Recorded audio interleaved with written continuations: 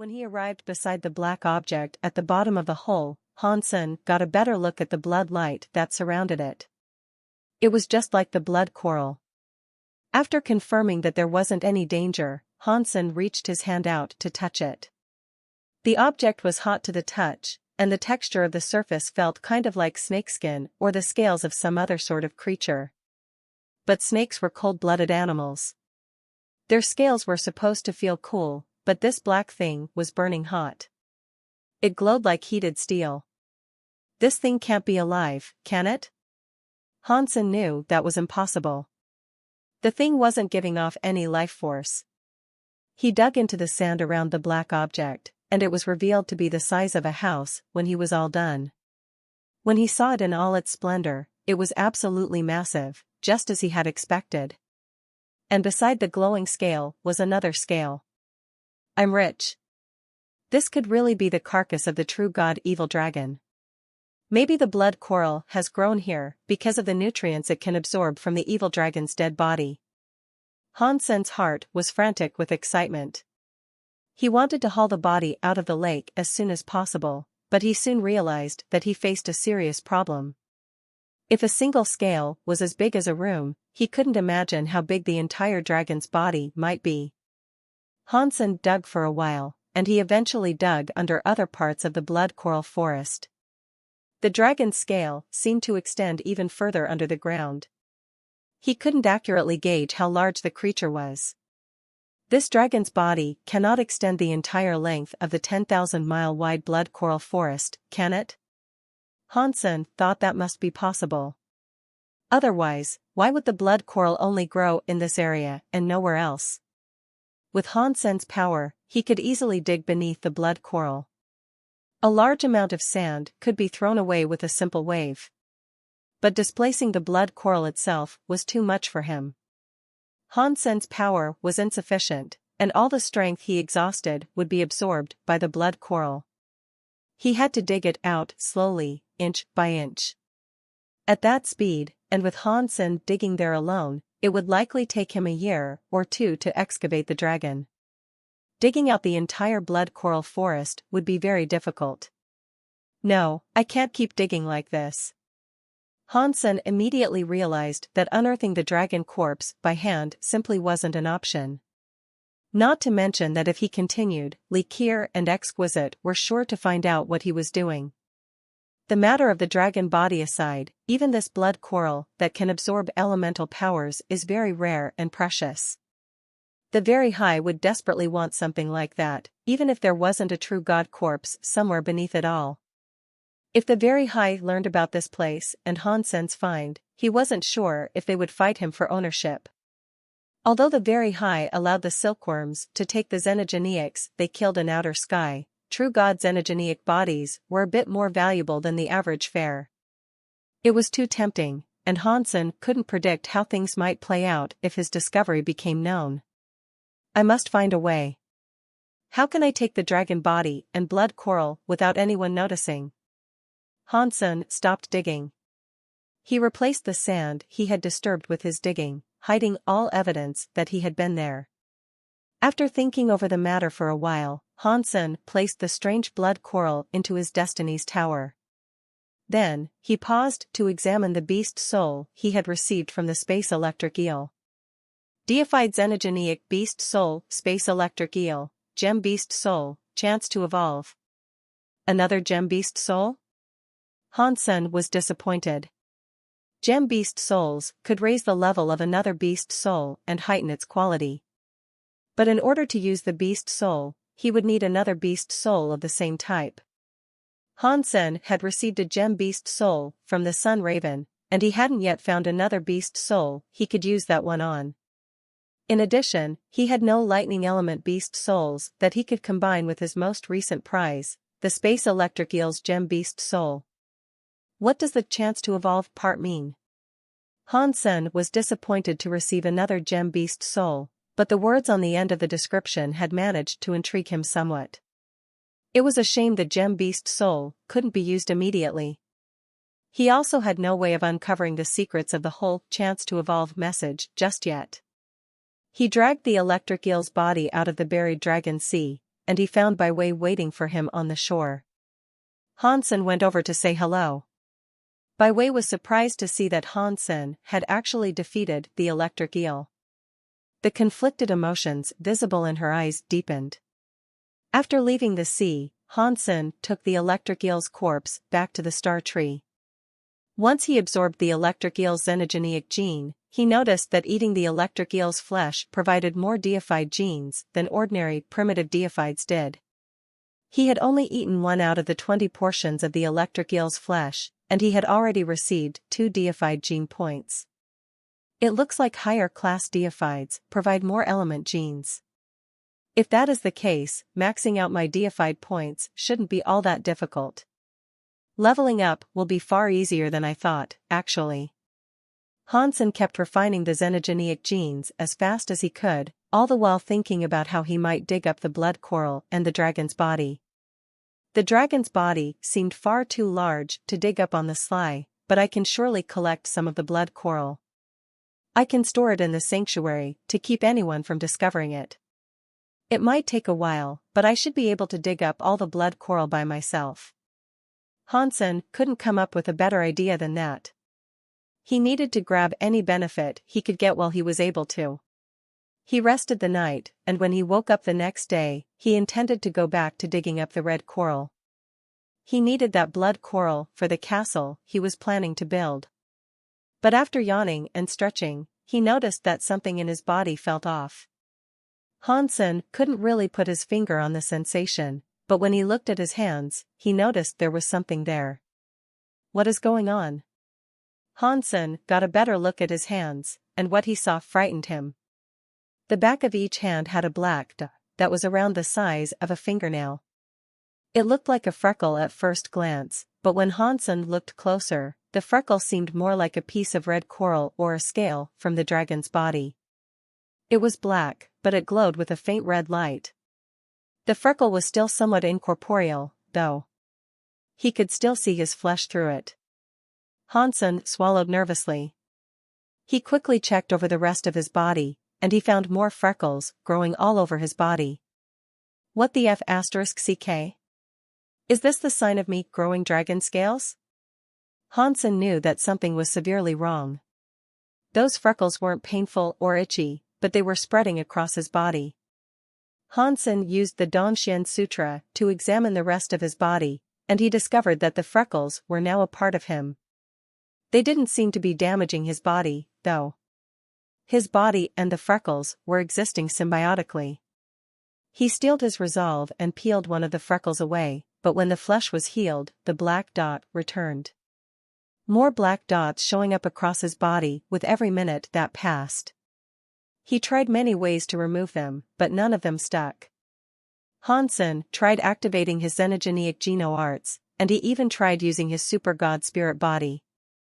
But no matter what he tried, no method worked to get rid of the black dots. That was especially surprising since the super god spirit body had worked on pretty much everything in the past. Now, it couldn't do anything to remove the freckles. What the hell is this? Even my super god spirit body isn't working. Hansen theorized that the freckles had something to do with the blood coral or the dragon body, but he couldn't accurately predict what effect the freckles might ultimately have. Hansen thought about the matter for a while, before he noticed that he had overlooked a very key concern. His super god spirit body made him invincible. That was its defining feature, and it could rid him of any negative energies that were impacting his body.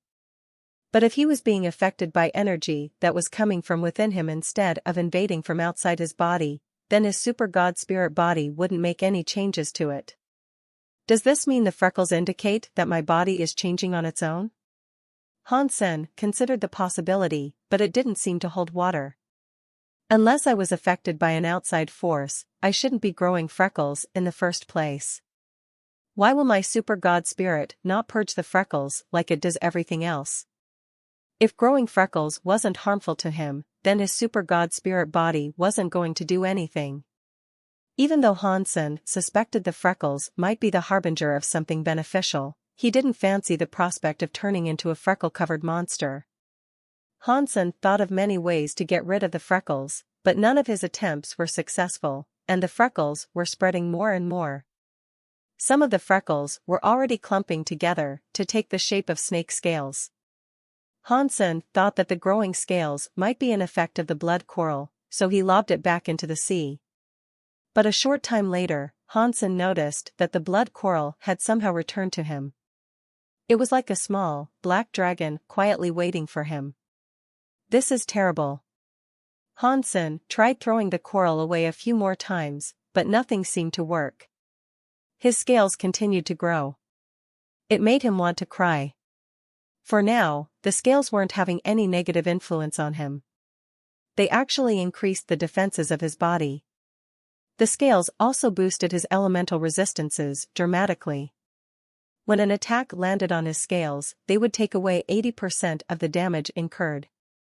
If the scales expanded to cover his entire body, Hansen's physical defense would be very scary. Even so, Hansen didn't want to become some freak who was covered in scales. You couldn't hide a fire with paper. When Exquisite returned, she saw that Hansen's body was covered in scales. It confused her quite a bit. Hansen made no effort to hide anything from her.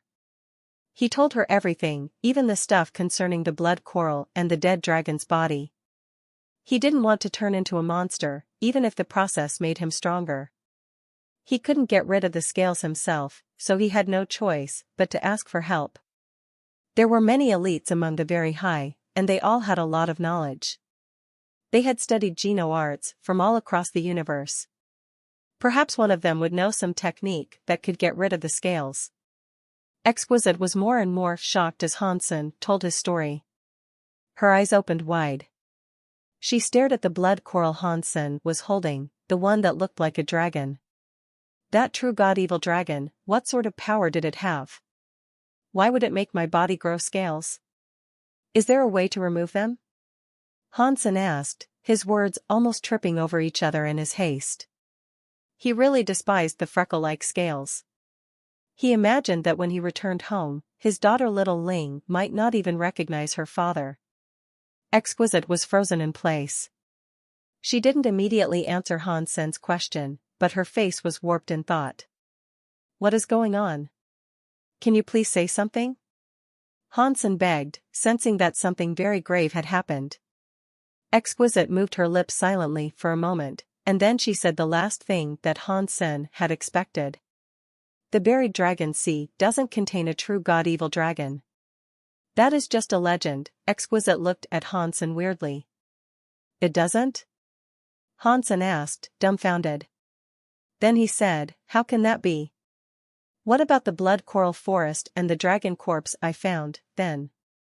I don't know where the blood coral forest or the dragon carcass came from, but I can tell you for sure that the buried dragon sea doesn't contain an evil dragon. Or at least, there isn't a true god-class xenogeniac. It is called the buried dragon sea because a deified elite called Dragon died there. That is where it got its name. People started telling stories about the place, and eventually, the myth of an evil dragon dying there was created, Exquisite said. Even if the legend was fake, that doesn't mean that the buried dragon sea doesn't contain the body of a true god-evil dragon.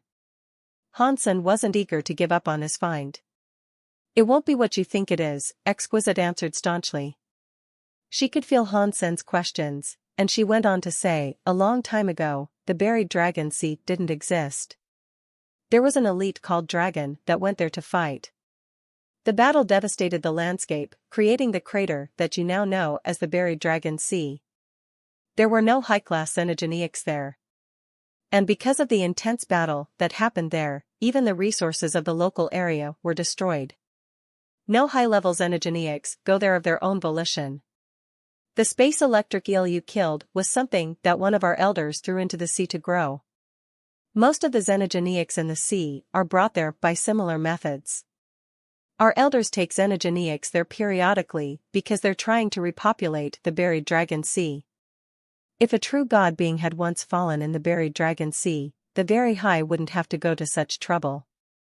After Hansen heard what she had to say, he conceded. She was probably right. If what she said was true, it was doubtful that the sea held a true god xenogeniac corpse.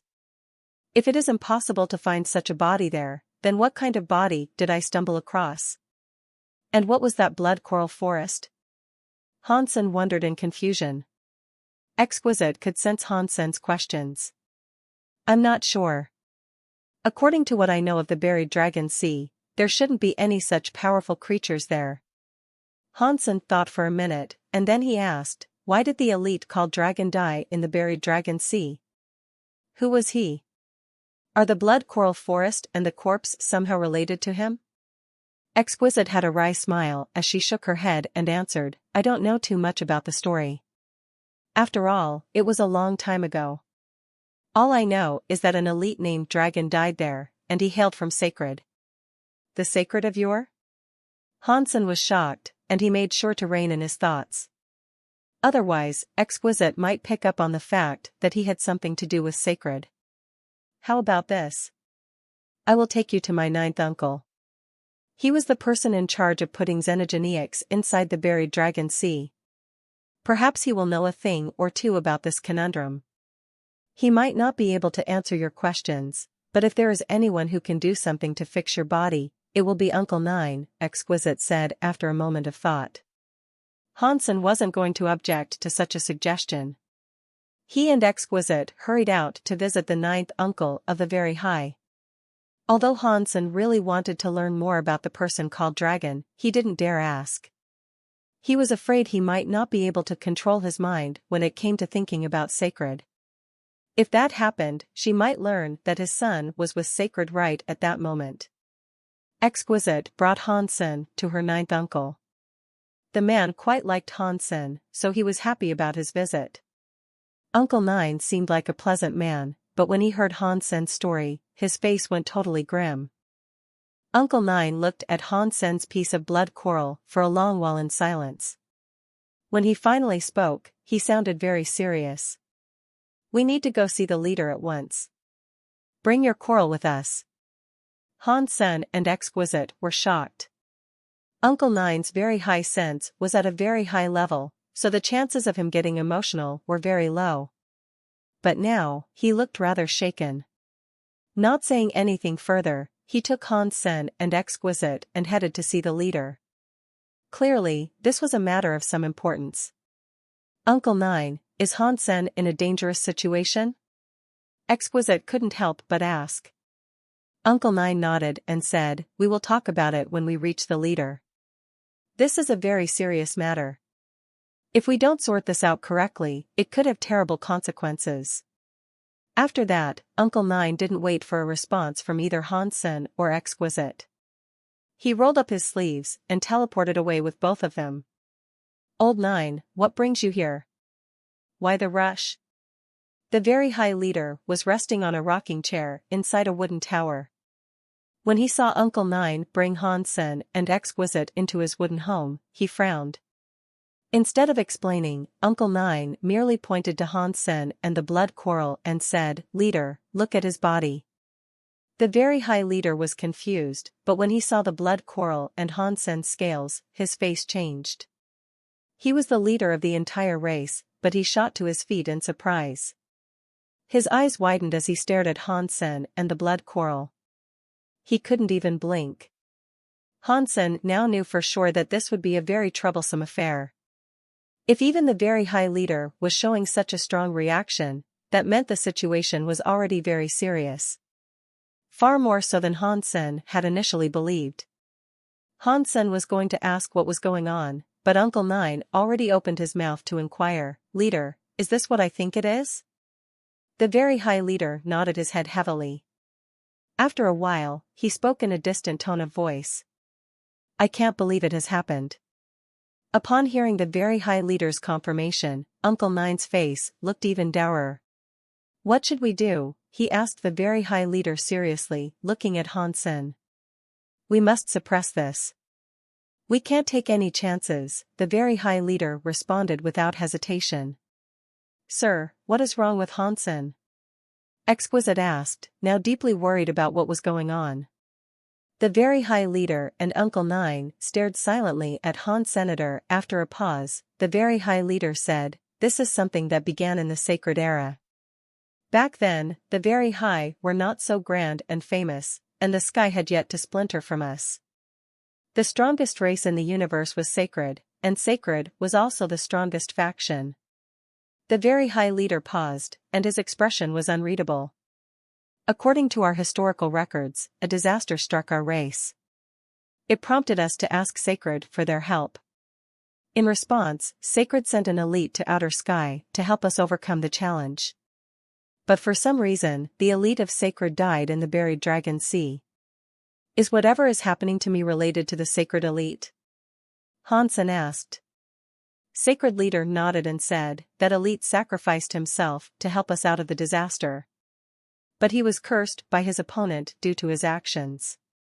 Hansen's eyes narrowed and he asked, if that elite is dead, why does the curse still exist?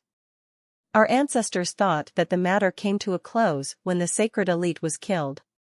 But evidently, they were wrong. Your body is growing scales. That means the curse didn't end with the sacred elite's death, Uncle Nine answered, pointing to the blood coral and the scales on Hansen. What kind of curse is this? Exquisite asked with worry. The very high leader and Uncle Nine looked at each other. Uncle Nine sighed and said, the curse proclaimed that after the sacred elite died, he would someday rise again. He would become a monster that only knew how to kill. Our ancestors believed the sacred elite was completely destroyed, far too damaged to be revived. They thought the calamity was over, but the very high leader trailed off, looking at Hansen's blood coral. After a while, he said, but the blood coral you are holding is just like the Geno armament wielded by the sacred elite. The scales you are growing look just like his scale armor. That sacred elite might end up being reborn through your body. That is the nature of the curse. Is there no way to erase this infection? Hansen wasn't excited about this news at all. Very high leader and Uncle Nine shook their heads apprehensively. Exquisite quickly said, Mr. Leader, with your power, there must be something you can do. Please save Han Sr. The very high leader sighed and said, I'm not remaining inactive because I don't want to help.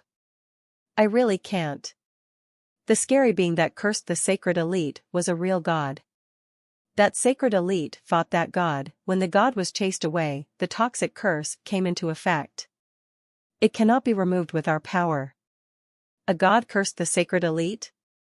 Hansen asked, his heart suddenly pounding. The very high leader said, maybe you don't believe this universe has gods, but they do exist. Most ordinary creatures cannot see them. I believe in gods. What was this god called? And what was that sacred elite's name? Hansen asked the very high leader, trying to keep his excitement under wraps. I don't know much about what happened. Not much detail was recorded about that fight. It appears that someone tried to erase the details of it.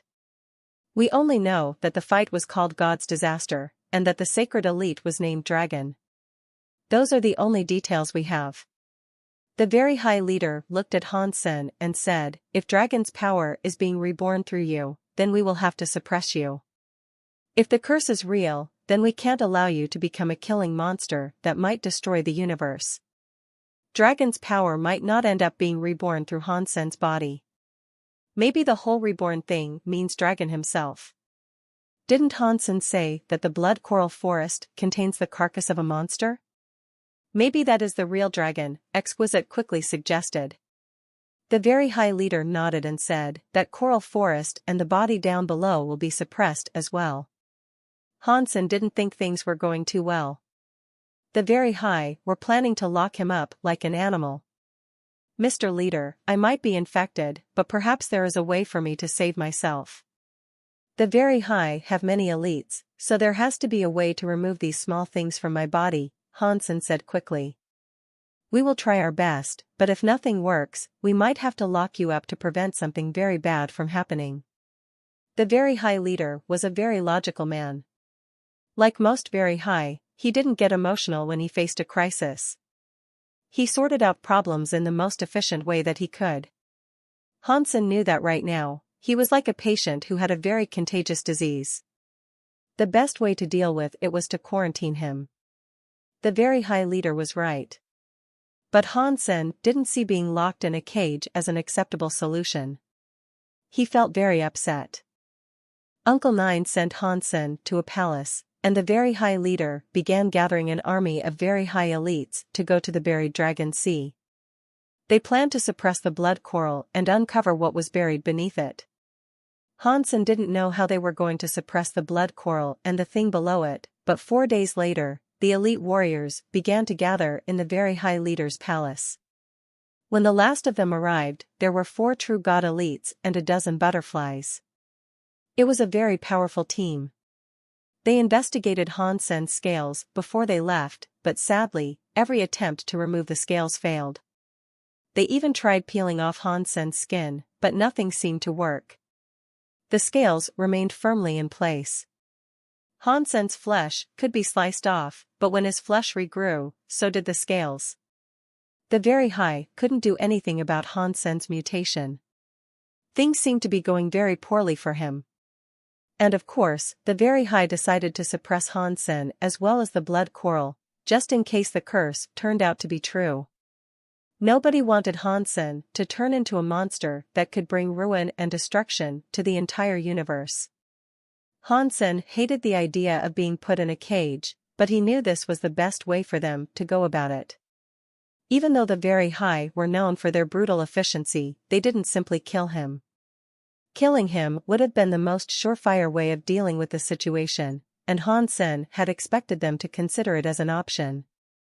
He was rather relieved when he found out that they weren't planning to end him permanently. They left Hansen in a palace surrounded by clouds and mist, and he had settled himself on the stairs that led to the palace's front door. He stared off into the clouds, his mind distant. Although the palace looked like an ordinary building, in truth, the entire place was contained inside a very high true god item.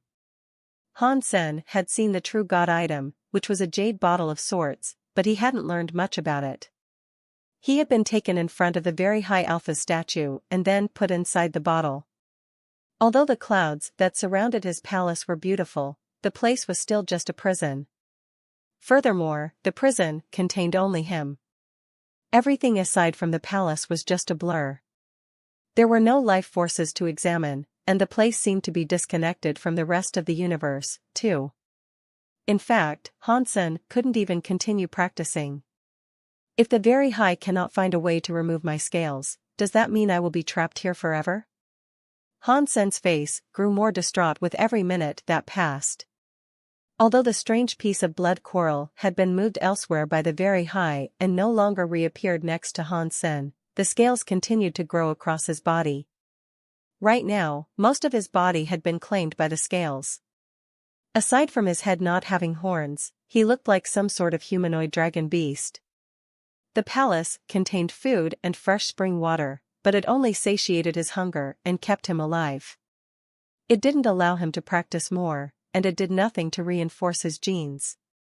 In the beginning, the very high elites would visit now and again. They would also try out new methods to remove his scales, but they failed every time. As time passed, they visited less and less often. As Hansen sat on the steps, it had been 10 days since he last saw any of the very high elites. Right now, the very high weren't helping Hansenator, they had become his oppressors. They couldn't confirm that Hansen was dragon reborn via the curse, but in their usual style, the very high had opted to trap him there. Because there was a small possibility that he could be destructive, they wouldn't let him leave. The very high promised me that they would send Bauer to Sky Palace. I suppose they will do that for me, at least. Now, it is all down to me. I need to figure out a way to escape. Hansen made many attempts, but they all seemed useless. The palace was completely cut off from the outside world. He couldn't even jump to a sanctuary. He couldn't go to the god area or anywhere else either. That place was like a giant prison. He wasn't really living, nor was he actually dying. He was just there. He was trapped. How can I be this unlucky? Hansen sighed. Then an idea flashed through his head, and he said, "Right, maybe I can try this." Hansen's heart jumped. He ran into the palace and closed the gate. Hansen had been there for a while, so he knew roughly how the bottle worked. Because the world inside the bottle was completely separate from the outside world, it was impossible to see in or out. Unless the very high came in person to visit, they wouldn't be able to see what he was doing. Hansen had already tested this before, so he was certain that was the case. Once Hansen had locked himself in the palace, he summoned something from Destiny's Tower. It was a bronze object that was a few meters tall. A sheep head marked each of the bronze object's 4 corners, and the entire thing looked rather evil. One of the sheep heads can send me to the world that trapped the Breaksky Alpha. I wonder if the other 3 sheep heads do the same thing. Or can they take me elsewhere? This thing was capable of transporting me away from outer sky, so perhaps it will still work here. Hansen gritted his teeth. He went to one of the sheep heads on the 4 sheep cube. With a silent prayer, he placed his hand on the sheep head. The sheep head lowered under the force of Hansen's hand. The black and white fish in the center of the object began to swim faster. Their speed formed a vortex within the water. Hansen felt a force of suction attempt to pull his body into the swirl. He was surprised that it had actually worked. He didn't know where the 4 sheep cube would take him, but no matter where it was a chance to get free. He didn't want to remain in the palace forever. Voila! When Hansen emerged from the water, he knew immediately that he was no longer in the palace. Hansen was afraid of exposing the scales on his skin, so he immediately put on his Dongxian armor. Even if a creature knew about Dongxian armor, they would just assume he was Dollar. No one would know he had escaped from the very high true god item. What is this place? Hansen looked around in alarm. Moving as fast as he could, Hansen returned to the 4 sheep cube. He slammed his hand down on the head of a sheep. Hansen was standing on a giant stone platform surrounded by scary stone xenogeniacs. To the east, there was a xenogeniac that was a white-haired, black-faced, giant ape. To the south, there was a human-bodied monster with the head of a cow. To the north, there was a beast that was like a Kirin. To the west, there was a weird snake with 9 heads. The 4 giant xenogeniacs gave off a frightening presence. Sensing them sent chills right down Hansen's spine. The monsters surrounded the stone platform, looming over it like the stone platform was a dinner table and Hansen was the sole sausage in the middle that they would fight over. Pang! Hansen could see the white-haired, black-faced giant ape's hand stretching toward him. Hansen was already getting sucked into the 4 sheep cube. And then, his vision started to spin. When he emerged from the water, he was back in the palace contained within the very high's bottle. I'm fortunate that my reactions were quick. If I was too slow, I would have become food for those scary xenogeniacs. Hansen patted his chest and spoke to himself in a shaky voice, trying to comfort his frightened little heart. Hansen couldn't risk going back to that scary place. He looked at the 2 sheep heads he hadn't tried and said, "Why does the 4 sheep cube only send me to such weird and dangerous places?" The 4 sheep cube was Hansen's only chance of escape. He couldn't stop trying. He wouldn't give up hope until he had tried journeying to all 4 locations. Hansen gnashed his teeth as he pressed down another sheep head. The 4 sheep cube was activated again, and it sucked Hansen inside it. Voila! Hansen emerged from the 4 sheep cube, his body already tense. He immediately had a look around. Luckily, things were different from the last location. Here, no scary xenogeniacs were staring at him. This place looked fairly ordinary. Hansen was standing on an asteroid in an asteroid belt. He could see a lot of stars in the sky. There were very big stars all around him. Hansen looked at the stars and realized there were many planets nearby, as well. He saw a planet with a life force. Looking a bit hesitant, Hansen flew down toward the planet. Holy sh**t. Is it a grass field? After Hansen entered the atmosphere, he was surprised to see that the entire surface of the planet seemed to be covered in a grassy field. He could see a lot of sheep grazing in those fields. They were all crowded together, and the smallest flock of sheep had at least 1,000 in their midst. The sheep were a variety of different colors and breeds. Most of them looked thin and swift, like antelopes. Some of them were stock and powerful, like goats. Some of them just looked like ordinary sheep. Did I fall into a sheep farm? It is a shame that cowardly sheep I met in the sanctuaries isn't here. He could translate for me and ask the sheep where this place is. Hansen could sense that the flocks of sheep were nothing mighty. The average sheep appeared to be no greater than Baron class. Even viscounts were rare. Hansen wasn't accustomed to being surrounded by such weak creatures. The other two sheep heads had sent Hansen to very dangerous places, but now, he was on a world of prey animals. He wasn't used to that. As Hansen flew down to land on the grass field, the flocks of sheep noticed him and raced to surround him. One of the sheep came forward to bleat at Hansen while he was in the sky. Bah! Hansen didn't speak Sheepnese, so he activated the Dongxian area and used it to read the sheep's mind. He heard the sheep speak the universal language. It was saying to him, "Outsider. How did you come to God's farm?" It is good that it can speak, Hansen thought happily. He looked at the sheep and said, "I was lost in space, and I found this planet by chance. I was hoping you could tell me what this place is. If it is possible, can you sell me a star map?" When the flock of sheep heard what Hansen said, their response looked very human. They looked at each other, and then they started laughing. Hansen had never seen an enormous flock of sheep all laughing themselves silly. It was a very strange sight. He frowned and coldly said, "What is so funny?" One of the sheep laughed and said, "This is God's farm. We are the food that grows for God. Once you are here, you do not leave. You and I will become food for God together. I can come and go as I please. No one can keep me here," Hansen said in annoyance. The flock looked at Hansen with mirth. One of the sheep smirked and said, "Try it now, then. See if you can leave God's farm." "This God's farm you keep talking about, do you mean the planet as a whole?" Hansen asked. "Yes," the sheep affirmed with a nod. "What is so hard about leaving here?"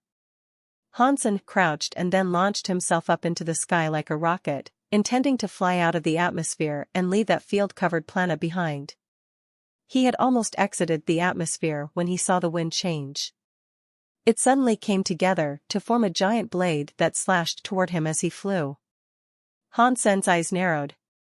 He generated a sword light in his hand and slashed toward the giant blade.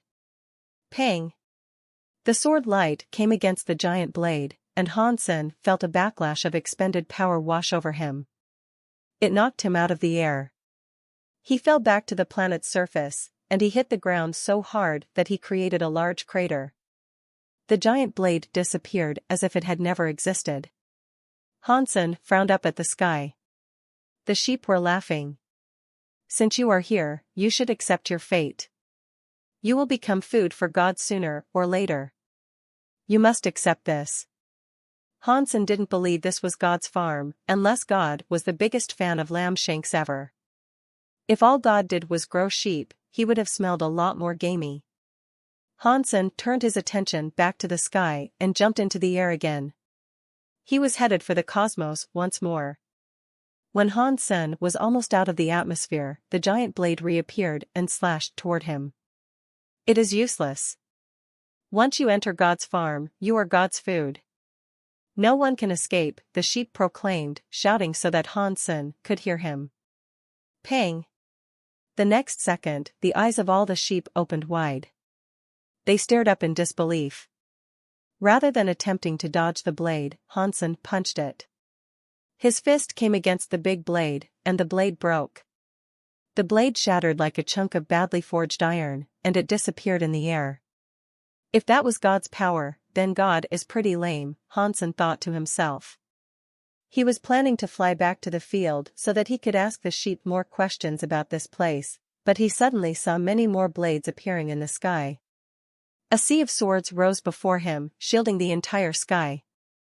They turned to point at Hansen. Hansen was shocked. He didn't say anything, and he just teleported back to the grass field. He raised his head and saw the countless blades that blanketed the sky start to disappear. They were gone within seconds. Hansen's face turned grim. The power of a giant blade was as good as a primitive deified attack. If that many giant blades came down on him at once, not even Hansen could block them. "We told you, this is God's farm. It doesn't matter how strong you are. In God's eye, you are just food," the sheep said with a smile. "The God you are talking about, what does he look like?" Hansen said, ignoring the blathering of the brainwashed sheep. "God is God. What else could he be?" the sheep answered, looking at Hansen with disdain. Hansen wanted to ask something more, but he suddenly saw a carriage fly through the sky. 9 white unicorns were pulling a white carriage as it headed for the grassy field. When the flock of sheep saw the white carriage, they started to shake on the ground. It was like they didn't even have the power to run. It was all they could do to remain standing as they trembled. They lowered their heads, like they were ostriches that wanted nothing more than to put their heads in the sand. Hansen looked around and remembered that he was on an endless grassy field. There was nowhere to hide. So instead of attempting to flee, he reduced his presence to hide inside the flock of sheep. The 9 white unicorns descended to the field, swooping down elegantly until the carriage touched down on the grass. Hansen hid within the flock of sheep, but he kept his eyes pinned to the door of the carriage. He wondered what sort of scary being might be lurking within. It had to be something fierce if it was scaring the sheep this much. None of them dared to run, and they all remained rooted to the ground, shivering and shaking. The 9 unicorns finally came to a halt, and a drawn-out creak sounded as the door of the carriage opened. A small figure descended from the carriage, and Hansen's brow furrowed. The person coming out of that carriage was a little girl. She looked to be no more than 10 years old. The scary being that the sheep all fear cannot be this little girl, surely. Hansen didn't take his eyes away from the carriage. He believed another creature would emerge behind the girl. She must be a servant or slave of some kind. But the carriage now seemed to be empty. The little girl was the only one to come out, and in her hands was a sharp knife. She moved toward a flock of sheep. Hansen turned his attention back to the girl. Her body was undoubtedly that of a child, but for some reason, something about her eyes seemed a bit mature for her age. "Is she a sky?" Hansen felt the presence of the girl, and he noticed there was a mark on her forehead. She might have been one of the sky. Either that or she was a very high. Although there were large cultural differences between them, in terms of simple physicality, the two races were practically the same. The very high simply had purer blood. The girl lifted the sharp knife before the flock. She reached out her hand towards a sheep's head and sighed. Little sheep, I have no choice but to do this. If you ever seek revenge, come for me. Don't take out your rage on someone else." After that, the sharp knife in the girl's hands was thrust forward. It slid straight into the heart of the sheep and killed it in a single strike. Blood dribbled across the hilt of the knife and gushed from the new cavity in the sheep's chest. The weird thing was, the blood never had a chance to drip to the ground. As soon as the sheep's blood welled up, it was absorbed by the knife that killed it. In moments, the sheep's body had been sucked dry by the weapon. Under the draining powers of the knife, the sheep became a dried-up husk of its former self. The knife's color changed to a dark red, and it began to give off a very strong and bloody presence. Once the first sheep was dead, the girl moved on to another sheep. Every member of the flock was shivering violently, but they didn't dare to resist. The girl lifted her knife and thrust it through the next creature. Like the last, its blood was sucked dry. Hansen was shocked at the sight. The girl continued killing the sheep, and not a single one of them tried to resist. It was like they were all queuing up to die, one after another. Soon, the death toll had reached 100 sheep. The blade of her knife had become as red as blood, now. It looked like blood was going to begin dripping out of it any second. The strong, coppery smell was awful. Hansen could have detected the scent from a few miles away, and the smell was nauseating. There's definitely something wrong with that girl's knife, Hansen murmured with a frown. He looked at the weapon in the little girl's hand. The girl's presence wasn't very strong, but there was something very frightening and strange about the aura of the sharp knife. It was much greater than the presence of the little girl herself. The little girl shouldn't have been capable of using such a powerful blade, but she was using it with finesse. The knife's power hadn't consumed her. This was a situation that Hansen had never encountered before. Before he became deified, even Hansen couldn't make use of 100% of a deified treasure's power. Yet the little girl was casually able to use a supremely sharp knife that was far greater than herself. Every strike she unleashed was lethal, and a sheep died each time she swung her hand. Everything about this situation was weird. This flock of sheep must be more afraid of the knife than the girl, Hansen guessed to himself, but he still wasn't too sure what was going on. He kept staring at the sharp knife. It was a short knife that was composed of a wooden handle and a steel blade. The wooden handle was 7 inches long, but he couldn't determine what sort of wood it had been carved from. The handle was so darkly colored that it was almost black. The blade, on the other hand, was 1 foot long. It was shaped like a crescent moon. Because it had absorbed so much blood, it was gleaming red. It looked as if it was going to start gushing blood from its tip at any second. The girl didn't seem to be holding any sort of scabbard or sheath for the knife. Also, based on its shape, Hansen surmised that the knife wasn't a combat weapon.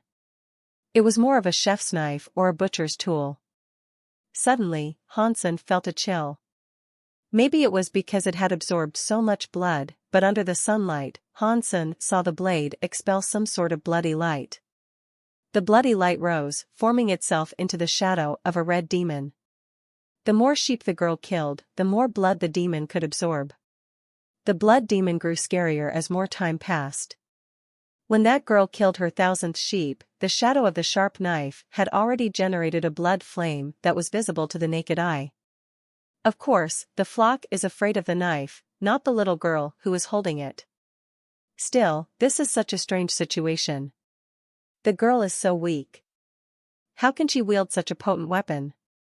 And the sharp knife's power hasn't consumed her, Hansen thought to himself as he observed the girl and her knife. Suddenly, Hansen felt a chill run down his spine. He had been focusing too much on the knife, and the blood demon's shadow had discovered his existence. The shadowy body suddenly turned.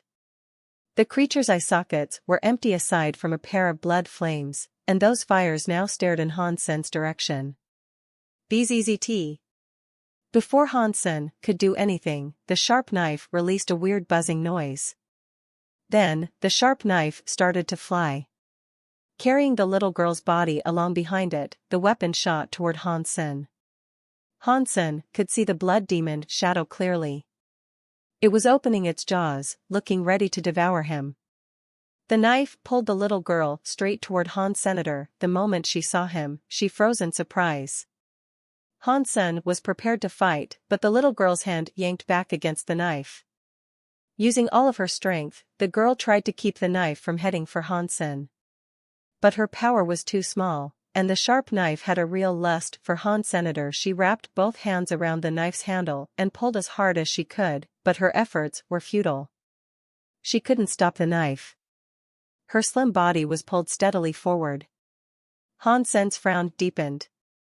He readied himself to fight, but the little girl gritted her teeth and pressed her hands down on the blade itself.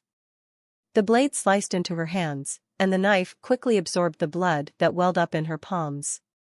Then, the blade went quiet. The blood shadow demon was still visible above the blade, but it seemed to have been suppressed by some mystical power. The bloody light that formed the image of a red demon had dimmed slightly. No wonder she can use that sharp, weird knife. Something about her body is special. She must have some unusual connection to the knife, Hansen thought to himself. Judging from the little girl's behavior, she didn't seem to be hostile toward Hansen. He walked over to the girl and asked her, "Little girl, what is your name?" Run. Leave here quickly, the little girl said in a rush, still keeping a white-knuckled grip on the knife. Why do I have to leave? Hansen asked the little girl, planting his feet firmly on the ground.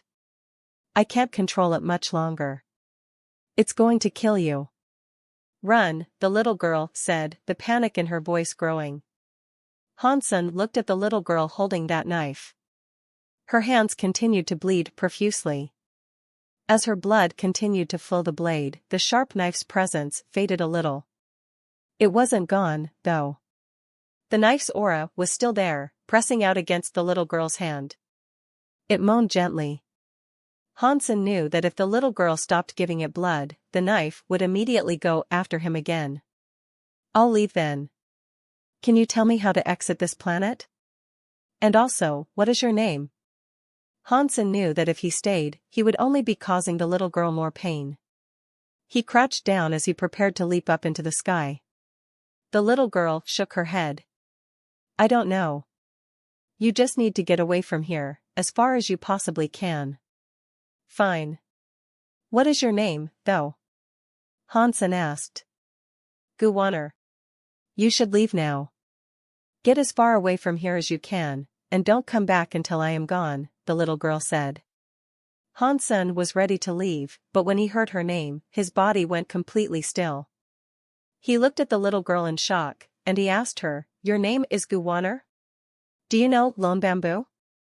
Hansen remembered that Lone Bamboo had once mentioned his little sister was called Waner because pray to God was taken away by God. It was an incident that the man was never able to let go. If Hansen remembered things correctly, Lone Bamboo's sister was around 10 years old when she was taken away. It had been many years since then, so Guwaner should have been a grown-up. Finding her in a child's body was quite the surprise. You know my big brother. A sudden smile bloomed over Guwaner's face as she looked at Hansen. I know him. We are good friends. Why are you here? What is this place? Hansen glanced at Waner's sharp knife, then walked closer to her. He could have simply left if they were strangers. Now that he knew this little girl was Lone Bamboo's sister, though, he couldn't just leave.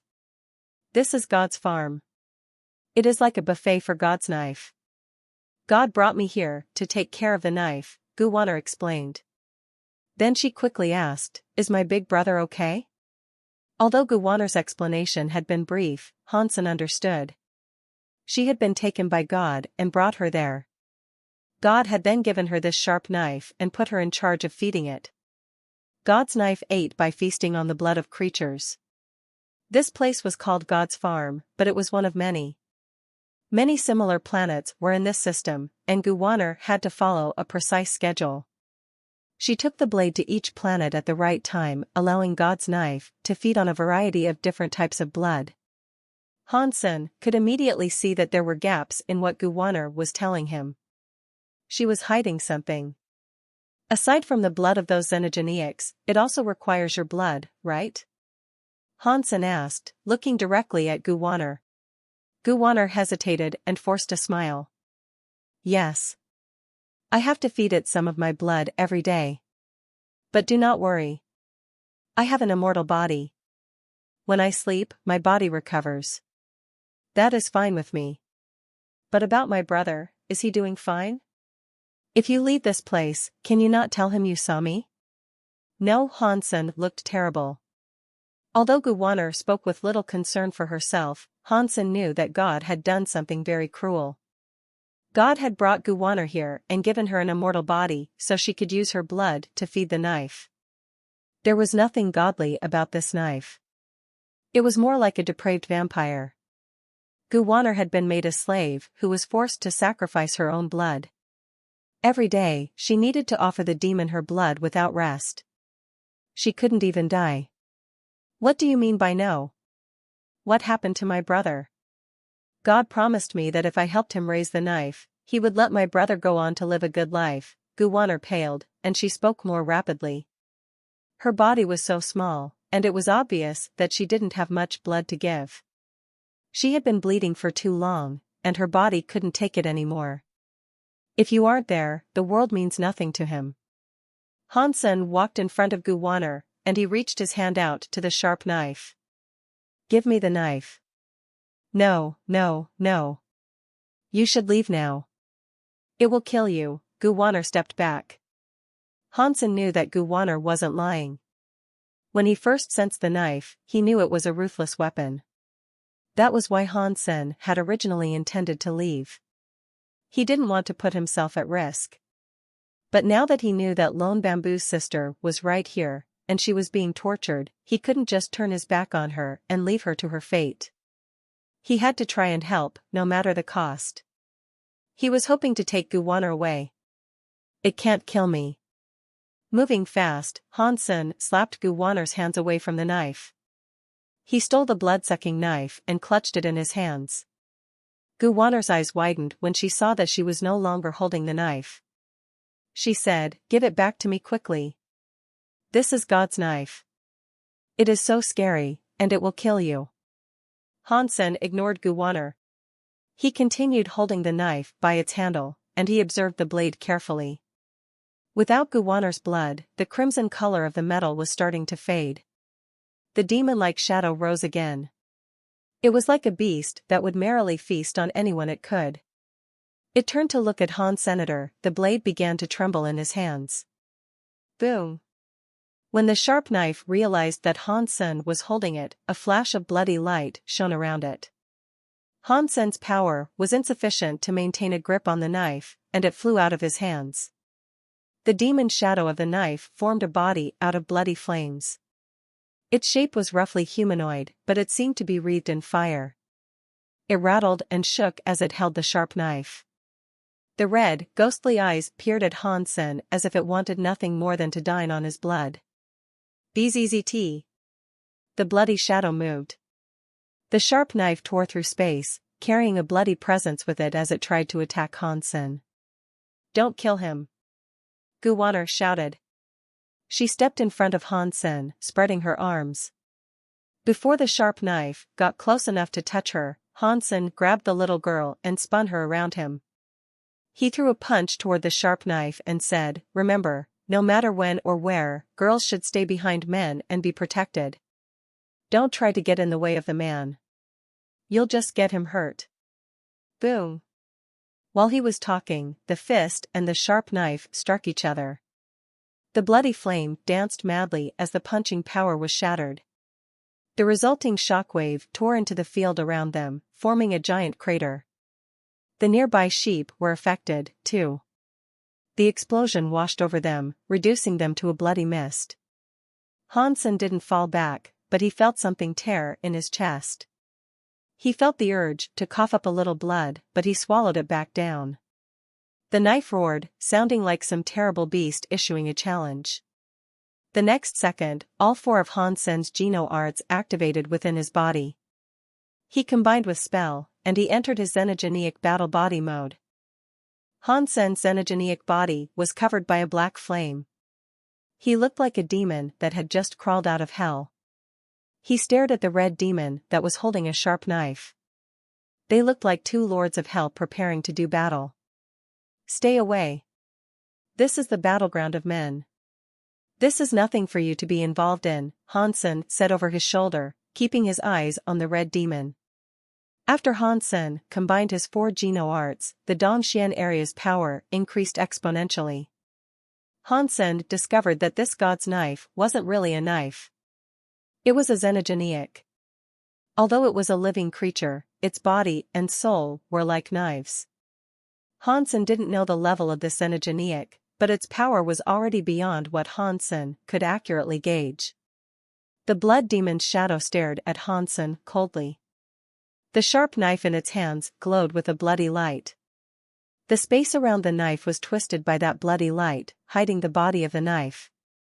The only thing still visible through the twisted space was the knife light held by the glowing shadow of a hand. The next second, the shadow moved. It traveled like a red mist beneath the sun. It was coming for Hansen. The power in Hansen's body exploded. He teleported behind the shadow and sent a punch toward the blood demon. But the blood demon looked as if it didn't know that Hansen had already teleported away. Its knife was still headed for Hansen's previous location. Hansen was surprised that his opponent had been thrown off course by such a simple trick, but he continued with his strike. For him, this was a good opportunity. He couldn't just stop mid-attack because of his suspicion. Catcha! But before Hansen's fist hit the blood demon, his chest was cut open. A few of his ribs were sliced clean through, and some of his organs and crystallized blood were showing. What is going on? Why did I get hit? Hansen's face contorted in sudden pain. He didn't understand how the creature had managed to hit him. The blood shadow hadn't turned around or even swung its knife toward Hansen, but he had still been injured. This was so weird. There was no time to think. He summoned his immortal dragon, and it immediately released an immortal substance chain toward Hansen's chest that healed Hansen's wounds quickly. The blood demon moved forward and swung its knife at Hansen in a crazed fury. Hansen understood that his xenogenic power was extremely inferior to that of the blood demon. He wanted to know how he had been hit, as well, so instead of attempting to block the attack, he used teleport again. But this time, he didn't teleport closer to the blood demon. He teleported away, trying to put some distance between his enemy and himself. Catcha! There was a space of 100 miles separating Hansen and the blood demon, and the knife light wasn't slashing toward Hansenator, but even so, an invisible blade split Hansen's head open. His skull cracked down the center, opening wide enough to show his pink brain. The pain of the attack was excruciating, and Hansen's face turned white. I see, although the attack had been brutal, Hansen had learned something. He now understood how he had been hit. The bloody knife light had traveled to where Hansen had previously been standing. There, a very dim blood shadow had appeared. That blood shadow resembled Hansen's face. The bloody knife light slashed that blood shadow, and Hansen's body was injured by the blow. Is it a time or space power? Or is it a bit of both? Hansen's wounds were healed by the immortal dragon's power. Not even such a grievous injury was going to kill him now. But the blood demon was clearly a scarier opponent than he had expected. Hansen had already used Forever Solid on himself. Under the buffs of Forever Solid, even transmutation deifieds couldn't damage his xenogenic battle body. Plus, the pesky dragon scales growing on his skin gave him an immunity power. He was indestructible. The bloody knife light wasn't physically striking his body, but it could still cut through his armor, scales, and bones. This was very frightening. The blood demon didn't seem to be putting as much thought into the situation as Hansen was. Its face looked murderous as it came for him without hesitation. Wherever the knife light went, the space nearby was badly distorted. It was like many twisting blood lights were dancing around the knife light. This time, Hansen didn't try to teleport. Instead, he summoned his shield of the Medusa's gaze. He was going to block the blood demon's knife. The blood demon's power was strange, and trying to dodge it seemed to be useless. Hansen had to block it. But the next second, Hansen's chest was spilling blood. His entire body flew away. He hurtled through the air for a few miles, then his body slammed into the field like an asteroid. Hansen regained his senses in a giant, circular hole. The armor on his chest had been cut open, revealing the flesh inside. His scales, bones, and ribs were cut in half. Hansen's shield was still fine. Although the shield could stop all sorts of physical attacks, it was apparently unable to inhibit the knife light. That weird knife light phased through the shield like a ghost and struck Hansen in the chest, completely unimpeded. The blood demon's body flashed, and it kept up an endless stream of attacks. No matter how Hansen dodged or blocked, he couldn't manage to stop the blood demon's knife light. Every slash hit him, and Hansen's god body bled as he incurred more and more knife-borne injuries. If not for the immortal dragon madly healing him as he fought, Hansen would probably have been sliced to pieces a long time ago. Even so, there was a limit to how fast the immortal dragon could heal him. Its healing ability was beginning to lag behind the injuries Hansen was receiving. Before Hansen's wounds healed completely, he was hit a few more times. Powerful. Incredibly powerful. It is so powerful that fighting it makes one feel rather hopeless. Just run. You're going to get killed. Gu Wanner shouted from her position near the carriage. Countless shockwaves were being unleashed from Hansen and the blood demon's fight, but the carriage wasn't taking any damage. It looked as if some magical power was protecting the vehicle in some capacity. Whenever a shockwave reached the carriage, it would fade. Hansen wanted to run away, too, but he couldn't. Even teleporting away was futile. He would still end up injured by the demon. And some sort of cruel, restrictive power was locking this planet down. Entering was easy, but leaving would require Hansen to somehow break through the Bysema. Not even his teleportation skills were enough. The knife's power was so weird. No matter what Hansen did, he would end up being hit. The only good thing about this situation was that the blood demon's power couldn't kill him in a single blow. If it had been any stronger, he would have died before he even had a chance to fight back. Catcha! A slash struck Hansen's body again. Hansen couldn't even see how he had been injured. The blow almost severed his arm at the shoulder. Suddenly, Hansen's body started to glow with blood light. Black scales grew like crazy, forcing their way through his armor. In seconds, the scales had wrapped all the way around Hansen's body and through his armor. Before Hansen figured out what was going on, he felt the ground shake. A blood light had shot down from space, and now it was gleaming in front of Hansenator. It was the blood coral that looked like a blood dragon. Didn't the very high elders seal the blood coral? Why is it here now, all of a sudden? Hansen stared at the relic in surprise. He had used the 4-sheep cube to reach this place. How could a sealed chunk of coral make its way there? While Hansen was still trying to figure out what was going on, his left arm started to move. It was like the blood in his arm was driving his muscles forward. Hansen's brain definitely wasn't telling his arm to move, but his hand reached out to grip the blood coral anyway. Hansen looked at his hand in consternation, but he couldn't stop it.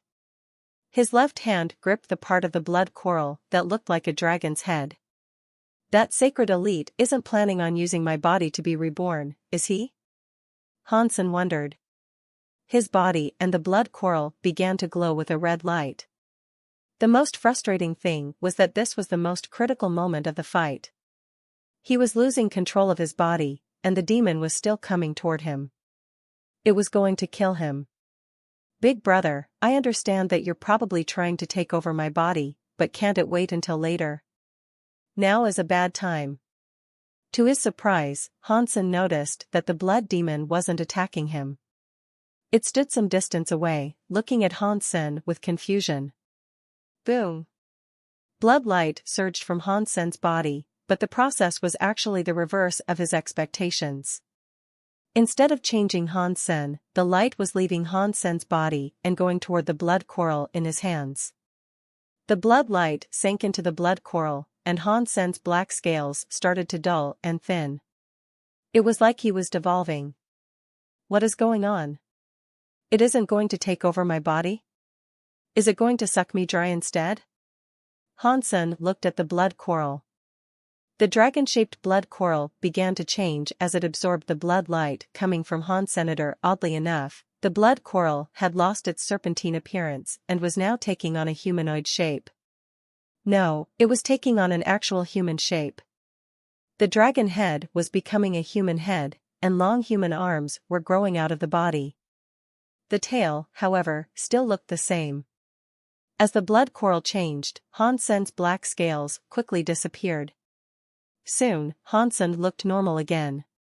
It seemed like something had been pulled out of his body. Wait a minute, the shape of the blood coral looks rather familiar. Old blood dragon lady. Isn't this what the old blood dragon lady looks like? It took Hansen a minute, but he finally realized why the half-human, half-dragon shape of the blood coral looked so familiar. The blood coral now had a human head and a dragon tail. Dragon scales covered the being, and horns protruded from her head.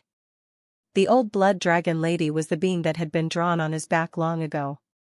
But the old blood dragon lady on his back had possessed silver scales, whereas this one had red scales. I understand now. I understand why the blood coral has been following me. It is because there are still remnants of the old blood dragon lady in the tattoo on my back. If the old blood dragon lady was the blood coral's master, that means she is using the old blood dragon lady drawing on my back to be reborn. The coral was never trying to claim my body at all, Hansen thought, trying to logic his way through what was happening. Although Hansen didn't entirely understand the events occurring around him, he could sense that his guesses were getting near to the truth. When the black scales on Hansen's body disappeared completely, the blood coral became the old blood dragon lady. Her body hung silently in the air, her eyes closed. She looked like a statue. Sacred sent the old blood dragon lady to help out the very high. Now, everything is explained. Hansen's body was free once more. He looked at the old blood dragon lady in the air, but he didn't know if this was a good thing or a bad thing. The blood demon didn't have Hansen's patience. It saw that the old blood dragon lady was hanging motionless in the air like a dead statue, and the blood demon's flames exploded. The knife flew to attack the old blood dragon lady. "Be careful!" Hansen shouted. It didn't seem the old blood dragon lady had woken up yet, and Hansen was afraid for her. He channeled some of his power into the shout, trying to rouse the old blood dragon lady. He didn't know if the old blood dragon lady was a friend or foe, but the blood demon was definitely an enemy. And as far as Hansen was concerned, the enemy of his enemy was his friend. Right now, Hansen hoped the old blood dragon lady wasn't going to wind up dead before she had woken up. The bloody knife light surged toward the old blood dragon lady, but her eyes remained closed. She didn't react to the incoming storm of destructive power. Hansen knew how strong that knife was. Its attacks couldn't even be blocked. If the old blood dragon lady was struck without even being aware of its coming, there was no telling whether or not she could withstand the blow. At this time, the old blood dragon lady finally opened her eyes. Hansen had never seen eyes like hers before. It was like stars were spinning around inside them. They held all the possibilities of a clear, open sky. Just looking into those eyes would be enough for most people to be conquered by their purity and greatness. "Your eyes are my home for eternity."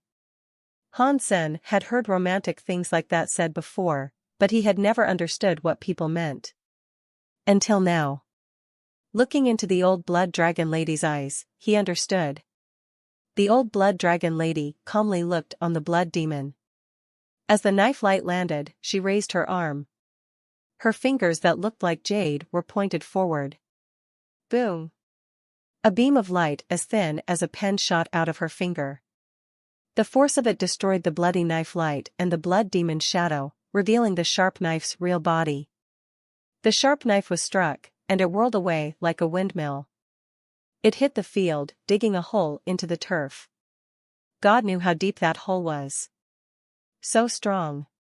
Hansen was shocked. The sharp knife was a strange xenogeneic. It was probably larva class, or perhaps even stronger. The old blood dragon lady had annihilated it with only her finger. Based on that alone, it would be difficult to comprehend how scarily powerful she was. The sharp knife seemed to be quite resilient. Although the bloody flame shadow was destroyed, the blade itself hadn't been injured. Bzzzt. In the blink of an eye, the sharp blade shot out of that bottomless pit. The blood flame surrounding it had gotten scarier. It generated a blood demon shadow once more, which grabbed the sharp knife and slashed toward the old blood dragon lady. The old blood dragon lady didn't move. She raised her finger and destroyed the bloody flame shadow surrounding the sharp knife again. The sharp knife generated bloody flames again and again, but the old blood dragon lady casually blew them all up. It made Hansen's blood boil. This is an example of true power. No wonder the old blood dragon lady forced one of those people who call themselves God to fall back. She is so strong. Hansen looked at the sharp knife that was still trying ceaselessly to reach the old blood dragon lady. Hansen had to shout, "Big sister dragon lady, please blow up that knife."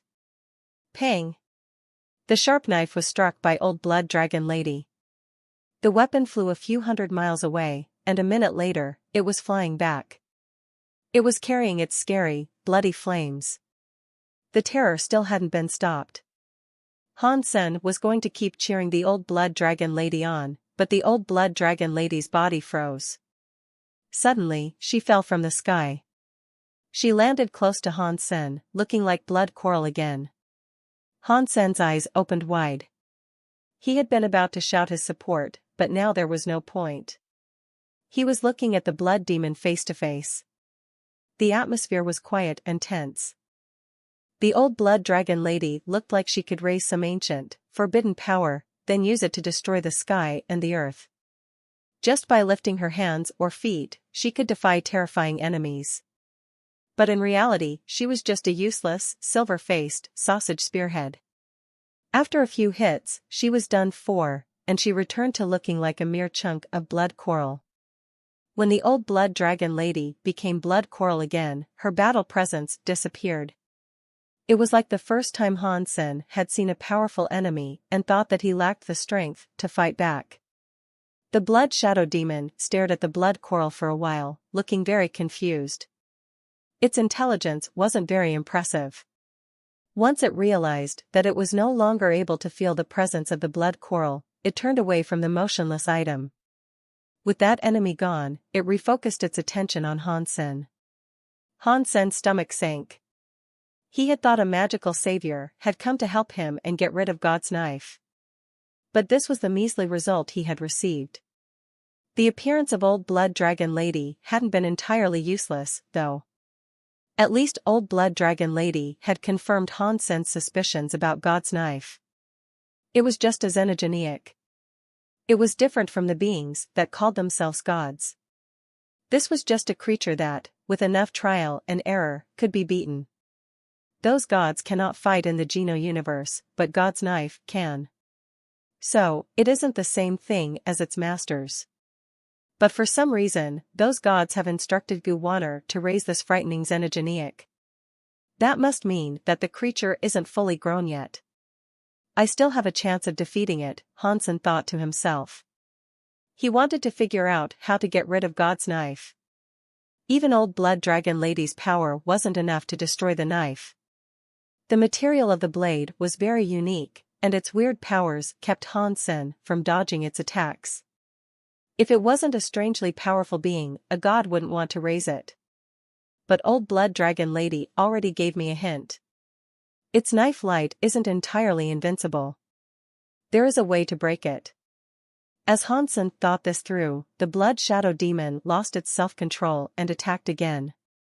A red mist flashed through the sky to teleport in front of Hansen. Hansen used teleport again to dodge. Just like the last time, he successfully avoided the knife light. Even so, when the knife light reached the place he had been standing moments before, a wound was opened in his chest again. That's it. This must be right. What he uses is a Geno art that is a combination of time and space powers. Hansen had made that guess as he studied the fight between God's knife and old blood dragon lady. Now that he had experienced it again himself, he could turn those guesses into facts that could help him. The blood shadow demon was holding a sharp knife. It sent a crazy storm of blazing knife lights to attack Hansen. Hansen cast his 4 Geno arts to the max. His xenogeniac battle body exploded with scary power. His teleportation and movements combined, but in the end, he still couldn't avoid that knife. Seeing another knife wound on his chest, Hansen wasn't shocked. On the contrary, he was happy. That knife should have hit his head. But now, it had only struck his chest. That proved that his guess had been right, and his attempt to test that guess had been successful. He just hadn't yet gotten the timing spot on. A Geno art that can combine time and space. Its power can go through time and space. It slashed my body where it was in the past.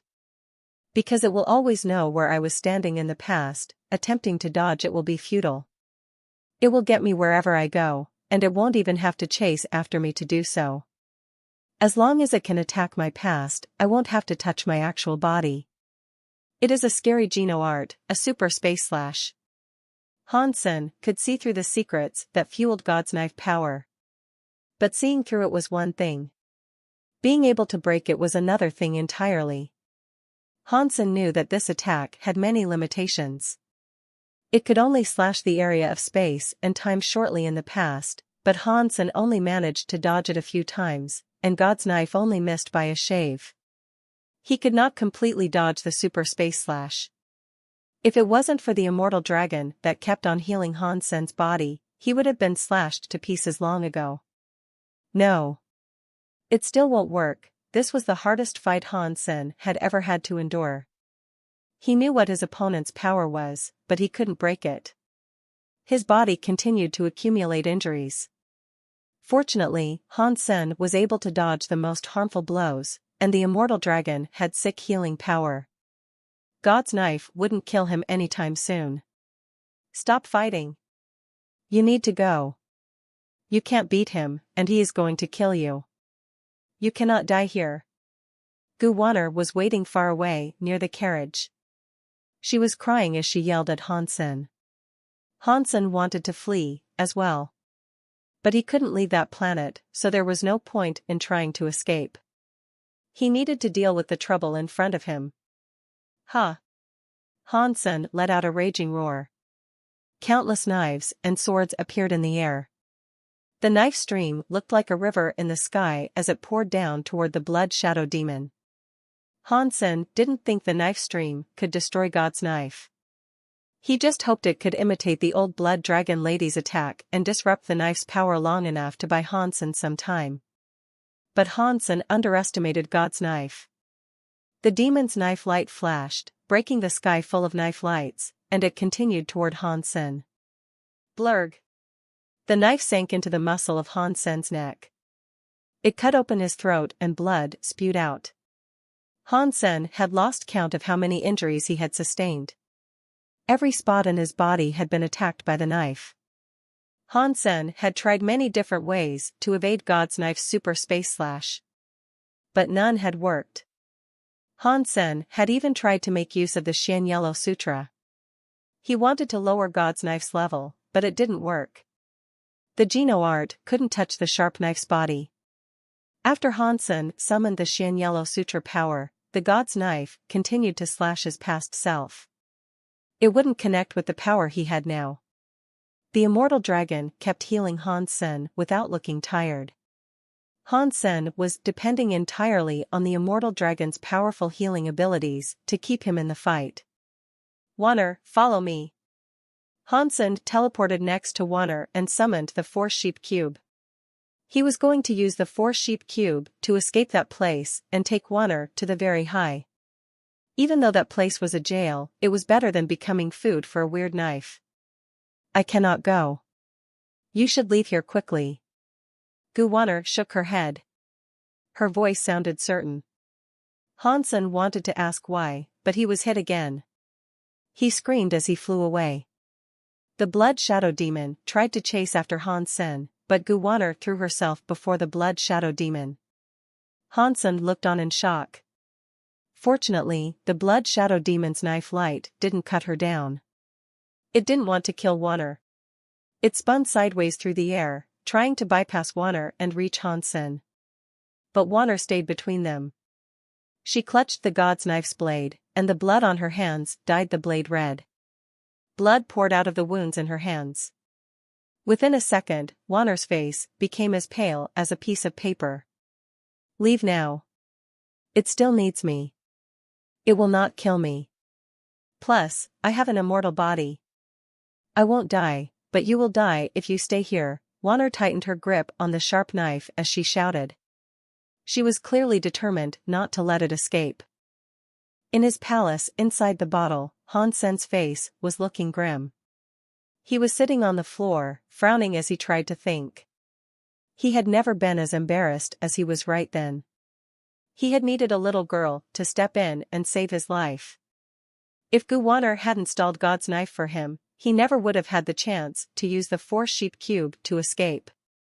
And he had even told Guwaner not to get in his way. But in the end, this was how things had turned out. He would never forget the expression on Guwaner's face when he had to leave her. I must find a way to defeat that crappy knife and bring Waner back safely. Hansen calmed himself and tried to think rationally. He knew feeling angry and embarrassed wasn't going to solve anything. He needed to find a way to sort out that so-called God's knife to save Guwaner. He needed to take her away from that place. If I use my super God spirit body, I shouldn't be harmed by super space slash. But even if Waner and my super God spirit body didn't conflict with each other, my super God spirit body wouldn't last long. It couldn't support me long enough to defeat God's knife. So, how can I block super space slash while not using super God spirit body? Plus, on top of that, just blocking super space slash isn't enough. I need to find a way to counter and break God's knife itself. Even old blood dragon lady was unable to destroy its body, and my power will be far weaker than what she was capable of generating. It will be even harder for me to destroy its body. Hansen wasn't going to give up just because of that, though. He took time to calculate every possibility of what might transpire there. There was still a sliver of a chance he could succeed, one which he calculated to be 1:10,000, but that wasn't going to sway his firm resolve. The immortal dragon had been healing Hansen's body non-stop, but he had been taking too many injuries. When he was in God's farm, the immortal dragon could only heal each wound partially, leaving his body looking like a spider web of scars. That fight had injured him so much that he hadn't even known how badly he was injured. I can't change the past, so dodging is impossible. Unless I can erase the past. At that thought, Hansen's eyes brightened. Maybe I can try the Alpha Sit and Forget Sutra. The Sit and Forget Sutra is about looking for a way for the body to disconnect from the universe, so the user can reside in a space that is outside of time and space. If a person's power is disconnected from the universe, then the blood demon will be unable to see me in the past. That abides by the rules of the universe. Hansen thought this was something he could try. He had the experience of the Alpha, so it wouldn't be difficult for him to practice the Sit and Forget Sutra. But even if the Sit and Forget Sutra could break super space slash, Hansen still had no way of destroying God's knife. This would only allow him to avoid losing for an indeterminate amount of time. Hansen couldn't think of a way in which he could destroy God's knife, but for now, he had a plan. First and foremost, he had to practice the Sit and Forget Sutra. He needed to see if he could break super space slash. Because he didn't have the very high sense as a base, Hansen could only use his Under the Sky as a base. He put the Sit and Forget Sutra into a part of the Under the Sky knife skill. It had been 2 weeks, and Hansen hadn't set one foot out of the palace. Ever since the old blood dragon lady appeared, Hansen's body had no longer grown any scales. And the blood coral hadn't so much as twitched in all that time either. If Hansen hadn't seen it become the old blood dragon lady, he would have thought it was just an ordinary lump of coral. It looks like the drop of the old blood dragon lady's blood that I have wasn't enough to support her full rebirth. But that is fine. I don't know if she is a friend or foe, and so this is likely the best result for now. Hansen looked at the chunk of blood coral next to him, and then he walked outside of the palace. For the past 2 weeks, he had been trying to let the Sit and Forget Sutra melt into his Under the Sky knife skills. But he had encountered a few problems he had been unable to overcome. He needed an idea or two, but there was nothing inspiring about that bottle palace. It was hard to come up with ideas. Hansen walked around the palace in circles. He still didn't understand, and he felt a bit annoyed. Although he understood that he had to be calm right now, the thought of Waner and her situation was driving him insane. He couldn't keep calm. He brought out the siren bottle and summoned the siren virgin. He spoke to her, hoping to get some ideas from her. The results were very disappointing for Hansen once again, though. The Siren Virgin had never seen the super space slash before, so she couldn't think of a way in which he might be able to break it. After the Siren Virgin spent half a day spouting useless crap that he didn't need to hear, Hansen had to put his foot down. He sent her back into the bottle and tossed her into storage. There was no one in that bottle palace to give Hansen advice.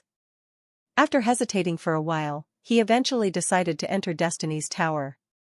He was going to see Ancient Devil, who had been trapped there for the longest time. Currently, Ancient Devil was the only prisoner that Hansen was keeping in Destiny's Tower. All the other creatures he once kept there had been sent to Purgatory Heaven a long time ago. Only Ancient Devil seemed too dangerous to be allowed to leave Destiny's Tower. "You need something from me?" Ancient Devil had been trapped there for a very long time, but he didn't look angry or restless like the average prisoner. It looked like he was on vacation, rather than trapped in an inescapable prison. Hansen had to admire his attitude.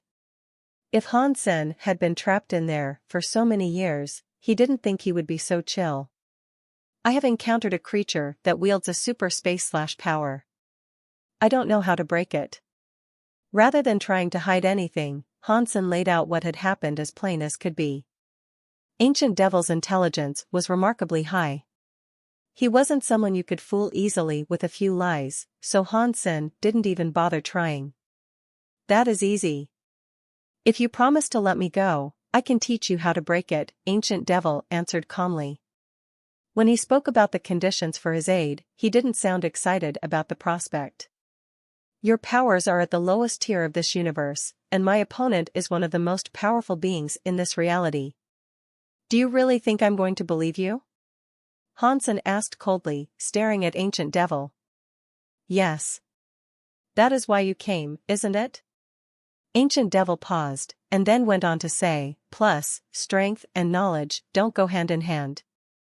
Time and space in this universe are the same as time and space in other places, after all.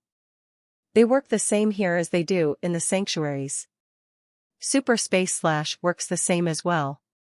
The reasoning behind it is the same. If you understand that, you can find a way to break it. Then tell me. How would you break super space slash?" Hansen asked. "Agree to my conditions first," Ancient Devil shot back. "You have to at least prove to me that you can really break the super space slash power," Hansen said, while looking expressionlessly at Ancient Devil. That Ancient Devil guy was too dangerous. Hansen wouldn't let him out unless he had no other option. This had nothing to do with Ancient Devil's strength. The man was simply too scary. Even if he was just at a barren level, Hansen wouldn't give him the chance to escape. Ancient Devil looked at Hansen. He smiled and said, "You just want to trick me. You want me to give you the solution, and then you can abandon your end of the bargain and keep me here. I don't think you're going to get what you want." "Tell me something I have never heard about first," Hansen said, his face unchanging. Ancient Devil was quick-witted. He did not keep saying that Hansen wouldn't provide him his freedom. He fell silent, then said, "According to theory, there is only one way to break super space slash." "What way is that?" Hansen said quickly. He had expected Ancient Devil to continue refusing to answer, but the man had replied startlingly fast. "It is to kill yourself." Ancient Devil looked serious, and Hansen could tell that the man meant what he said. But this was an answer that confused Hansen. "Are you serious?" Hansen thought Ancient Devil was playing with him. He couldn't imagine how killing himself would solve anything. Ancient Devil gave Hansen a predatory grin. "Haven't you heard about dying and then being reborn? If you don't die, how are you supposed to dodge super space slash?" Hansen had heard of rebirth before, but he didn't know what it had to do with super space slash. He wanted to find a way to counter super space slash because he wanted to live. What was the point of killing himself? Ancient Devil pointed at Hansen and said, "Before, we all swore to die like it was yesterday. And after, swore to live like today. Today, you are still alive. Then, what is the difference if you were to die yesterday?" As he listened to Ancient Devil, Hansen felt like he was lost in an impenetrable fog. He had no idea what Ancient Devil was talking about, but he knew that continuing to ask wouldn't improve the situation. Unless he agreed to let Ancient Devil go, of course. Otherwise, Ancient Devil would continue to avoid reaching the crux of the matter and explaining what was required to break Super Space / Although in truth, the hints that Hansen had received thus far weren't all that bad. After leaving Destiny's Tower, Hansen thought about what Ancient Devil had said to him. He still couldn't understand what the man was saying. Suicide, and dying yesterday. Being alive today. What is Ancient Devil trying to tell me? Hansen spent a long time thinking the matter over, but he couldn't quite figure it out. It felt like the concept was just beyond reach. Suddenly, an invisible shockwave rolled through the air. Two shadows emerged from a quickly gathering mist, and they landed on the plaza of the palace. Exquisite and Likier are finally here. Hansen exulted once he looked closer to confirm that it was them. Ever since he had been locked up in this bottle world, he hadn't seen hide nor hair of Likier or Exquisite. As both of them walked before him now, Hansen didn't say anything. He knew Exquisite and Likier were only youngsters among the very high. They wouldn't be allowed to make any important decisions. Even if they wanted to free Hansen, they didn't have the authority. The scales across your body are gone. Likier gasped, looking Hansen over. Yes. I don't know why, but the scales just vanished. Can you ask the leader if I can leave now? Hansen said. Exquisite and Likier looked at each other. It was as if they wanted to tell him something, but they were hesitant to actually say it. In the end, Exquisite ended up saying, "The leader still wants you to stay in the bottle." "Does that mean he's going to keep me bottled up in here forever?" Hansen said with a frown. "Don't worry," Likier assured him. "We will try our best to show everyone that you aren't a threat. We will try to get your freedom back as soon as possible. My body no longer possesses the scales. Doesn't that help erase any suspicions they have about me?" Hansen pointed out, but his voice didn't sound particularly hopeful. Exquisite sighed. "If the scales had been removed by my people, of course, they wouldn't remain suspect. But now it seems that the scales have simply disappeared by themselves. I'm afraid the leader and the elders won't believe that the scales just vanished of their own accord and went away for good. That means I'm still to be trapped here?" Hansen's mind had become placid once again. He didn't expect the very high to let him go. He would have to escape using his own power. Likier tried to provide comfort by saying, "We will try to help you in any way we can. You just need to hold out a little longer, okay?" Hansen wasn't a rookie who had only just started adventuring. He knew these were just words of comfort that wouldn't lead to any real changes in his situation. "If I can't leave this place, can you bring me some books so that I'm not completely bored?" Hansen asked flatly. "What kind of books would you like to read?" "In a situation like this, I don't think our people will let you read any kind of Geno art," Likier said, as straight as an arrow. She was often like that, telling Hansen what he needed to know. "No Geno arts. I just want some books about philosophy and theology. Something about life and death would be best." Hansen was hoping that these books might give him inspiration, perhaps revealing what Ancient Devil meant when he spoke of suicide. "Let me find a way. We will try and get these books for you," Likier answered. "Thanks a lot." Hansen smiled. "You're our silkworm." "This is what we should be doing." Likier trailed off halfway and fell silent.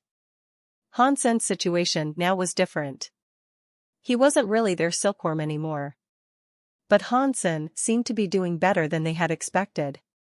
The way he casually spoke with them, he didn't sound as if he was going to be locked up forever.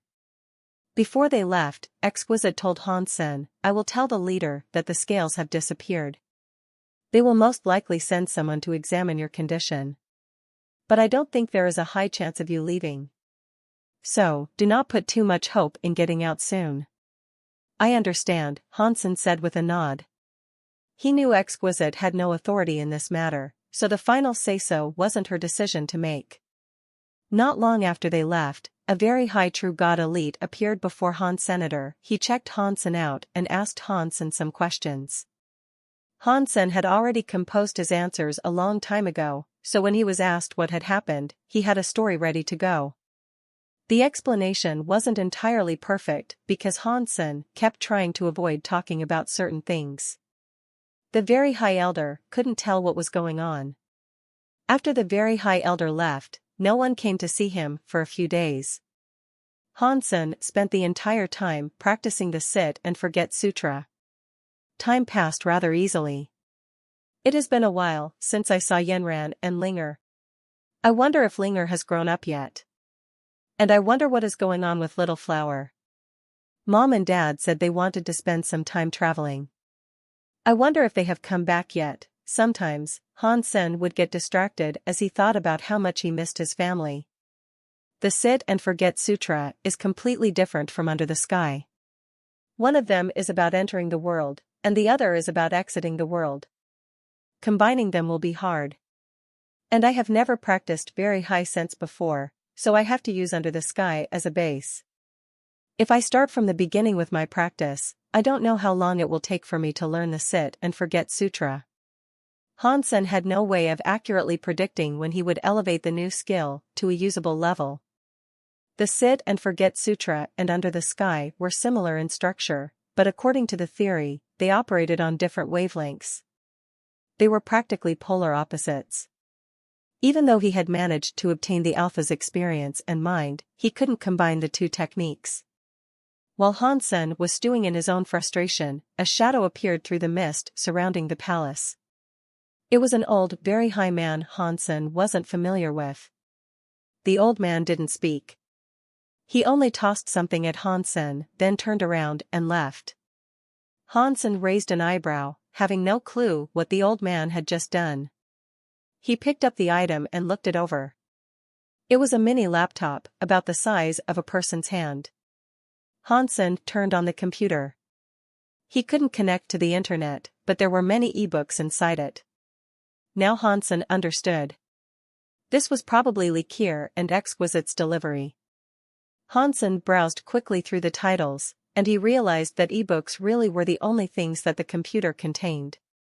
Most of the books were about philosophy and theology. There wasn't anything about GenoArts at all. Hansen hadn't really expected to find a GenoArt, anyway. He flicked through the books. With how much his brain had evolved, it was an easy task for him to memorize the exact contents of a book with 1,000,000 words. He could recall the content perfectly, without forgetting a single word. Understanding it, however, was something else entirely. Flush Real Sutra. Hansen jerked when he saw the title of one of the books. Hansen had seen the Flush Real Sutra before, but that time, the GenoArt had been written on a tablet. Hansen hadn't understood it. To be more accurate, the GenoArt had been transcribed across many tablets, and Hansen had only seen one part of it. According to legend, the Buddha had gained so much strength in recent times because they were researching the broken Flush Real Sutra. That was how they had risen to such prominence in the universe. Many Buddha GenoArts had been developed from the Flush Real Sutra. Even the shapeshifting skill that Burning Lamp Alpha once used to turn Hansen into an ant had originated in the Flush Real Sutra. This book must just happen to have the same name. This isn't the actual GenoArt, is it? Hansen opened it to take a look. He scanned through the text, but it didn't seem to be a GenoArt. It was just a treatise involving concepts of theology and science. It was just like an ordinary theology book. The Flush Real Sutra had so many vague and deep passages, it was difficult to even determine a correct interpretation of the GenoArt's contents. But Hansen had a head start in understanding it. After all, he had once put a great deal of effort into studying the Dongxian Sutra. Now, that hard work was paying dividends. Hansen continued paging through the book, searching for something noteworthy. Nothing important jumped out at him, and the more he read, the less interested he became. After a while, the content became so boring that Hansen was about to move on to a different manuscript. At that moment, Hansen found an article that triggered his interest. It talked about there being more than one universe in existence. It was trying to say that the universe didn't exist alone, it was actually a part of a fabric containing many different universes. It was possible for creatures to travel between these universes. The concept was difficult to understand. It was like Hansen was standing on a train, and the universe he inhabited was the carriage around him. However, if he walked forward into a different carriage, he would be in another universe. People weren't locked into the universes that they were born in. Throughout their lives, they flowed seamlessly from one universe into another, and most of the time, they didn't even realize that anything had changed. The divisions between universes weren't as obvious as a train that was partitioned into carriages. Universes were separated from each other by rules of time and space. The space you were in during one particular second would be different from the space you occupied in the next second. Based on this multiverse theory, it was logical that a person could go back in time or forward into the future. If there was only one universe, then a person would be locked into a single moment in time, and the past and future would remain forever out of reach. But if reality actually existed as a multiverse, then time could be altered. If a parallel universe existed in the past or the future, then it would be possible to go there. Of course, the Flush Reel Sutra didn't give any clear instructions on how Hansen could go forward and backward in the multiverse. But the theory did provide Hansen with some inspiration. According to the theory, super space/'s power could slash through one universe and reach the next. So, even though Hansen could see a knife light, he couldn't block the knife light. Therefore, he couldn't dodge it. That was because the attack was actually landing in a previous universe, and Hansen was only being injured as a sort of after effect. If I use my body to block God's knife's power in the last universe, then I won't get hurt in the present. Like when I use Super God Spirit Body.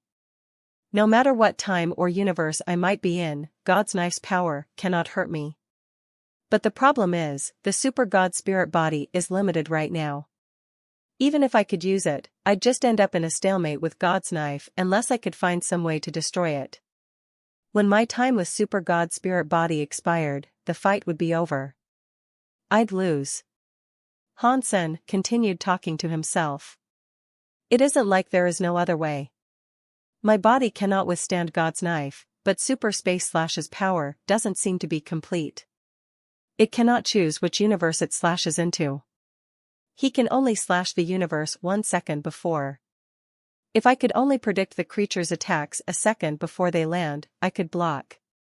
But God's knife continues to grow, and its attacks might no longer be limited to a second before. It would be immensely difficult to predict where an attack was coming from, and if God's knife continues to develop, it will become even more difficult. Plus, God's knife can see where I've moved in the following second. No matter what my defense is, the beast can choose to avoid my defensive position and target whichever weak point of mine it wishes to attack. If I can learn the Sit and Forget Sutra, I can cut off my connection to the past. Even if the me in the last universe was killed, then the me in the present wouldn't be affected. That would be the best case scenario. But the Sit and Forget Sutra and Under the Sky are in conflict. They cannot be practiced together. So, if I want to block Super Space/, I have to predict the attack's direction a second before it is unleashed. Maybe I can use the Shield of the Medusa's Gaze to block the attack? That would be difficult, but it isn't as if I cannot do it. Judgment and formation talents are what I am best at, after all. Under the Sky is the top Geno art for those who excel in those skills. Maybe I can really predict 1 second before, but now, the biggest problem is how to allow God's knife to see my movement and still keep it from hitting a vulnerable point. The Sit and Forget Sutra couldn't be combined with Under the Sky, and he couldn't understand what Ancient Devil was talking about. Instead of worrying about both problems at once, Hansen focused on practicing Under the Sky to see if he could predict the actions of someone 1 second in advance. God's knife could predict what would happen 1 second in the future, and so Hansen had to learn the future that God's knife already knew. Somehow, he had to force his opponent to attack his shield, rather than his vulnerable flesh. It was an incredibly difficult challenge. Ordinary people couldn't fathom doing such a thing. But Hansen didn't believe it was an impossible task. Super Space Slash was only one skill, it must be breakable. The fight would be something like a game of chess. Every time Hansen moved, it would alter his opponent's response. Checkmate was achieved by pushing his opponent into a place where none of his options were good ones. But that thought led to another difficulty. In chess, a player had to attack their opponent's weakness. In order to limit his opponent's options, Hansen would need to threaten him. If the threat level wasn't high enough, God's knife could just ignore Hansen's provocation. God's knife is so durable. Even old blood dragon lady couldn't destroy his body. I don't have a strong enough weapon, and my personal power hasn't reached such a godly level. But even if I can't kill God's knife, if I can just rattle it, I might stand a chance. Hansen was so excited thinking about this. He finally had an idea.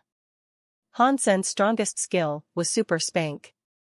In addition, he had Break 6 Skies and Heart Connection. The levels and powers of each skill were different. Super Spank wasn't powerful enough to shatter the substance chains of God's knife. So, right now, it wasn't useful. Heart Connection's penetration power was strong, but against God's knife's strong body, it would be useless. The explosive power of Break 6 Skies, however, was perfect for Hansen's situation. In the days that followed, Hansen didn't eat or drink much. He spent all his time modifying Under the Sky and Break 6 Skies. Under the Sky wasn't very compatible with Break 6 Skies, so Hansen would have to use his dual pistols from Spell to channel the power. And Break 6 Skies had to be modified, as well. He might not be using the Geno Art's full destructive capability, but the explosive power had to be sufficient to annihilate God's knife. Only by doing that could Hansen perform his 1-second judgment into the past. This was a very big project. Hansen focused all his attention on modifying the skills. He wanted to make the technique as perfect as possible. God's knife was such a scary being. If there was the slightest flaw in his plan, Hansen would lose the fight and die. But Hansen was confident that he had what it took. Sooner or later, he'd make it work. Now that I have sorted out how to deal with the Super Space Slash problem, I must move on to the last problem that is standing in my way. How can I actually destroy God's knife? While Hansen was practicing, he mulled over this next task. If he was unable to destroy God's knife, blocking Super Space Slash was pointless. Reaching a stalemate would be the same as losing. Guwaner would remain trapped either way. But with Hansen's current resources and power, he couldn't defeat God's knife. If I can't break it, then I must find a way to trap it. Maybe Turtle would be a good choice for that, but I just don't know if it will work on God's knife. Hansen realized that his imagination alone wouldn't be enough to solve the problem. Whether he was attempting to predict his opponent's attack vector or trying to determine the effectiveness of Turtle, he needed to perform real-world tests. He had to see how his plans worked out in proper combat. It looks like I still need to go to God's farm. I wonder if God's knife is still on the Demon Sheep planet. Once Hansen finished modifying Under the Sky and Break 6 Skies, he planned to go to God's farm. The path other people walk is the path for them. I have to walk my own path. Hansen continued not to eat and drink, and he kept chipping away at his modifications to the Geno Arts. He didn't sleep or rest for 2 weeks. Every time he thought of Guwaner having to use her own blood to feed that knife every day, Hansen's heart ached. Before the modification works were finished, Exquisite came back. But this time it was only her. Likir didn't join her. The leader still isn't willing to let me out? Hansen asked, glancing at Likir. He was already prepared. Exquisite didn't answer Senator. She only coldly told him to follow her. Then, she flew toward the mist. Hansen was surprised. This was well beyond his wildest expectations. Exquisite was going to lead him out of the bottle. Hansen had never expected the very high to actually free him. But if he was able to leave there so easily, he wasn't going to hesitate or complain. He flew to catch up with Exquisite, and he followed her through the mist. "Does the leader believe that I'm not cursed?" Hansen asked Exquisite. "Don't say or ask anything. I've got this.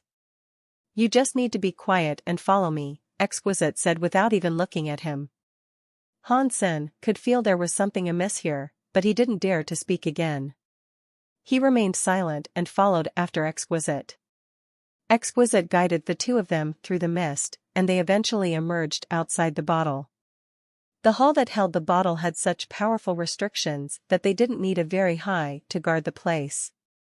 Exquisite had used a small stamp to enter, and it kept the restrictions from affecting her. She led Hansen out of the hull. After exiting the hull, Exquisite placed her hand on Hansen's shoulder. She was going to teleport both of them away from that place. But Hansen took her hand, stopping her from using Galaxy Teleport. Exquisite looked at Hansen with confusion, and Hansen looked back at her with a very serious expression. In a quiet voice, he said, "Answer my question. Are you taking me to the leader?" Exquisite hesitated a bit, but then she shook her head and said, "No." With that answer, Hansen was almost certain that his guess was correct. He persisted and asked Exquisite, "The leader hasn't given you permission to take me out of the bottle world, has he?" "You don't need to concern yourself with such matters. I'm taking you away from Outer Sky. After you leave Outer Sky, you should go back to Sky Palace. Tell everything that happened here to Zhang Xiandao. If he is willing to keep you, I don't think our leader will try to take you back from Sky Palace," Exquisite said. Hansen's expression became unreadable. He knew what was happening now. Exquisite was taking a huge risk. She was breaking the rules and setting him free on the sly. Hansen had never expected that Exquisite might do something like this for him. Hansen had only thought of Exquisite as a tool for accelerating his growth, but now, he couldn't consider her that way anymore. "Why?" Hansen asked, giving Exquisite a complex look. "You came into this place alive. I'm going to make sure you leave this place the same way," Exquisite said with an emotionless look. "If I leave, what is going to happen to you?" Hansen knew the Very High's rules were strict. The Very High could be an extremely heartless people. If someone broke the rules, they wouldn't look on the transgression kindly. "Nothing much will happen. All I have done is set my silkworm free. It isn't a big deal. And I have other things to do, anyway." "Stop wasting my time," Exquisite said coldly. Hansen nodded and said, "Yes. We really can't waste any time. Take me back to the bottle world." Exquisite froze. Then, she looked at Hansen with confusion and asked, "You don't want to leave?" "That is correct. If you had destroyed your contract with me and trapped me in the bottle world and scolded me, someday I would put my knife to your neck and leave this place by force." Hansen paused, and then he went on to say, "But if you let me go like this, I will feel very guilty. I cannot owe someone this much." Hansen hadn't been with the Very High for very long, but he had taken the time to read their cruel rules. He knew what would happen if she let him go. She might not be killed, but she would be imprisoned for a century. Hansen's personality wouldn't allow that to happen. He didn't mind fighting people. No matter how cruel the enemy was, he could find a way to kill them. But he was afraid of people treating him too kindly. He didn't want to owe anyone too much. Hansen didn't know how he could pay back a woman who had wasted her youth on him. He didn't want Exquisite to be in jail on his behalf for 100 years. So, he had no choice but to stay.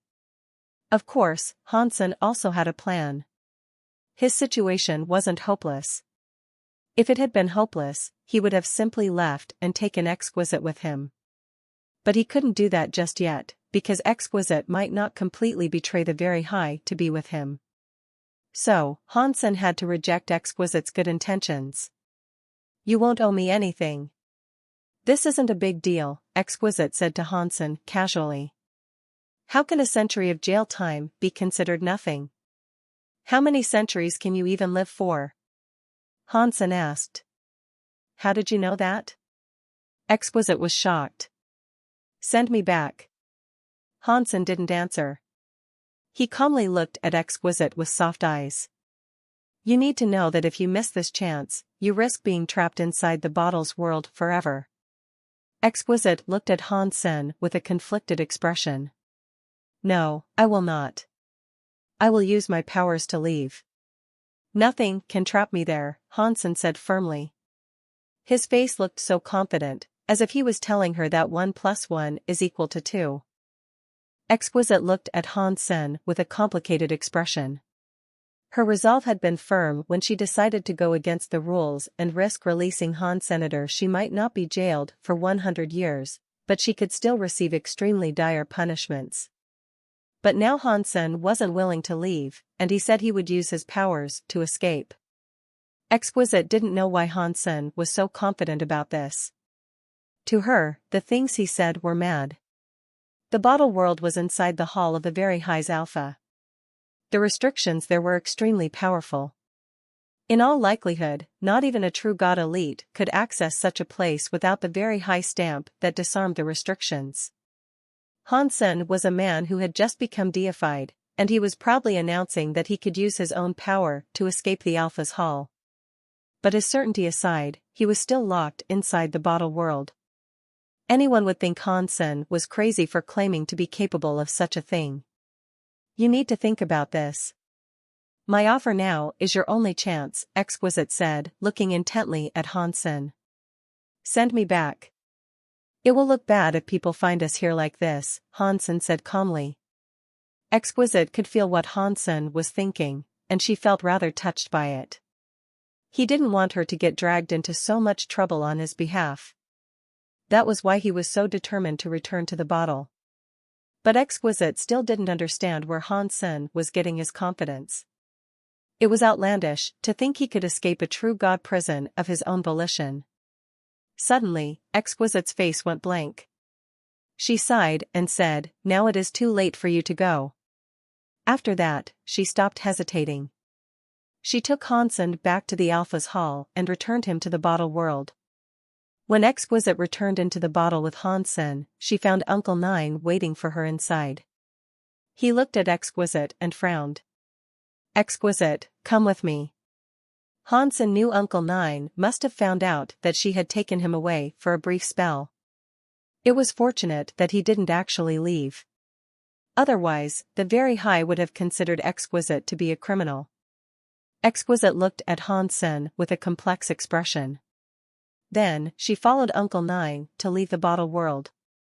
"It looks like the Very High haven't found out that the blood coral has escaped their seal and come back to me. It's amazing that even their elders didn't notice it was gone." Hansen was very curious about the blood coral, but although it seemed to be quite resilient, he couldn't use it as a weapon. It was just a vessel for old blood dragon lady's body. Hansen continued to modify his Under the Sky and break 6 skies until he couldn't think of any way to take them further. Then he found the time to go to God's farm again. Hansen carefully entered God's farm, but he didn't see Guwaner or God's knife anywhere. The carriage that was pulled by 9 unicorns had also vanished. Guwaner should come back, right? Hansen was no longer worried about his safety. He was worried about what had happened last time. The knife or its master might have decided to stop Guwaner from coming to Demon Sheep Planet now. What is God's farm, exactly? Is it a xenogenic space or is it part of the normal universe? Hansen realized he hadn't tried going back to the sanctuary from there. He knew the chances of it working were slim, but he didn't mind trying. But when he tested it, he really was transported back home. Even Hansen was surprised, and he said, "If I can travel back here, that means God's farm is somewhere in the universe. It isn't a separate dimension like outer sky. If that is the case, then I will be free if I can escape the Demon Sheep Planet's restrictions. If Hansen's only problem was being trapped inside the bottle world, this would have made him extremely happy. But now, even though he was free, he couldn't be happy because he had no way of saving water. Should I tell Lone Bamboo about water? But I don't know where to find God's farm unless I travel to it using the 4-sheep cube. It is pointless to tell Lone Bamboo this. I need to figure it all out for myself first. Hansen went back home. He saw his baby daughter Linger and felt much more relaxed. My dear Linger, when Dad was not around, were you being naughty? He held Linger in his arms. He kissed her on the cheek and smiled. Linger did behave. Daddy didn't behave, Linger said with a blink. Since when have I been a naughty boy? Hansen asked, curiously. Linger looked at Ji Yanran, who was cooking in the kitchen. She quietly told Hansen, Daddy hasn't been back for a long time. It has made Mommy very angry. How angry is she? Hansen quietly asked Linger. Linger held onto Hansen's neck, placed her little mouth next to Hansen's ear, and whispered in a voice that only the two of them would hear. Mommy said she would teach you a lesson when you came back. Hansen stayed at home for a few days. Every now and again, he would return to God's farm. He still hadn't seen Warner or God's knife, and he didn't have any idea when they would return to the planet. I can't just keep waiting like this. I guess it's time to see if I can break the defenses of Demon Sheep Planet. Hansen looked up into the skies above him. He became xenogenic and flew up off the surface. Just like last time, as Hansen was about to breach the atmosphere, countless knife lights manifested around him. Each attack dealt damage that was equivalent to the strike of a primitive deified elite. The sea of knife lights seemed endless. Hansen could have ignored one or two of those knife lights, but he couldn't deal with them in the tens or hundreds. There were just too many of those knife lights. They swept toward him like a river, coming down on him without reprieve. Hansen used his Medusa shield to fight back, and although the shield didn't break, the scary impacts knocked Hansen down from the sky. He shot to the surface like a meteor, creating a huge impact crater when he hit the ground. Hansen made several attempts to get past the planet's defenses, but he realized he couldn't escape the planet using brute force. Even larva-class deifieds wouldn't be able to break through the defensive net. If my super god spirit body wasn't being affected by water, I could escape. I haven't been able to use super god spirit body for the longest time, though. It only stays active for a few seconds, and I don't know if that would be enough time for me to escape. Now that he had exhausted his other options, Hansen knew he'd have to give it a try. He lifted his shield and flew into the sky once more. When his body could no longer take the impact of the knife lights, he lowered the Medusa shield and activated his super god spirit mode. While he was in his invincible mode, Hansen teleported. This attempt worked out much better than Hansen had expected. His heart began to beat more quickly. He needed to teleport as far as he could in order to escape the planet's defenses. But when he teleported again, he lost track of how far he had traveled. When he emerged from the jump, he found himself in a strange part of the cosmos. After a while, he noticed located Demon Sheep Planet behind him. It was so distant that it appeared to be the size of his fist. It looked like little more than a small moon from here. His super god spirit mode came to an end. It had only lasted long enough for him to teleport once. As Hansen looked around, he saw a group of people flying past. He looked closer, and he noticed a particular destroyed amongst them. It was Bar. Dollar, why are you here? Bar noticed Hansen and recognized his Dongxian armor. If I said I was lost, would you believe me? Hansen asked.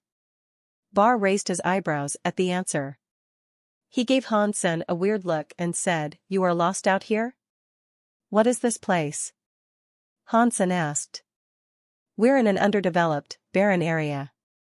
It isn't far from a large barren system. As for precisely where we are, I can't really tell you. After all, this place is mostly unexplored. There are no maps here," Bar said. Hansen was shocked. He thought to himself, a big barren system? That means it most likely belonged to sacred in ancient times. It is an entrance to the sanctuaries. This was the place that Old Cat brought Little Flower. What are you doing in such a dangerous place? Hansen asked Bar. This place isn't a large barren system, so it isn't too dangerous. It is just a poor system with few resources, but a small race here discovered a xenogenic space. They claimed they found something awesome here. That is why I have come out here to look. Bar looked at Hansen and said, "Are you interested in visiting this xenogenic space to check?" Hansen didn't answer. The few deified elites that were accompanying Bar approached him. One of them smiled and said, "Bar, why don't you introduce us to this friend of yours? This is the human called Dollar. He was the Marquis winner of the last Geno being scroll," Bar explained to the deified, his voice carrying a modicum of respect. He was quite polite to this other destroyed. After that, Bar pointed at the deified elite and said, "Dollar, this is the destroyed's transmutation deified. He is Elder Nader." Bar didn't introduce the other people around Elder Nader. He only said they were students of Elder Nader. They were all just kings or half-deifieds. Bar himself was already deified, and he couldn't be bothered to introduce them all. Elder Nader could see that Bar was being very friendly to Senator. He thought Hansen had to be an elite from some big race, but he was just some scion of a smaller race. The man swiftly lost interest, and he only addressed the occasional casual remark toward Hansen. Dollar had reached first place in the Marquis Geno being scroll, but Marquises were very different from deifieds. Nader thought he had no reason to take a deified that came from a small race seriously. Although it was difficult to become deified, the smaller races occasionally got lucky. They might stumble upon a treasure or get their hands on a resource from a stronger race and become deified. But deifieds like that always had a bad base. They lacked knowledge and practical skills, and they were likely to cause trouble. The destroyed had previously adopted a few deifieds like that, but showing such benevolence had never worked out well for the destroyed. The deifieds did little to benefit the destroyed, and instead, they were a frequent pain in the *SS for their host race. Ever since then, the destroyed had stopped recruiting deifieds from smaller races. They would rather raise their own elites. If Hansen had been from a big race, Elder Nader would have liked to talk to him.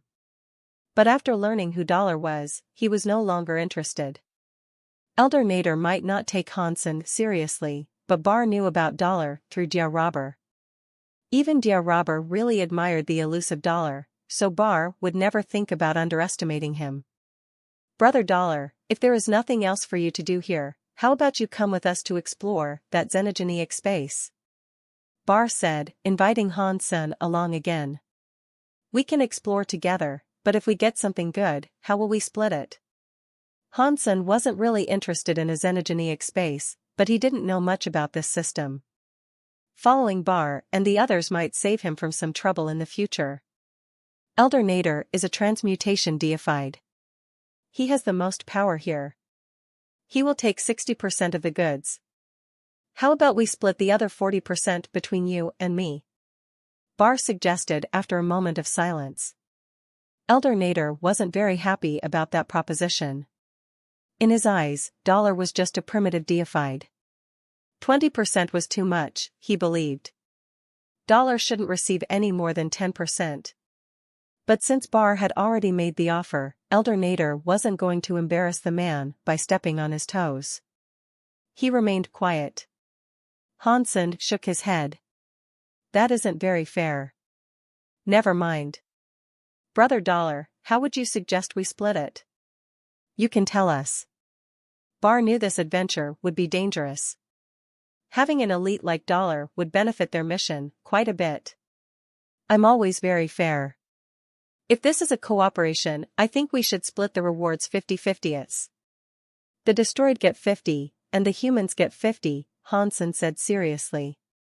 Fury swept through Elder Nader and his students, and they wanted to burst out crying and laughing at the same time. He had already been a little upset about the prospect of Hansen receiving 20%, But he knew that discovering a new xenogeneic space could be a dangerous and weird adventure. Enlisting the help of an extra deified was a good idea.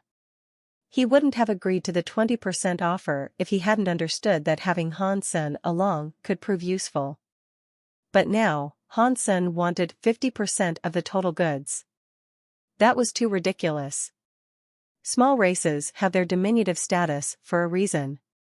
After becoming deified, they do tend to become full of themselves. I'm afraid he doesn't even know the difference between a primitive deified and a transmutation deified. And he wants to split the goods 50-50s? Elder Nader was angered by the suggestion. He looked at Hansen and snorted. If you were a larva deified, I would consider 50-50s. I am primitive. I will only accept 50-50. Hansen stood his ground. Even though he was only primitive, his body was incredibly strong, and he had studied many geno-arts. Even ordinary transmutation deifieds couldn't really defeat Hansenator, so Hansen believed 50-50 was fair. But Elder Nader was not of the same opinion. After hearing Hansen, he laughed. Your stomach is too big. We can't feed you. In that case, I have to go, Hansen said.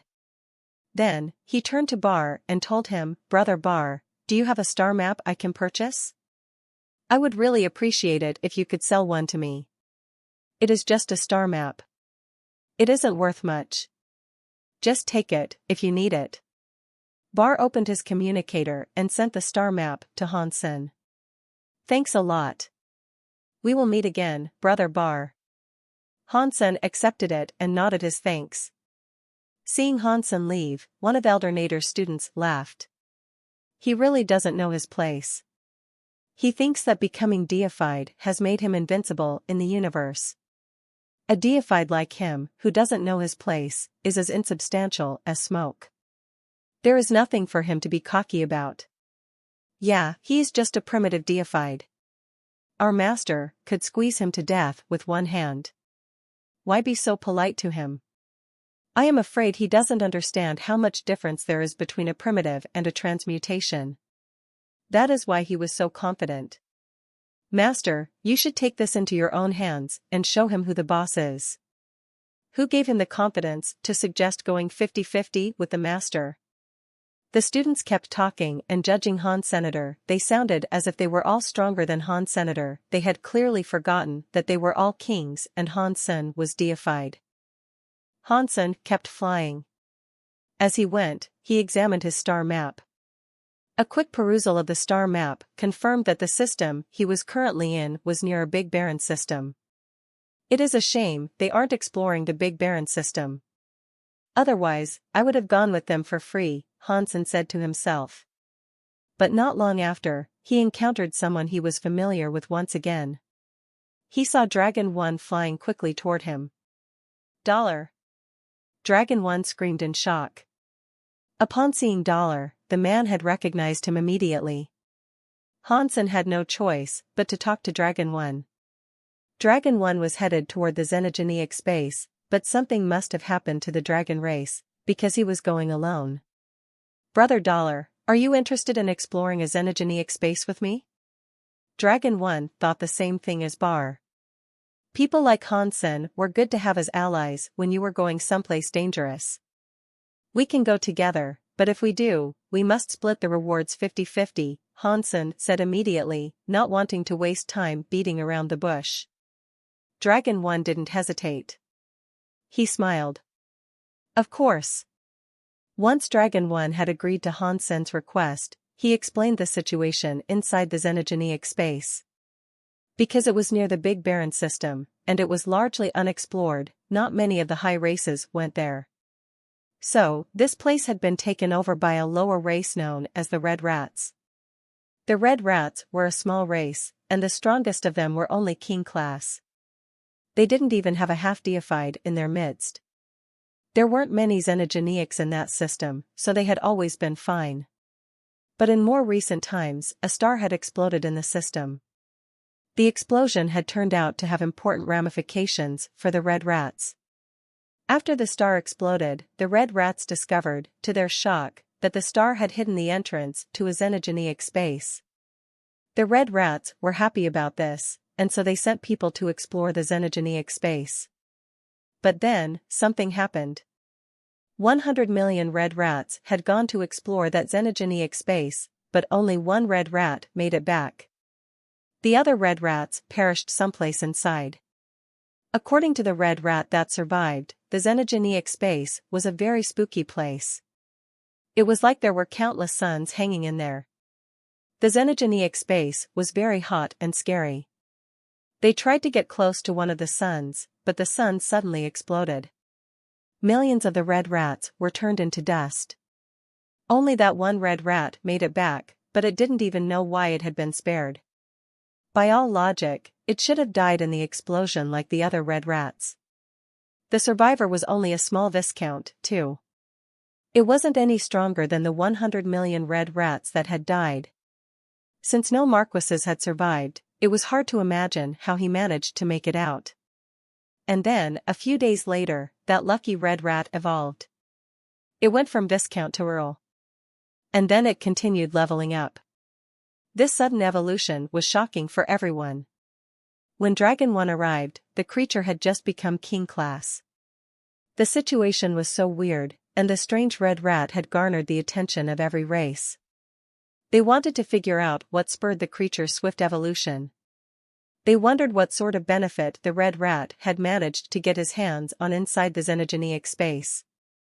He had been evolving at an unbelievable rate. Many races had sent their low-level people into the xenogenic space, but none of those teams had been heard from again. So, all the races were now forced to send their deified elites to check the place out.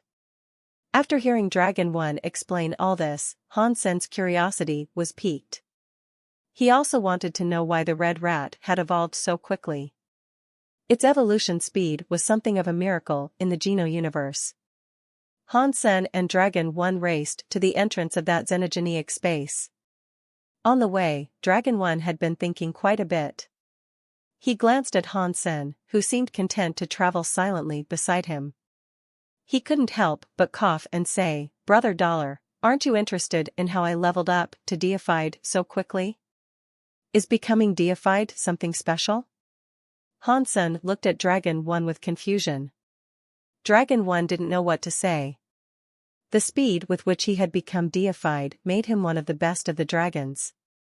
Hansen had made it sound like something average and expected. That depressed him a little. He had intended to show off and maybe brag a little, but he couldn't do that now. After they reached their destination, Hansen couldn't keep the surprise off his face. The entrance to the xenogenic space was a black hole. It must have become a black hole after the sun exploded. Once the destructive power was expended, it had collapsed into the entrance to a xenogenic space. The two of them had gone there to explore, so they weren't going to be put off or frightened by the intimidating sight. They both entered the black hole. As soon as they did, Hansen felt as if he had been teleported through space. What was inside the xenogenic space caught Hansen off guard. Dragon 1 had said that the place was filled with suns, so he had thought the xenogenic space was in space. After getting there, he realized it was a large landmass. The land stretched into the distance, seemingly without end. There were mountains, boulders, and trees everywhere that Hansen looked. But it was different from ordinary lands. The mountains, boulders, and woods all looked like charcoal. It was like this whole world had turned into ash. Everything in sight was painted in shades of black and white. The scene wasn't colorful like a normal landscape should have been. All of the surrounding land and mountains were a monochromatic pitch black. Some of them even had burned, charcoal-like crystals. The air was frighteningly hot. It felt like the whole place might catch fire any second. Hansen raised his head to the sky, and there he saw what Dragon 1 had told him about. Several enormous suns hung in the sky. There had to be at least a dozen of them. What do these suns do? Are they planets? Or are they some sort of creature? Hansen wondered aloud. He stared at the suns in the sky as he spoke. He was so far away that he couldn't feel the presence of the suns. He could only feel the scary heat that was coming from them. I don't know. What I do know for sure, though, is that these suns must not have always been here, Dragon 1 said. Why do you say that? Hansen looked at Dragon 1 with confusion. Dragon 1 pointed at a nearby mountain that was black and crystalline. It was all burned, and he said, "Look over there. There is a building next to that mountain. That means there used to be life there." Hansen looked to where Dragon 1 was pointing. He saw that, in the middle of the burned mountain, there was a tower. It seemed to have 7 floors. But just like the mountains, boulders, and trees around it, the tower was as black as charcoal. It could have easily been mistaken for a lump of coal. The two of them flew toward the tower, and when they reached it, they found many other charcoal buildings as well. They stumbled across an old, charcoal city. Although they saw no creatures, judging from the size of the city, there must have been at least 100,000 creatures living there at one point. But for some reason, the old city was just like the landscape around it. It had become charcoal in the course of a single second. Everything stood perfectly still, retaining the shape it might have once had before it was blackened. Even the leaves still had their veins. This place, I think I have seen it someplace before. Wait, this place is like the place in the sanctuary where I found the little red bird. Is this the Phoenix Nirvana? Hansen was shocked as he came to this conclusion. This place looked like the area in which Hansen had first found the little red bird. Even the mountains and stones were charcoal. The little red bird was born in a place just like this, if you removed the additional suns from the equation. This is an impressive use of the fire element. It turned this whole place into charcoal. That isn't something ordinary heat can do, Dragon 1 said in awe. Hansen raised his head and looked into the sun high above. He thought the suns were the most suspicious aspect of this realm. Perhaps they weren't even suns at all. They might have been some scary, fire element xenogeneics for all he knew. According to the Red Rat survivor, one of the suns exploded and turned them all to dust. So, it is certainly possible that they're living beings. Hansen considered the possibility, but he didn't dare to try teleporting closer to the suns to check. He was there to claim easy rewards, not to needlessly risk his life. Even if the suns were some sort of powerful xenogeneic, there was no need for Hansen to risk his own safety. Dragon 1 tilted his nose into the wind and sniffed, then smiled. It looks like many other creatures have already been here before we arrived. You're a dragon, not a dog, Hansen thought. How can you take a whiff of the air and discern how many people were here before us? Dragon 1 was oblivious to Hansen's skepticism, though. He went on to say, the destroyed have been here. The foxes have been here, as well. Dragon 1 named a dozen different races. Hansen was shocked. He didn't know about most of the races Dragon 1 mentioned, but Bar and Elder Nader had been there, so Dragon 1 was correct about the presence of the destroyed. Your nose sure is powerful, Hansen complimented. Dragon 1 smiled. That is nothing remarkable. It is just a small trick of mine. I can analyze the substances that creatures and people leave behind, and it lets me learn who they were. That is so powerful, Hansen said, with honest admiration in his voice. His Dongxian aura was similar to this, but this was more straightforward. As the pair were talking, a shadow appeared. It was heading for the old charcoal city. Hansen and Dragon 1 looked warily at the shadow. In a place like this, they needed to be cautious until they were certain of who was approaching them. It could very well have been an enemy. They couldn't let their vigilance slip for one moment. It's Bao Lian of the Extreme King, Hansen thought. He looked at the shadow with shock. He hadn't expected to meet Bao Lian there. But when he had seen Bao Lian before, he was Han Senator Bao Lian had never met Dollar before, so Hansen stayed silent and didn't say anything. This is a deified from the Extreme King. His name is Bao Lian, Dragon 1 said with a frown. While they were talking, Bao Lian landed at a place that wasn't too far from them, He observed the two of them, and then he looked at Dragon 1 and said, "Ah, it is Mr. Dragon 1. I didn't expect to see you here. Since we've encountered each other under such unlikely circumstances, I can only consider it as fate. Are you willing to explore the Xenogenic space with me?" Bao Lian was surprisingly polite. He didn't act like the average Extreme King elite. Hansen was surprised. The dragons were brave people, but compared to the Extreme King, they weren't as talented. And the dragons sort of relied on the power and infrastructure of the Extreme King. In a way, the Extreme King were their employers or landlords. There was no need for Bao Lian to behave so politely. Hansen had no idea that while King Bai was in charge, the Bao family had been doing poorly. They were doing anything that they could to gain an edge. This time, they had sent Bao Lian to explore the new Xenogenic space. Bao Lian must have known it was a dangerous endeavor. Cooperating with powerful elites like Dragon 1 would be safer than exploring alone. "I would like to." Dragon 1 looked at Hansen and smiled with his answer. Dragon 1 was worried that this place might be too dangerous, just as Bao Lian thought it might be. Since they shared a like mind, an alliance seemed to make sense. "Who is this?" Bao Lian asked, indicating Hansen. Dragon 1 introduced Hansen as Dollar. Bao Lian stared at Hansen in amazement, and he said, "Is this the Dollar who came first place in the Geno being scroll battles? I heard your name a long time ago. It is a shame it has taken me so long to finally meet you. You really are a talented young man." Although the Extreme King hadn't had any of their people participate in the Geno being scroll fights, Bao Lian had made sure to watch the battles unfold.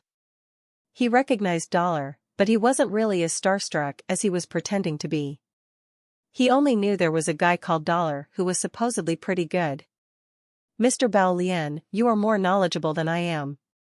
Can you tell me which civilization might have once occupied a city such as this?" Dragon 1 asked Bao Lian after their greetings were over.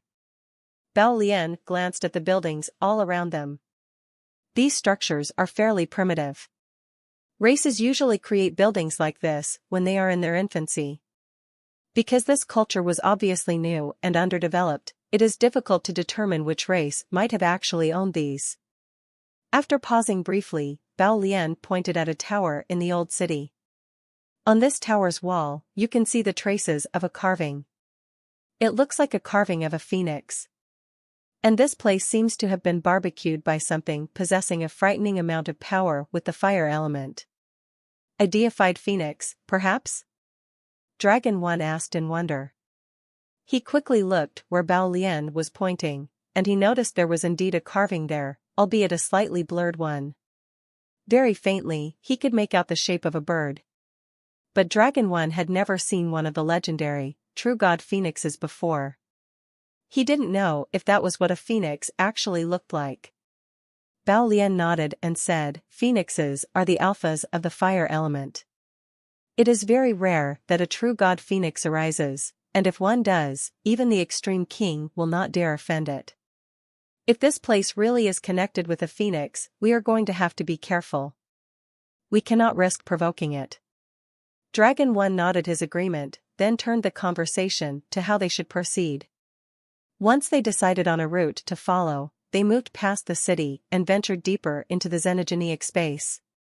Hansen pretended to not know who Bao Lian was, and Bao Lian seemed interested enough to meet Han Senator. They talked quite a bit, and Bao Lian seemed to like him. Bao Lian continued to behave humbly, and he didn't act like the typically arrogant Extreme King. But Hansen knew Bao Lian was a very powerful adversary. The last time they fought, Hansen found himself in a very tricky situation. And Hansen had yet to figure out what sort of power Bao Lian had wielded when they last fought. In truth, he was a little afraid of Bao Lian. He needed to figure out how the man's power worked. The two of them got along very well. They chatted so much along the way, it was almost as if they were brothers. "There are creatures over there," Dragon 1 interrupted them from up front. Hansen and Bao Lian looked ahead and found themselves looking at two large mountains. They were 10,000 meters high, and a long stretch of wood bridged the distance between them, running from one peak to the other. In the middle of the bridge stood a big, black steel bell. Many creatures were standing along the bridge, staring at the black steel bell. The bell's base was 100 meters wide. It hung between the two mountains, and the mass and gravity of the bell made it an impressive sight to anyone within range. Mystical engravings covered the surface of the giant bell, visible even from a great distance because of the size of the bell. The engravings looked rather strange. They seemed to depict a bird that was flying through a complex series of loops and twirls. Hansen and the others were unsure what it meant. But on the front of the bell there was an engraving of a true god bird.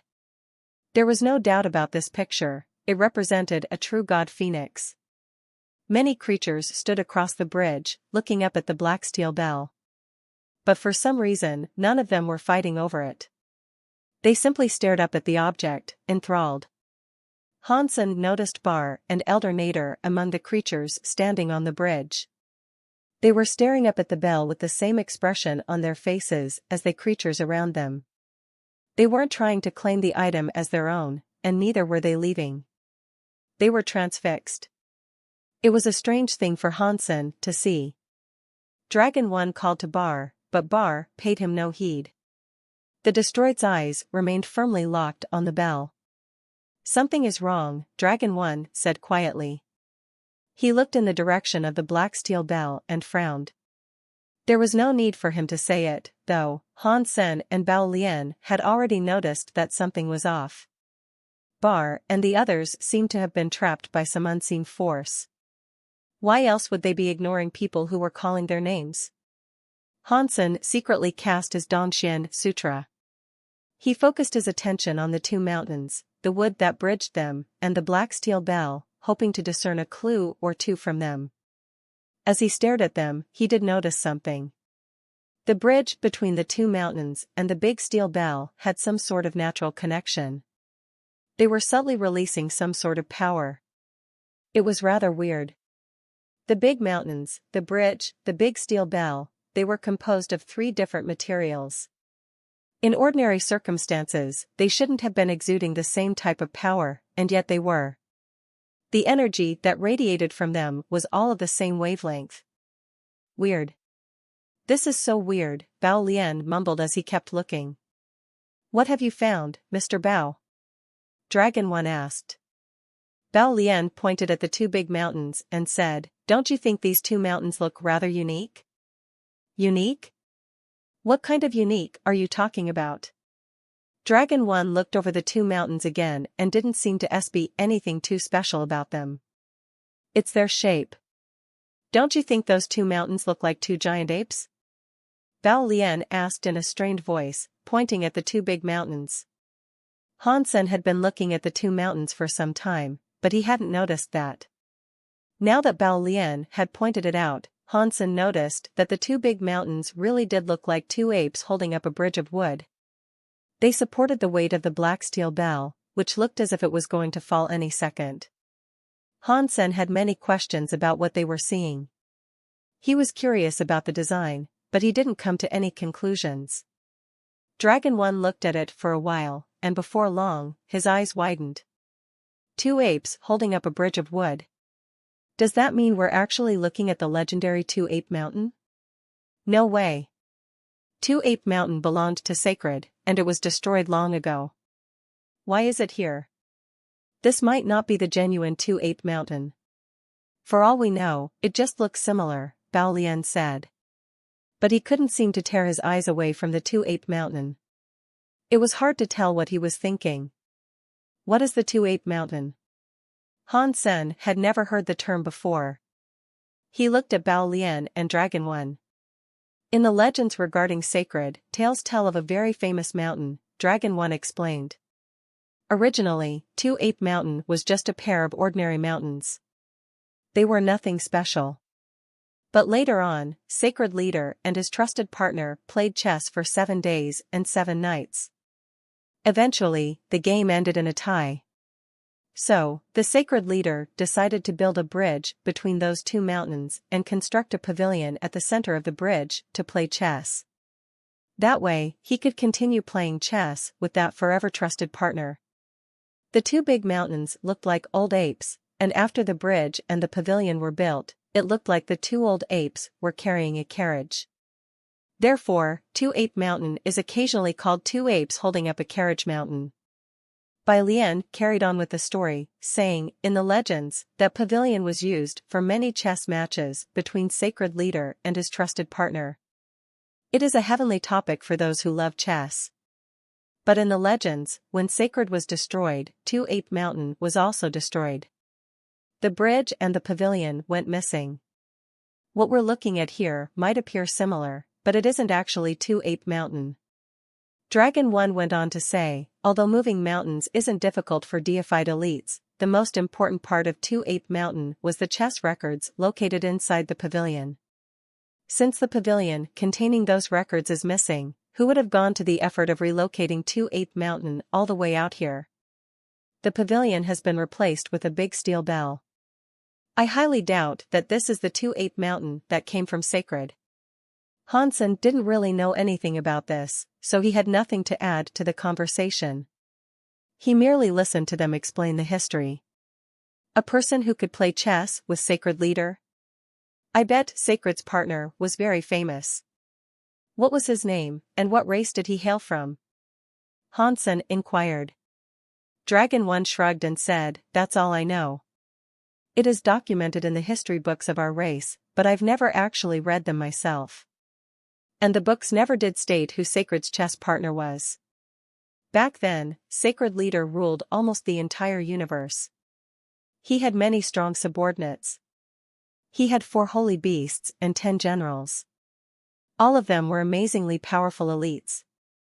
It would be hard to find out which of them played chess with him, Bao Lian said. Hansen started to ask something, but he suddenly heard a loud ringing noise. Although the air around them was still and devoid of wind, the black steel bell started to chime. Every time it moved, it unleashed a loud bell chime.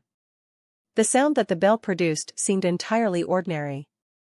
There was nothing special about the acoustics. It didn't seem to possess any special kind of power. But the next second, Hansen, Bao Lian, and Dragon 1 froze. As the bell rang, the charcoal appearance of the trees and the mountains suddenly faded away. Color began to seep back into the black and white world. The charred appearance of the trees vanished, and healthy shades of green and brown swept over them. New leaves sprang into existence as Hansen and the others watched. The vegetation around them was coming back to life with startling speed. Across the two ape-like mountains, small shrubs and grass rose around and between the rocks. What Hansen saw was very weird. It was like a dead man coming back to life. A second later, the world around them was full of greenery. Life was spreading to cover every surface, flourishing in unchecked glory. The two mountains started to look green, as well. Everything in sight seemed to be radiating a life force. The landscape looked completely different than it had looked before. The only thing that hadn't changed was the black steel bell. It looked exactly as it had before it began to chime. The noise of the bell died down, and it remained where it was, very still. The bridge itself began to sprout branches, and Bar and the others snapped out of their daze. They all sought to fly away from the growing limbs, but as soon as they started to move, branches came at them from all directions. Bar was a primitive deified elite. With his full power, he could devastate a planet with a single punch. But he couldn't resist those branches that reached out and began to wrap themselves around him. The branches tied him up like a cocoon, with only his head poking out above the leaves. Bar wasn't the only one to be caught, even the transmutation class Elder Nader was unable to escape. He released his power in a massive surge, but under the force of the branches, his power was like snow melting under a spring sun. His attempts to protect himself dissolved into nothing, and then the branches bound him firmly. No creature upon the plank bridge was exempted from this. They were all tied up in cocoons of various sizes, and soon they were all dangling helplessly from the bridge. As Hansen looked at them, he was struck by how much they looked like caterpillars. He had often found those insects hanging from the trees near his old house, They would hang from the branches, motionless unless a wind caught them and waved them back and forth. The sight before him was eerily similar. Hansen kept observing the captured creatures, falling back as he did. Even Elder Nader had been unable to resist the ensnaring branches. Hansen didn't think he was much stronger than Elder Nader. If he got close, he might end up suffering the same fate. He didn't want to end up snared by the branches, too. Dragon 1 and Bao Lian seemed to share his opinion. They all made sure to retreat with haste. The squawking of a bird sounded clearly throughout the sky. Within a second, Hansen felt a very frightening presence descending on the strange realm. It rushed down from the sky in a blur, moving too quickly for them to react. It was like watching a plane crash. Although the bird itself remained in the sky, the weight of the bird's aura hit the ground, instantly crushing anything on the surface. Hansen found that his body had been slammed down into the dirt, and he couldn't get up. The scary pressure was slowly pushing him into the ground like it was made of quicksand. His face had almost been crushed. He couldn't get out. Hansen's face was on its side, trying to discern where the sound of that bird came from. Far away, up in the sky, he saw a large bird burning with a white flame. It was soaring through the air, and the very scary pressure came from its body. Hansen couldn't be certain what kind of bird it was. It looked elegant, proud, gorgeous, majestic. It was like a god from the sky. It was like the legends that described the god phoenix. But Hansen had never seen a real phoenix before, so he couldn't be sure if he was seeing one now. The big bird was soaring casually over the mountain. Wherever it went, the landscape beneath it came back to life. Every tree, bush, and blade of grass was brimming with life force once more. The big bird flew in slow circles, and it seemed like the whole world was following it, hoping to be given a life force again. The green trees were repopulated with leaves. Flowers were popping up out of the ground. Wherever the bird went, new life followed behind. The deserted wasteland was turning into a tropical paradise. A phoenix. It really is a phoenix. Bao Lian was lying on the ground next to Han Senator. He stared up blankly, seemingly at a loss for how to react. I've been so unlucky recently. I entered an undeveloped xenogeneic space and found a true god-class xenogeneic phoenix. The chances of that are lower than winning the lottery, Hansen grumbled in his heart. Fortunately, the phoenix wasn't flying toward them. It flew to the plank bridging the 2-8 mountain. It glided slowly forward on its huge wings until it reached the bridge. After circling the bridge 3 times, the phoenix, with its white flames, descended onto the wood. The fire on its body didn't harm the wood. It actually seemed to be forcing more life force into the plank, and it made the branches grow even faster. The phoenix then lowered its head to look at the creature nearest to it. The creature looked like a golem from what Hansen could see through the cocoon of branches. Only the golem's head was clearly visible. Answer a question for me. If the answer satisfies me, then I will forgive you for offending me. The phoenix didn't physically speak, but everyone who could see the phoenix could hear its voice in their minds. I will answer any question you would like me to. What do you want to know? The golem-like creature said. One day, you and your partner encounter danger. One of you has to die for the other to be saved, and you have the power to decide. Do you choose to die for your partner to be saved? Or would you prefer that your partner perish so that you could live? The voice of the phoenix rumbled, shaking their minds as it spoke. Everyone was shocked. They had expected the deity to ask about some ancient secret. They never expected a question like this. And it didn't seem like the question had a single correct answer. Different people would respond in different ways. But since the phoenix had already asked, the golem couldn't refuse to answer. It swallowed and replied, I would sacrifice myself to save my partner so that she could live. Hypocrite. The phoenix's voice played in everyone's head. It sounded disdainful. The next second, Han Sen and the others watched the phoenix lower its head. It opened its beak in the golem's direction. But the phoenix didn't bite down. Rather, it made a sucking motion, as if it was drawing in a breath. A weird power came out of the golem's body and vanished into the phoenix's mouth.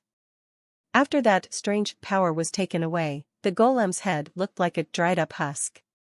Then, the entire creature turned into sand and scattered across the wind. No trace of the being was left to see. Everyone stared at the place where the golem had been in silence.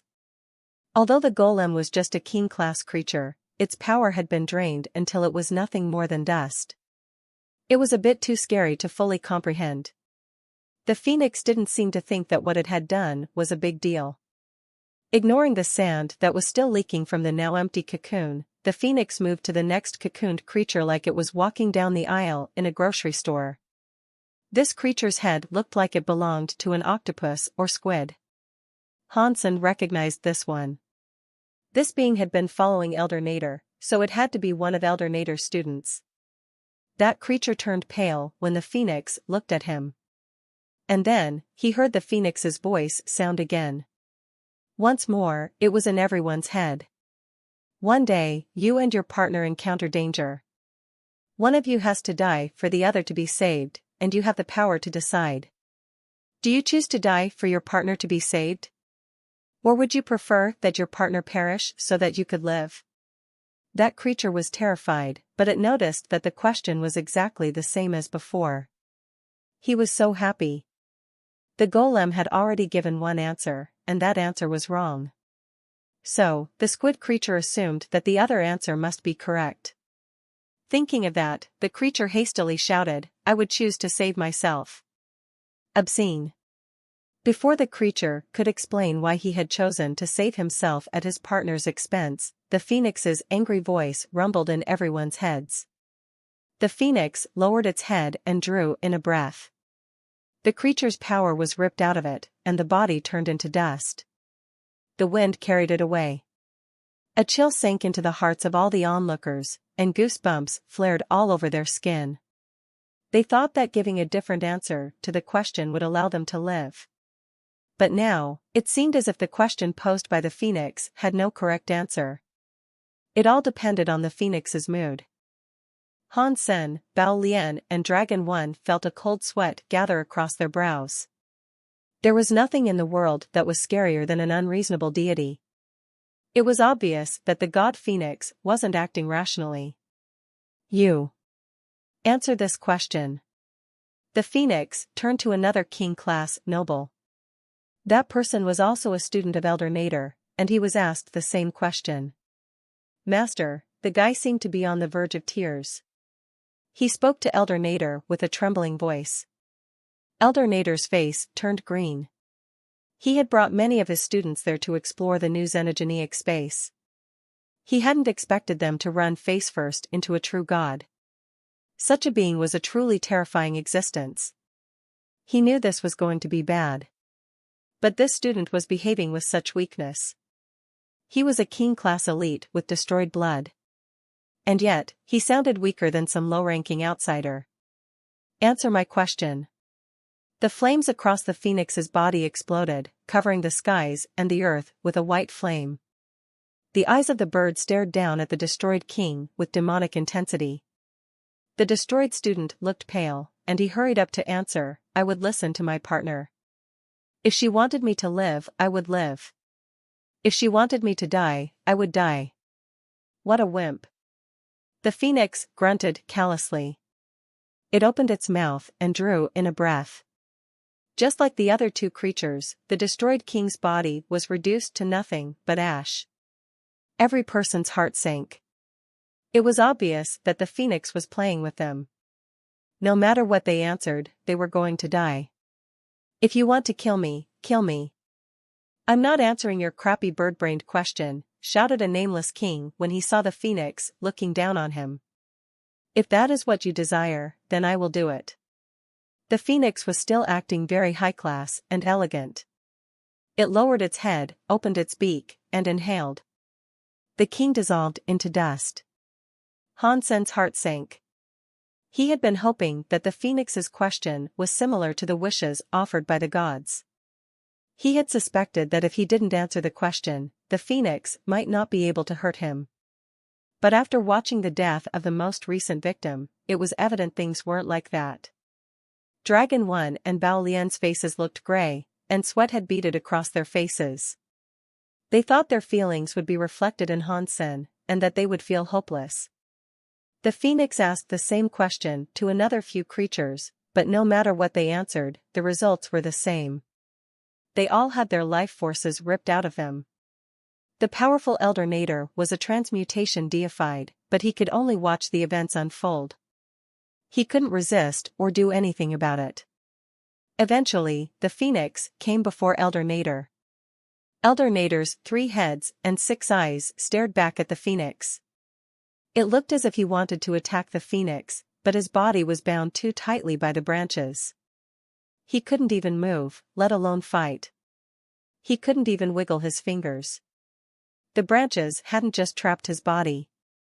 If the situation was that simple, then his elite transmutation powers would have allowed him to turn a simple exhale into an end-of-the-world thunder god. He wouldn't be rendered helpless by mere physical restraints. But now, Elder Nader couldn't exert any strength. He wasn't even sure if his power had been contained or drained entirely. As everyone waited for Elder Nader to die, the phoenix turned its face away. It turned around, and its raptor-like gaze locked onto Han Sen and the 2 others on the ground next to him. The hearts of the 3 began to bound. Before they realized what was going on, the phoenix flapped its wings and flew down the mountain. Oh no! Han Sen suddenly felt sick with fear. Why had that phoenix suddenly changed its mind, leaving a deified elite to fly toward them instead? The faces of Dragon 1 and Bao Lian turned green. Losing all sense of decorum, Dragon 1 shouted at Bao Lian, "Mr. Bao, if we don't fight, we don't stand a chance."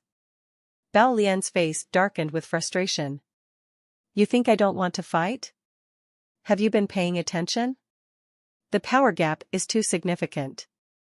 Even though my king body isn't suppressed, I can't seem to use its power. There is no chance of fighting back. Aren't you a dragon? Don't you call yourself the bravest race? Don't you guys have high resistance to any kind of power? Can you break the suppression on me so that I can activate my king body? Perhaps that way we can get out of this mess." Dragon 1 sank against his bonds. "If I could break free, do you think I would remain here trapped?" The discussion was pointless. The 2 of them were locked down there, and neither of them could get free. Dragon 1 could see that Bao Lian was useless, so he shouted at Han Sen, "Dollar, if you can escape, take us away now. Do it before it is too late." Han Sen shook his head. Even if he used his super god spirit body to escape, it would only last a second. Once that time was up, the phoenix's power would be back to suppressing him. He was a dead man, either way. There was nothing that the 3 of them could do to escape. And by now, the phoenix had reached them. It landed 10 meters away from the 3 and looked at Han Sen. "No way. There are so many creatures you can eat, but you choose to eat me? I am not Tang Sanzang. What are you staring at me for?" Han Sen felt so depressed. He prepared to activate his super god spirit body. Although his chances of escape were low, it was worth a shot. Han Sen was going to wait until the phoenix asked its question, and as soon as it started speaking, he would use his super god spirit body to teleport away. Perhaps he would survive, somehow. But when the phoenix opened its beak, it didn't ask a question. The scary suction pulled on Han Sen's body. Oh no! It's all over. Han Sen thought in sudden despair. It was too late for him to use his super god spirit body now. Han Sen thought he was going to be turned into dust, but that wasn't what happened. His body flew through the air toward the phoenix. Before Han Sen realized what was going on, the phoenix flapped its wings and shot up into the air beneath Han Sen, catching him on its back. Han Sen was sitting on the white fire, but it didn't feel hot. It was a very warm, relaxing sensation. He felt as if he was sitting in a hot spring. The phoenix's body had a seemingly limitless life force. The feeling rushed through him, and it made his body feel like old wood receiving life again. His cells were active, and they began to multiply at a much faster rate. What is going on? Hansen was confused. Bao Lian, Dragon 1, and many of the other creatures that were wrapped up in branches were looking quite confused. They couldn't believe this was happening. They all thought Dollar was going to bite the dust. They would never have guessed that he would end up riding the phoenix. They all stared at Hansen in shock, unsure what sort of reaction they should give. After the phoenix placed Hansen on its back, it flapped its wings and returned to the wooden bridge. Hansen sat atop the phoenix's back. He could tell that the phoenix didn't hold any hostility toward him. The phoenix dropped back onto the bridge, landing in front of Elder Nader, who was tied up like a cocoon. The bird's resonating voice played in everyone's head again. "You can eat this," the phoenix said. All around Hansen, the jaws of the onlookers fell open. Even though the phoenix hadn't used Elder Nader's name, it was obvious that the bird thought the destroyed would be tasty and nutritious. And he wanted Hansen to eat the man. "You're letting me eat him?" Hansen looked surprised. "Yes. He is the best meal here. Are you worried that he won't taste good? That is fine, if so. You can have your pick. Eat anything you want. If you like it, it is yours," the phoenix said. Looks of confused horror covered the faces of Elder Nader and all the others. They couldn't believe what they were hearing. They had all been trapped in this place, and the phoenix considered them to be nothing more than food. Dollar, however, had been invited to eat with the phoenix like a guest of honor. If he wanted to, he could consume them until his belly was full. Although Hansen had no idea why the phoenix was treating him differently, he felt as if he was relatively safe now. "You're giving them all to me?" Hansen asked, looking at Elder Nader and the others. "Of course. Assuming you like them, that is." The phoenix smiled. It was like a doting mother who had found an opportunity to spoil her kid. It was difficult for Hansen to comprehend its current behavior, given that he had just watched it toy with the lives of its prisoners. It had turned kings and deifieds into piles of dust with ease. "I can do whatever I want to them? I mean, if I don't want to eat them, can I let them go?" Hansen asked. "Yes, as long as that is what you want." The phoenix looked as if it really was spoiling him. Hansen only wanted to save Dragon 1, but then he hesitated. He decided to save Bao Lian, too. He wanted to beat Bao Lian by himself. He didn't want the man to die like this, before Hansen could settle the score between them. Then, let those two go. Hansen pointed at Dragon 1 and Bao Lian. When the phoenix heard Hansen's request, it didn't move.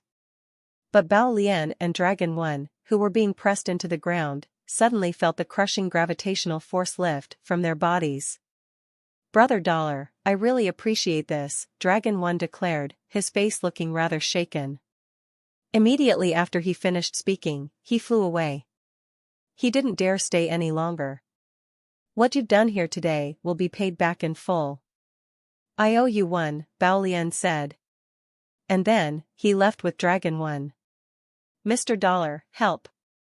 Many elites that were bound to the bridge had seen that the phoenix agreed to free Dragon 1 and Bao Lian at Dollar's request. They were shocked, but hope quickly dawned in their eyes. A few desperate kings called out to Hansen for help. "I can really do whatever I want with these people?"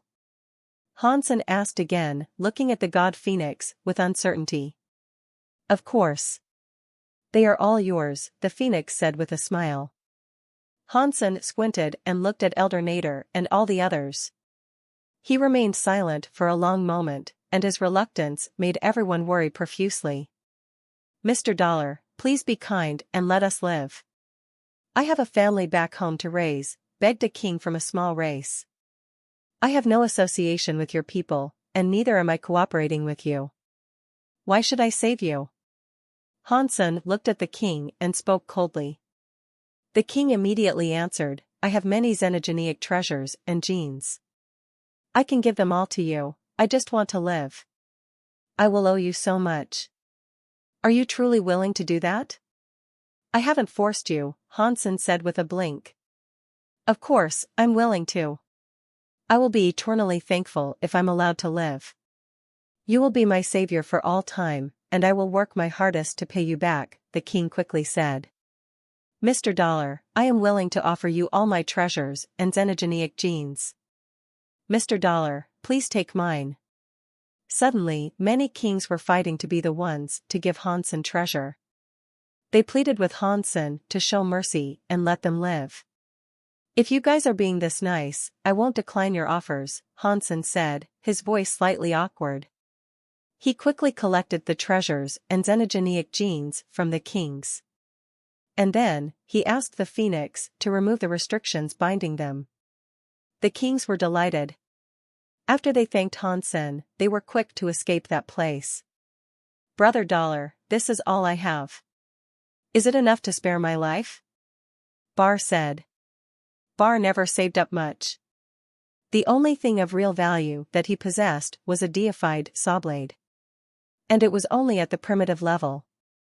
If Brother Bar is willing to give that up, then I will accept it. Hansen nodded and took Bar's saw blade. The Phoenix then released the restrictions holding Bar. When the deified elites who were present saw Bar give up a deified treasure in exchange for his life, they all decided to follow his example. They were willing to give up their deified treasures in exchange for permission to live. Hansen turned to the other deifieds with a wolfish grin. He said, Bar and his buddy Dia Robber are old clients of mine. That is why he is getting special treatment. If the rest of you would like to purchase your lives, deified treasure alone is not enough. Amazement swept through the deified prisoners. That was especially true of Elder Nader. His face kept warping, shifting from green to white as his emotions vacillated between nausea and rage. Before, he had thought of Dollar as a useless nobody. He refused to team up with Dollar.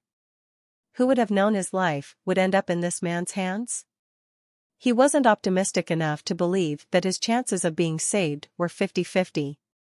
He probably wouldn't be allowed to live, even if he gave Hansen everything that he had. As he watched Hansen scam the other deified elites, Elder Nader's first impression of Hansen grew deeper. This was a greedy man. Those were the 5 words he would pick to describe Hansen. This guy is so greedy. No wonder people call him Dollar. Now that the other deifieds were being forced to give up all their prized possessions in exchange for their freedom, they also realized what sort of person Hansen really was. But losing all their money was better than dying there. It might have been unpleasant, but the deifieds paid up rather quickly. None of them were bold enough to try to bargain with Hansen. A short time later, Hansen was a much wealthier man, and all the elites that were bound by the bridge were released. Only Elder Nader remained, and he hadn't said a word thus far. Elder Nader couldn't even move his head to look away. His face was turning a deeper and deeper shade of red, but he didn't say anything. I don't believe you will release everyone from all these races, yet dare to kill me. Killing me in front of all these witnesses is like declaring war upon the destroyed, Elder Nader thought to himself, but still, he did not speak. Mr. Phoenix, thank you for your kindness and generosity. The rest of these people are useless to me. You can have them all. Hansen bowed to the Phoenix. Elder Nader's mouth fell open, but before he could protest or say anything, the god Phoenix opened its mouth and drew in a breath. Elder Nader turned into clouds of dust. Everyone stared in mute silence. They were terrified by the fact that a transmutation deified had been murdered in an instant, but they were also happy that they had made a smarter decision. If they hadn't coughed up Hansen's ransom demand, they would have ended up like Elder Nader. Elder Nader stayed at home for too long. He must have forgotten how dangerous the universe is. Even to the moment of his death, he was just thinking about preserving his reputation. Bar shook his head casually, then chuckled a little. Although the destroyed were powerful, they didn't have many deifieds. Losing a transmutation deified like that was a big blow to them. But Elder Nader had been famous for too long. Instead of spending his time fighting for survival in the universe, He had spent the last few hundred years teaching students.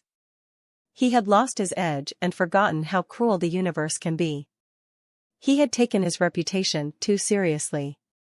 When everyone was gone, Hansen bowed to the god Phoenix and said, "Thank you for your help. If there is something you need me to do, I will try my best to help you. If there is nothing else, then I will take my leave." After Hansen said that, the phoenix picked him up in its beak. It flew deep into the xenogeneic space. When the god phoenix departed, the bridge between the two halves of 2-Ape Mountain reverted to its former, lifeless appearance.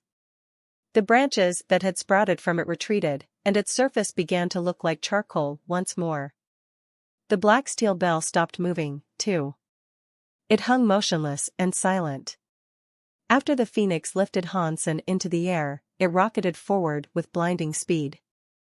This was nothing like the slow, ponderous way the bird had moved when it first approached 2-Ape Mountain. Before Hansen could say anything, he saw that they were heading toward one of the suns in the sky. The orb glowed with power and heat as they shot recklessly toward it. They were still some distance from the sun, but Hansen thought that the incredible heat was about to melt his deified body. He didn't know what would happen if he entered that glowing orb, and his heart rose into his throat at the thought. The phoenix flapped its wings, and they shot past the sun, flying deeper into the xenogeneic space. The phoenix accelerated, leaving behind the glowing suns that hung threateningly in the sky. Hansen looked ahead and saw, in the distant sky, a giant sycamore tree that was growing upside down. Hansen had seen many strange trees in his life before, but he had never seen a tree growing upside down. The top of the giant sycamore tree was on the ground, but its roots were growing into the sky. The roots were like a dragon's beard, all tangled up like a large bird nest. People say phoenixes live in sycamore trees. Perhaps this phoenix doesn't live atop the sycamore tree, but rather, in its roots. Hansen looked at the upside-down growing tree with a strange expression. The god phoenix soared up to the roots and landed deftly among them. The creature opened its beak, letting Hansen fall into a knot of roots that looked something like a nest. Hansen quickly discovered that the place wasn't like a bird's nest. It really was a bird's nest. In that bird's nest that was composed of the roots of the tree, Hansen saw a giant egg that was around 10 meters tall. The egg was burning with the same white fire as the phoenix. "Why have you brought me here? You don't think I look like a phoenix, do you? You're not going to raise me as a child, are you?" Hansen spoke to the phoenix that was now settling down in the nest. "Of course I know you aren't a phoenix. Phoenixes don't give birth to ugly children like you. And this is my child," the phoenix said proudly. "Then why did you bring me here?" Hansen let out a long sigh. If he was raised by a phoenix, he would become a phoenix man. "Your body has traces of a presence that belongs to a member of my race. And I must say, it is a nice one. I'm sure you must have been spending a lot of time with a youngster of my race," the phoenix said while looking at Hansen. "A young phoenix?" Hansen was shocked. Then he thought of something. With a weird look on his face, he said, "She can't be talking about the little red bird, can she? The little red bird is a hybrid, though. It isn't actually a phoenix." Now Hansen understood why the phoenix was treating him differently. It was because of the little red bird. "We did spend time together for quite a while. And our relationship is solid. We are kind of like brothers," Hansen said seriously. Hansen wasn't going to tell the phoenix that the little red bird was a hybrid. If the phoenix was racist to the hybrid kind, then his special treatment would vanish. Thinking about how cold and cruel the phoenix appeared when it started eating people, Hansen shuddered. He sincerely hoped the phoenix wouldn't have a change of heart and became callous enough to dine on him. "I thought I was the only phoenix remaining in this universe. I didn't suspect there was another one of my kind out there in the universe." The phoenix looked very happy, but then it said, "If you can, I hope you will be able to help me. Bring that baby phoenix here. I'm afraid that might be rather difficult.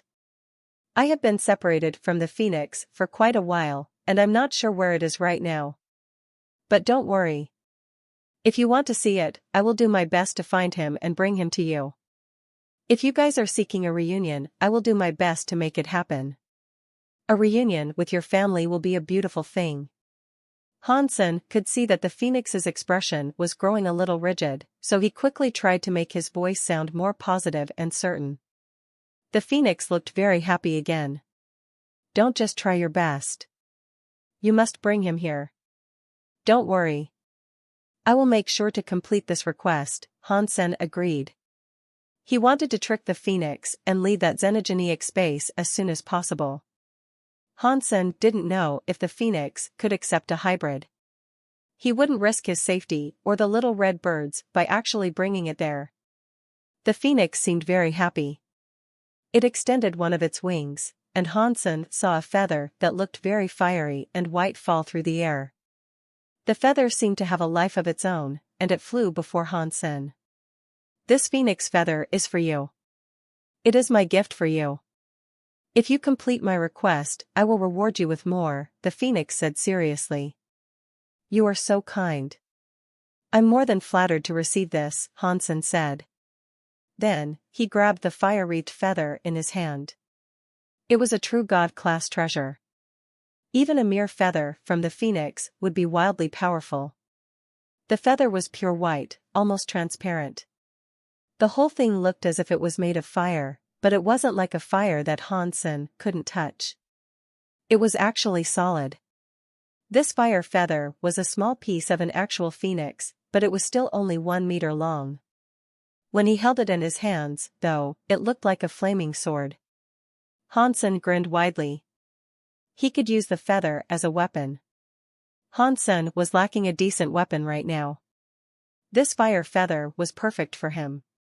The longer he held it, the more he liked it. A fire element fire feather. This should be quite powerful, Hansen thought to himself. He wasn't going to try out the sword there in the phoenix's nest, though. After he had examined the gift, Hansen changed the subject. Why are you looking for a baby phoenix? I think that the baby bird is substantially weaker than you. Hansen was speaking the truth. This phoenix had pure ancestry, and it was a born deified xenogenic. The little red bird was just a hybrid, and it had been very weak when it was born. Compared to a true god xenogenic, it was 180,000 miles behind. The phoenix sighed and said, breeding is difficult for our race. There aren't many of us left, if there are any at all. Up until now, I haven't been able to find another of my kind. I can't believe there is a baby bird alive somewhere. For me and my race, this is great news.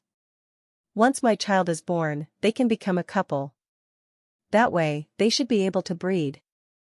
Hansen froze when he heard that. The phoenix wanted to use the little red bird as a breeding machine. It planned for the little red bird to make babies and repopulate the phoenixes.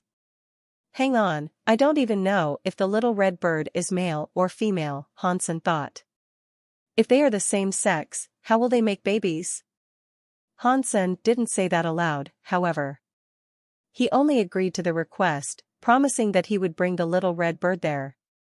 If there is nothing else, I will go and search for the little red bird and bring it here. Hansen just wanted to get out of there now. There is no rush. Before you leave, there is something very important you must do, the phoenix said. Then, it spat some fire at Hansen. The phoenix's white flame wrapped around Hansen in a flash. It made Hansen look like a burning torch, but it didn't actually sear him. He felt no pain or burning sensation. While the fire looked scary, there was no heat. But within the burning flames, Hansen's black Dongxian armor started to turn white. Aside from that, Hansen felt no changes occurring within his body. His Dongxian armor's power wasn't locked or limited. When the fire went out, the Dongxian armor had turned into a white, semi-transparent crystal. It looked like a dream, like something that couldn't possibly exist in the real world. Hansen's eyes suddenly widened. He generated his Dongxian Sutra power and realized his Dongxian power was activated. With it, he could harness white phoenix fires. Now that you have the phoenix flame's power, you can make effective use of the phoenix feather, the phoenix said with a smile. Hansen wasn't overjoyed by this, though. His Dongxian Sutra was already fine, but now his armor was linked to the god phoenix flame. If he used his Dongxian armor, it would trigger the phoenix fire. That seemed like a good thing at first thought. The phoenix fires was a high-class power that most people would admire, but it simply wasn't Hansen's forte. If the phoenix had placed its phoenix flames on the Dongxian armor, it wasn't likely that the fire's only function was allowing Hansen to use the phoenix feather. Although Hansen immediately thought this, he didn't say anything to the phoenix. Go. If you can bring back that baby phoenix, I will allow your people to live here, protected by our race, the phoenix promised. This place is a smoldering wasteland. Who would want to live here? Hansen thought to himself. The conditions that the phoenix had wrought on the land around it didn't seem to be all that inviting. It seemed to understand what Hansen was thinking, though. The phoenix continued, explaining, "This is where the phoenix race started. Now, only I am left. I don't really need much space anymore. If you can bring that baby phoenix back to me, I will allow you to make use of 1,000,000 miles. You may cultivate it however you see fit, and if an enemy shows up, I promise to help you chase them away." After that, the phoenix looked across the burned world and said, "After bad things reach their lowest point, good things then tend to rise. This is an incinerated land, but it isn't a dead realm. It can yield benefits beyond your wildest dreams." What kind of benefits? Hansen couldn't help but ask. Only the dying can live. Death comes first so that newborns can grow. This xenogenic space has extremely potent powers of life. Any creature, whether it is a plant, animal, or xenogenic, will grow better here than they would in the outside world, the phoenix said. Why don't I feel anything special about this place? Hansen didn't believe what the phoenix said because he couldn't feel anything strange going on inside him. He couldn't detect the life force in this xenogenic space doing anything that the phoenix had just described. "Do you have any seeds?" the phoenix asked, looking at Hansen. "I don't have seeds, but I do have a small plant." Hansen brought out a cactus from Destiny's Tower in a glass pot. "Put it in the soil," the phoenix said. Hansen was confused. He took the cactus out of the pot and planted it in the soil. Then, a miracle happened. The cactus had been the size of a fist, but as Hansen watched, it began to grow. A second later, it was the size of a football. And it was still growing. Any creature that can absorb this extreme living power can grow quickly, just like this plant you have planted. Beneath the extreme living power, a being can develop very fast and reach the max of what one's genes can support. There is only one extreme living land in the universe, and it is here. It belongs to the phoenixes. There is no other in the universe, the phoenix said with a cocky look. As the phoenix spoke, the cactus that Hansen had planted reached the size of a barrel.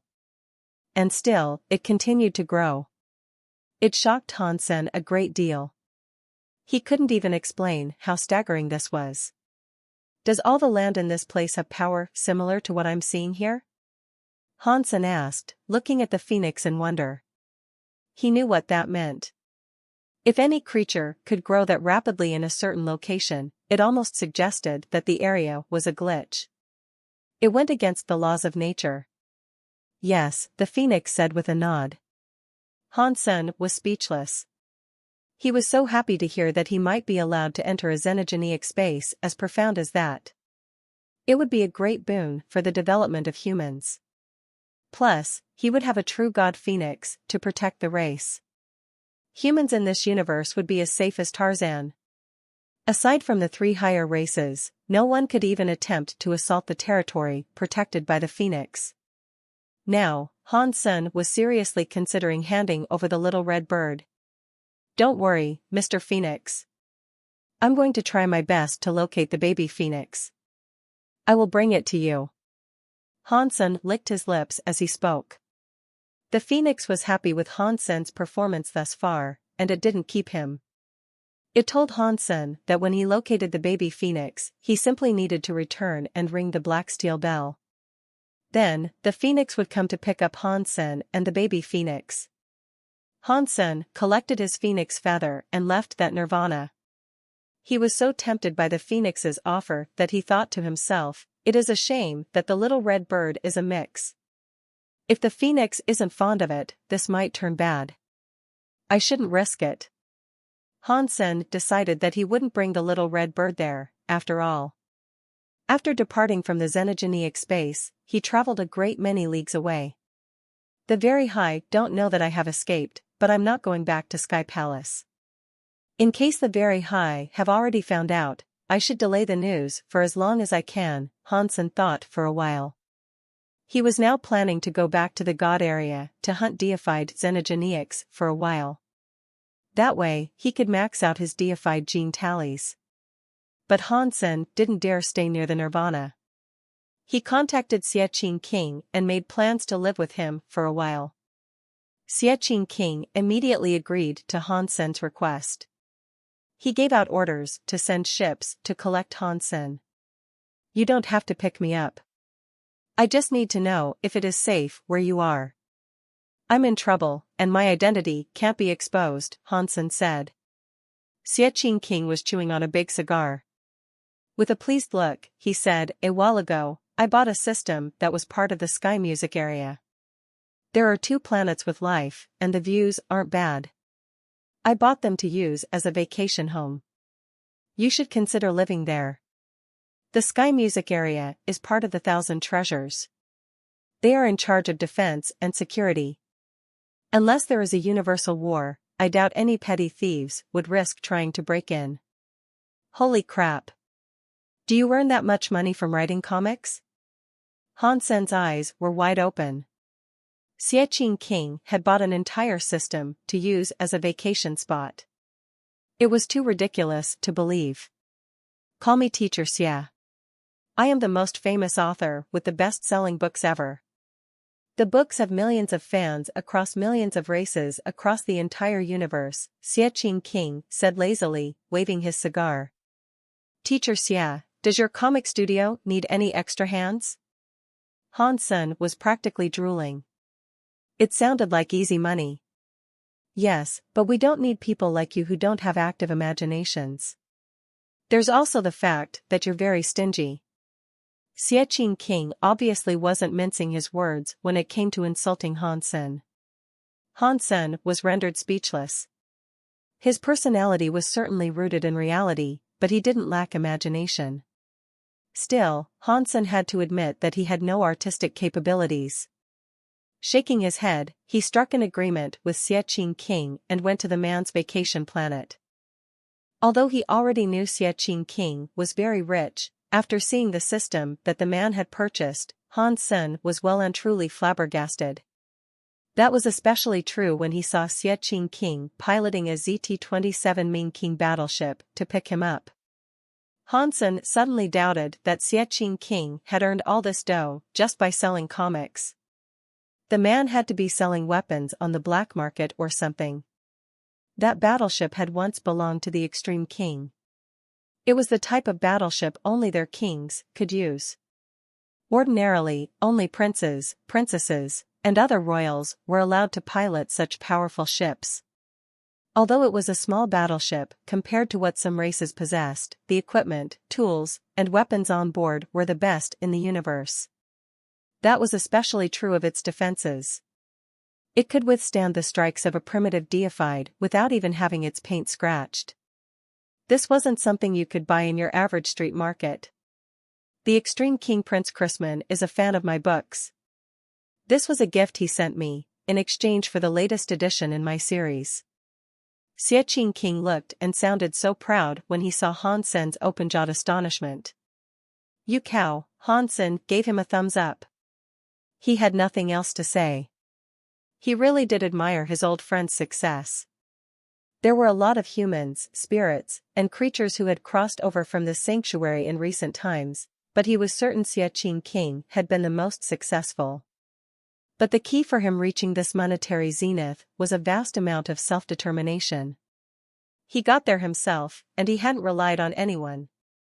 Hansen admired that.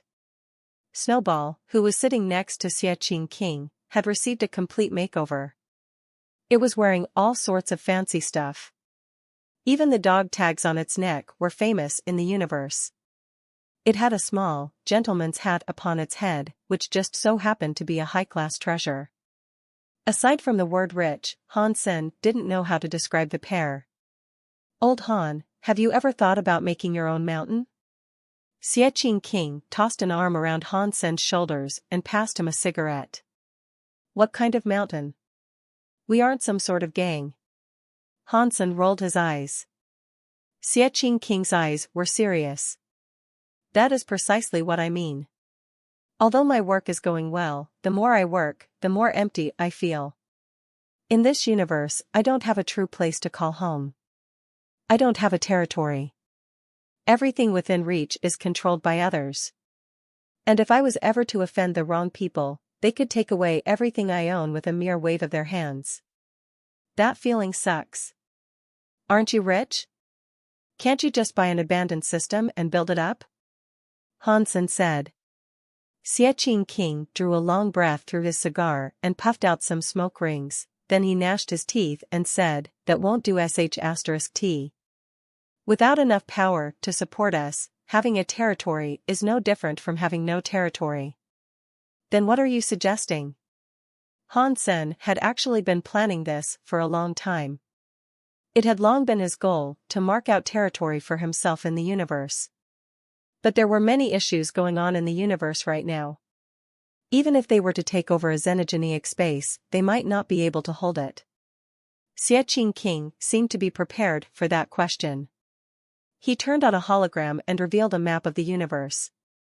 He pointed at part of the map and said, "Would you like to join me in taking a gamble? If we win, this big place will belong to us. What if we lose?"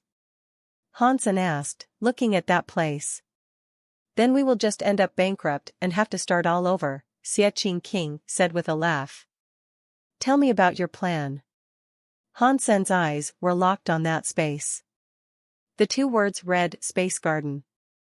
It was a xenogenic space in the universe that belonged to the flower god race. The flower gods weren't a high race, and Space Garden was just a medium-sized xenogenic space.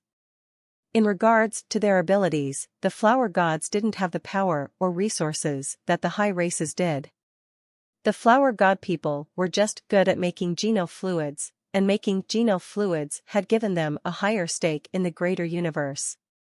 Even the top 10 high races couldn't replicate the genofluids they made.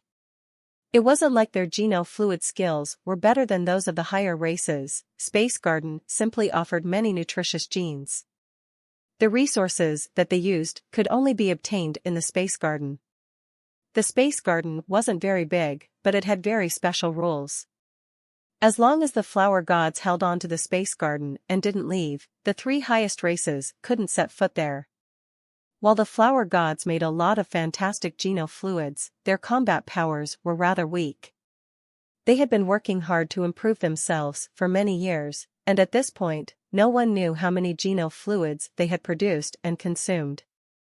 But there were no deified elites growing amongst them. They didn't have the power to become one of the high races. But the flower gods weren't to blame for their weakness. Fighting wasn't what their genes had been developed for. They just didn't have the right genes for combat, so it didn't matter how many genofluids they consumed. No deified elites would rise amongst them. On top of that, many factions were suppressing them. Again and again, they were stopped from trying to become one of the higher races. Because the flower gods knew they couldn't become stronger, they sought a lot of outside powers to bolster their own. Normally, if a race wanted to start a lantern war, all of their fighters had to share the same blood. If an outsider joined the fight, even if they beat the higher race, the lantern would refuse to light. But the flower gods had recently developed an intriguing genofluid. If one was to use that genofluid, they could temporarily possess the blood of a flower god. If a deified elite used that geno fluid, they could be considered a flower god for a while and help the flower gods earn a slot amidst the higher races. The adopted warrior could light the lantern on the flower god's behalf. But such a powerful geno fluid could only be used once due to the resources it cost. Even the flower gods couldn't keep producing that sort of concoction. Therefore, they were currently considering which deified elite would be willing to help them become a high race. People were evil. Even deified elites that had been friendly to the flower gods couldn't be trusted now. Therefore, the flower gods were hesitating to make a decision. They couldn't decide which elite to trust. The gamble Xie King was talking about was in regards to the space garden. He wanted to get the space garden for himself. That was Xie King's scheme.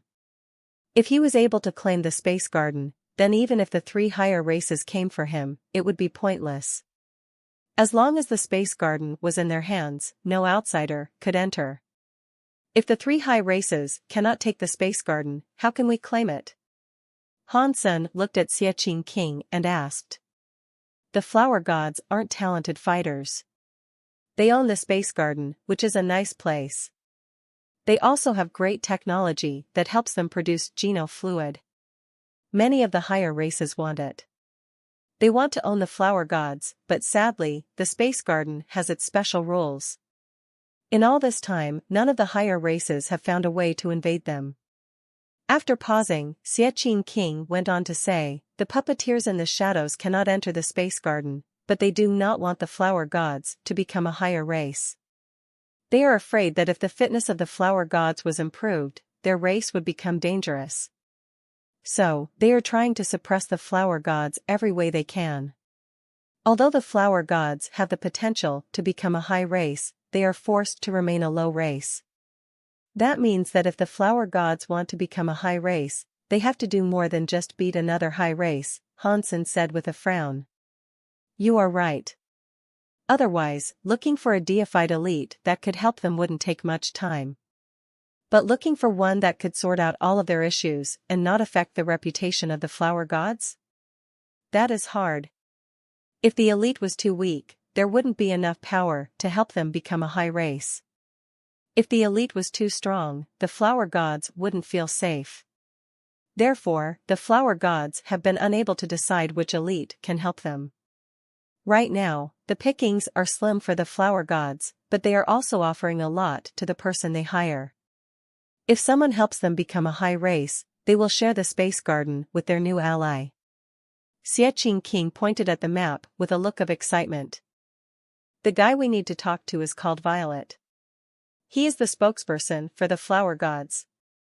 The deified elites of many races have been trying to get in contact with him, so they can try their hand at earning half of the space garden. Xie King punched a command into his display to reveal the image of a flower god.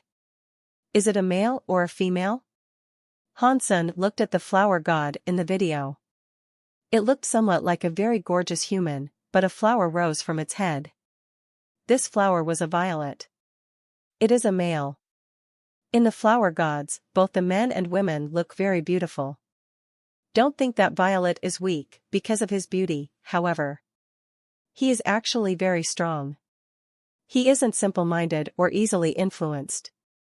I have contacted him before, and he is a tricky guy to negotiate with, Xie King said. If he was easy to push around, I doubt the flower gods would let him deal with such important matters. After all, this decision will be a pivotal part of the flower gods becoming a higher race. If they fail, their entire race could be destroyed. They need to be careful with such matters. Hansen paused and then asked, which race do the flower gods wish to replace? I don't know yet. The flower gods are being very careful, and they don't leak information easily. Judging from what others have guessed, they would likely seek to take out the tree men that are next to them. The flower gods and the tree men have been in conflict for a long time, so they are already enemies. Furthermore, the tree men have been doing poorly in recent times. It has been a few hundred years since they had a deified in their race. They aren't exactly a powerful high race. They would be one of the easier races to knock down a peg.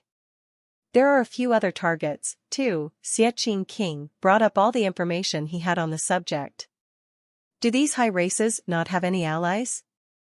Hansen asked, tapping his lip in thought. Yes, but because they aren't very strong, people don't take them seriously.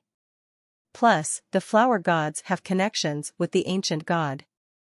If they want to fight, it's unlikely that others would interfere. Xie King pointed out more information about Violet.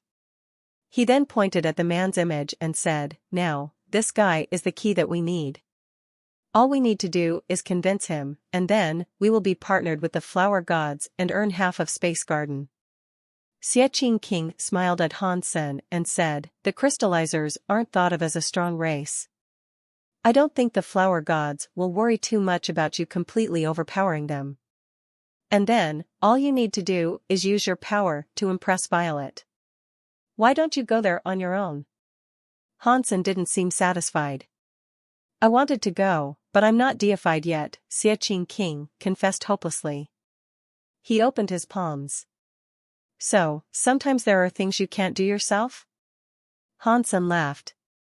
Xie King stared back at Hansen and said, "It isn't that I can't. It's that I can't do it yet." Hansen stayed on Xie King's planet for a few days. The environment wasn't too shabby. It was almost like heaven. If it was a peaceful period, it wouldn't be a bad choice to retire there for good. Every day, Hansen used the 4-sheep cube to access God's farm.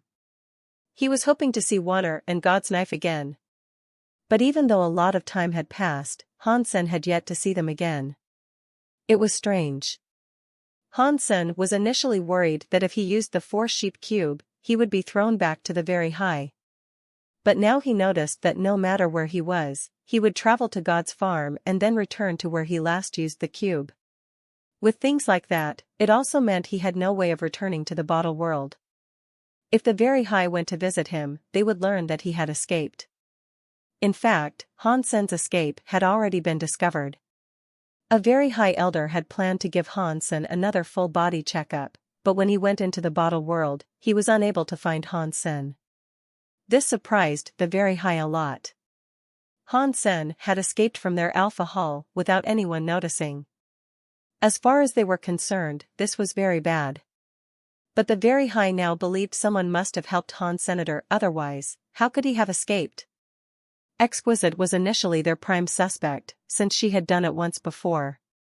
But after a thorough investigation, they realized that it couldn't have been Exquisite. After confirming that it wasn't Exquisite, matters became more complicated. They believed there was a traitor in the very high that their investigation had failed to uncover. He really escaped. Exquisite was more shocked than any of the other very high. She hadn't believed Hansen when he insisted that he would get out on his own. But a short time after she had last seen him, Hansen had done as he promised. This was quite unbelievable. Hansen had been imprisoned by the very high, the top race in the universe. Not even true god elites could escape from the Alpha Hall once they were trapped there. She couldn't imagine how Hansen had managed to do what he had done. The very high tried to predict where Hansen might go, and they used some special geno arts of deduction, but they were unable to catch his trail. They hadn't the faintest trace of a clue as to where he had fled. That made the very high even more certain that there was a traitor in their midst. If there wasn't a traitor, Hansen would have been tracked down by now, they believed. Hansen, in the meantime, had just been introduced to Violet of the Flower Gods. The guy looked just as he had in the hologram. The man was so pretty that he could make a country fall. But a pretty face like that didn't influence Hansen much. He felt like Violet was too soft, and it gave him the impression that the man was actually a toxic snake. Soft on the exterior, but filled to the brim with evil and poison. The prettier the snake is, the more toxic it is. I wonder how dangerous this Violet truly is. Hansen wondered to himself. You said Violet hosted a banquet and invited many deified elites from all sorts of races? What does that mean? Hansen lowered his voice to ask Xie King next to him. I don't know. Xie King fell silent, and then he said, maybe he wants to put the cooperation up as an auction, and have deified elites compete with each other. See who comes up with the highest price and whatnot. No way. That would be ridiculous. This decision will decide the fate of the whole race of the flower gods. They can't host an auction for something this serious unless the people in charge of the flower gods are absolutely nuts. Hansen shook his head. In that case, I don't know.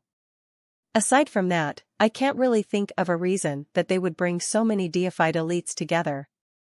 Contacting them via private means would be more beneficial. Xie King really didn't understand much about politics.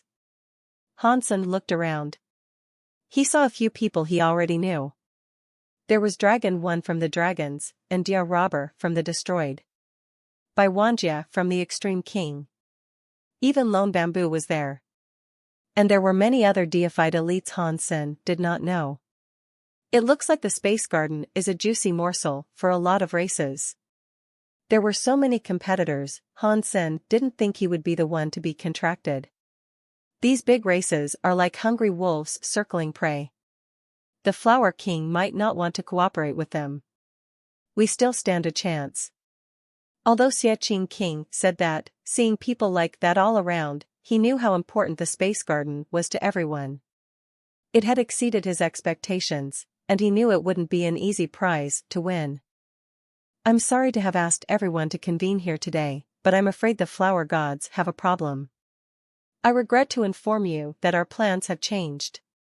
To prevent everyone from thinking the flower gods are not reliable, we have asked everyone to come here so we can explain things in person. Violet's words were shocking to everyone in attendance. What happened to the flower gods? Is there any way in which I can help? Extreme King Prince Bai Wanjia quickly said. He had just become deified not too long ago. He was only primitive, so he definitely wasn't the highest-ranking deified that was present. Far from it. He was a crown prince of the Extreme King, however. He was one of the most qualified emissaries who had come to this meeting.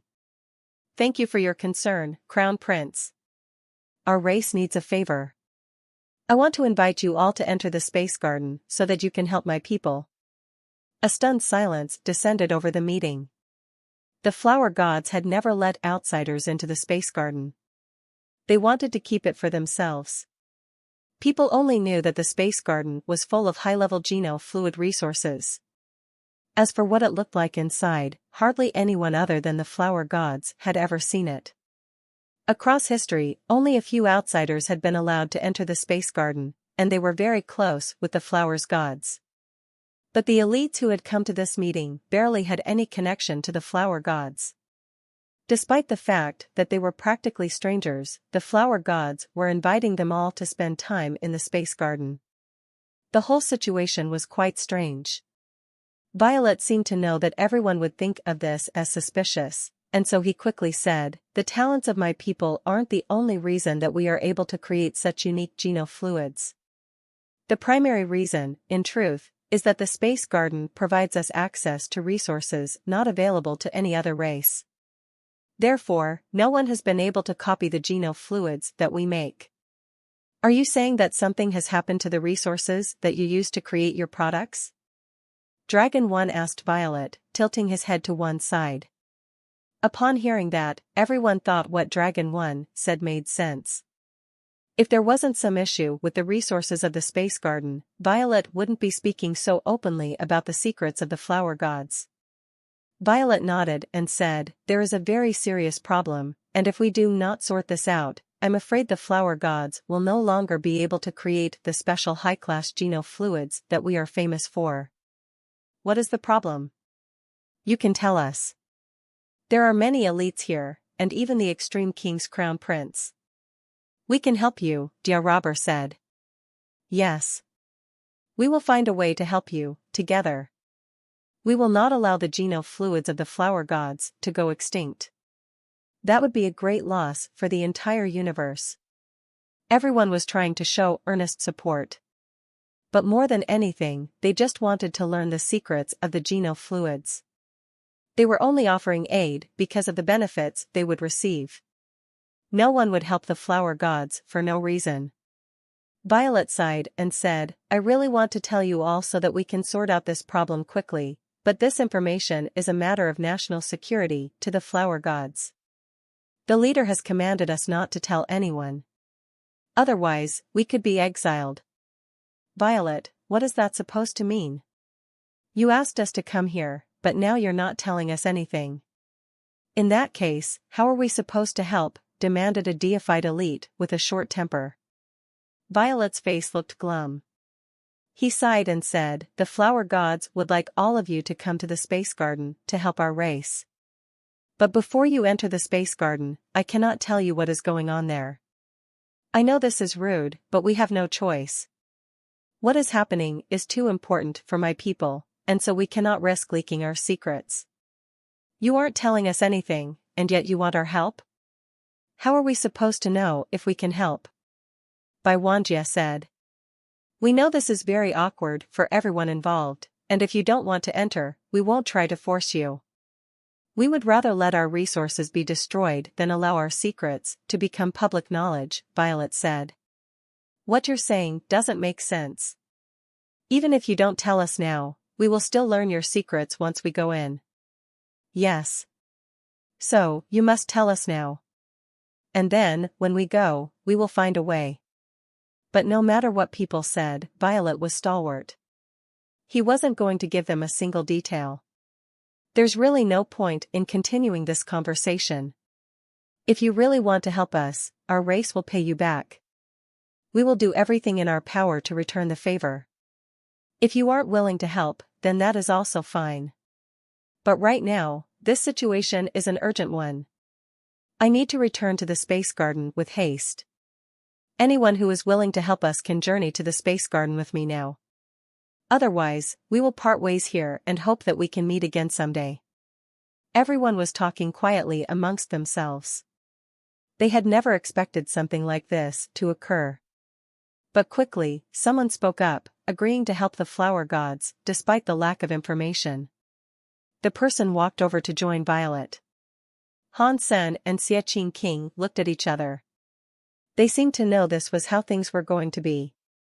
Everyone was interested in the secrets of the flower gods. Otherwise, they never would have come in the first place.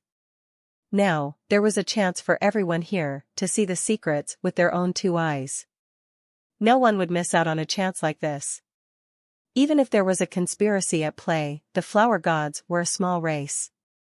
They didn't have any deified elites to wreak serious harm upon the elites that had gathered here. The flower gods depended on the space garden and the genofluids they produced. That was their only claim to fame. The elites who had come to this meeting were mostly deifieds, so they weren't afraid of anything the flower gods might do. Even if the flower gods were planning something devious, the elites believed that their powers would be enough to escape whatever mischief might befall them. Are we going? Hansen asked Xie King. Since we are already here, it isn't like we can simply leave. Let's follow and have a peek, so we can see what our future territory might look like. Xie King shrugged his shoulders as he spoke. You are right. Hansen nodded. But now, he was playing the role of Xie King's subordinate. He couldn't speak out of turn, and so he had to let Xie King do the talking. Violet wasn't turning anyone away. He was more than happy to accept anyone who was willing to go to the space garden with him. Kings and deifieds alike were joining the crowd that was preparing to leave. Before they headed out, Violet told them that the trip would be a very dangerous one. They needed to think this through carefully and make sure that they wished to come. However, in the end, every elite that had come to the meeting decided to follow Violet. They all entered the Flower God's battleship and left the planet that belonged to the Thousand Treasures. Han Sen and Xie King were inside, as well. Because there was a mix of high races and low races, it was a real melting pot. All that diversity also meant that Xie King and Han Sen didn't stand out too much. As Han Sen and Xie Qing King were getting a bite to eat in the battleship's restaurant, Dia Robber approached. He seemed excited to see Xie Qing King. Are you the author of Overbearing President Love Luov, Teacher Xie? I am Xie Qing. Xie Qing King had gotten used to this sort of thing happening. He smiled amiably as he spoke. It really is Mr. Xie. This is great. I have finally met Teacher Xie. I am a big fan of your comics. Dia Robber passionately grabbed Xie Qing King by the hand. Han Sen was frozen. Dia Robber was the future of the destroyed. He was a guy who could kill people with a wave of his hand. He was also a fan of Xie Qing King. It was hard for Han Sen to wrap his mind around. Is this guy for real? Han Sen wondered. He never would have thought that someone like Dia Robber would like comics. The destroyed was probably just looking for an excuse to get close to Xie Qing King. Teacher Xie, can I have your signature? Dia Robber asked, whipping out a pen and paper and holding them out so that Xie Qing King could jot down his signature. Of course, Xie Qing King said in a friendly tone. He grabbed the pen and started to write his signature. He wrote his name like a dragon and a phoenix that were flying together. Why did his signature look like a dragon and a phoenix dancing? Han Sen couldn't tell what words they were supposed to be, or if they were even words at all. They were jumbled and looked conjoined. No one could have read what Xie Qing King had written. Dia Robber looked as if he had found a treasure. He took it very seriously and carefully hid the notepad back within his clothing. Mr. Xie, unless it is truly necessary, I suggest that you do not go to the flower gods, Dia Robber suddenly said to Xie Qing King with a hushed voice. Why is that? Xie Qing King glanced at Dia Robber with a raised eyebrow. Since the battle powers of the flower gods are extremely low, they focus their efforts on protecting their space garden. In all the time that their race has lived here, very few outsiders have ever been able to access the space garden. Now it seems like they're letting everyone in. Don't you think that is a little suspicious? Dia Robber said as he sat down. It really is quite suspicious. Do you know anything about what is going on? Xie Qing King asked with some curiosity. Dia Robber shook his head. Not really. But from what I have experienced in the past, I am inclined to believe that this will be a very dangerous trip. Teacher Xie, you are a man of great knowledge. There is no need for you to risk your life. It is fine. It is fine. There are some places I wouldn't dare to go, but with him protecting me, going to the flower gods should be okay, Xie Qing King said, tipping a thumb toward Han Sen. Dia Robber could see the confidence Xie Qing King had in his guard, and so he looked at Han Sen and asked, I have never formally met you before. Who are you? This is my bodyguard, San Mu. He is such a skilled fighter that he can battle 2 or 3 deifieds at once. Xie Qing King was bluffing and hyping Han Sen up already. San Mu, if you have earned the admiration of Teacher Xie, you must be a very powerful person. I wonder where you are from, Brother San Mu. Dia Robber didn't use a Geno art to analyze Han Sen, but he noticed that he couldn't feel or discern Han Sen's presence. That surprised him. I'm just from a nameless race. You wouldn't know them, so it wouldn't matter even if I told you, Han Sen muttered, his voice dismissive and short. Xie Qing King looked at Dia Robber and laughed. Don't worry about it. He has a bad temper. He's always like that, I'm afraid. Even to his boss. There is nothing that can be done about it. It's fine. People with power can get away with more than most. Just like Teacher Xie said, if Brother San Mu can beat 3 enemies at once, then it's understandable even if he is a little abrupt. Dia Robber let out a slight chuckle. Even though you say he is good, I think he is just good at bluffing and being a D**ck, said a provocative voice behind them. The 3 of them looked over to its source, and they found that the voice had come from another table. There were 2 extreme kings, one of whom was the crown prince, by Wanjie. The other person was a young girl. She had a very intriguing and powerful presence, but judging from her age, there was no way she could have been deified already. She was the one who had spoken. Hansen and the other two at his table had experienced a lot in their lives. Unlike ordinary young people, they weren't easily riled. They weren't going to argue with a little girl. They just pretended not to hear her and resumed talking. The little girl, upon seeing that her declaration received no response from Hansen, grew bored with the thought of taunting them further. She stopped trying to rile others up. Because Violet had needed to cram everyone into a small battleship, there were a lot of deifieds in one place. It was only natural that arguments might arise. Fortunately, everyone had assembled there for a singular purpose. Until they reached the space garden, no all-out fights would break out. Hansen tried to memorize the route to the space garden, so he could recall how to get back there if he ever needed to. But the battleship was moving too quickly. After a few space jumps, Hansen lost track of where he was. Once they entered the xenogeneic space of the flower gods, Hansen finally understood why the place was called the space garden. What Hansen saw was blankets of flowers covering sprawling meadows. The flower fields looked like stairs rising between the clouds. There were loads of weird flowers scattered everywhere that Hansen looked. All of them were xenogeneic plants of various levels. It was unbelievably pretty. The ship parked next to the flower fields, and then Violet brought them down. After they left the battleship, Hansen smelled the scent of all those flowers. While the fragrance was very strong, it wasn't cloying or overbearing. It had a natural tinge to it. "Is this a canna lily?" Dia Robber asked suddenly, looking at a particular flower. Hansen and Xiaqin King followed Dia Robber's gaze. There was a flowery vine that was half a meter long. A few flowers had sprouted from the vine, and each bloom looked like a little girl practicing ballet. They looked very pretty. "Yes. That is a canna lily. You have a good pair of eyes." Violet gave Dia Robber a thumbs up. But Dia Robber didn't seem to be happy about his discovery. In fact, he looked rather glum.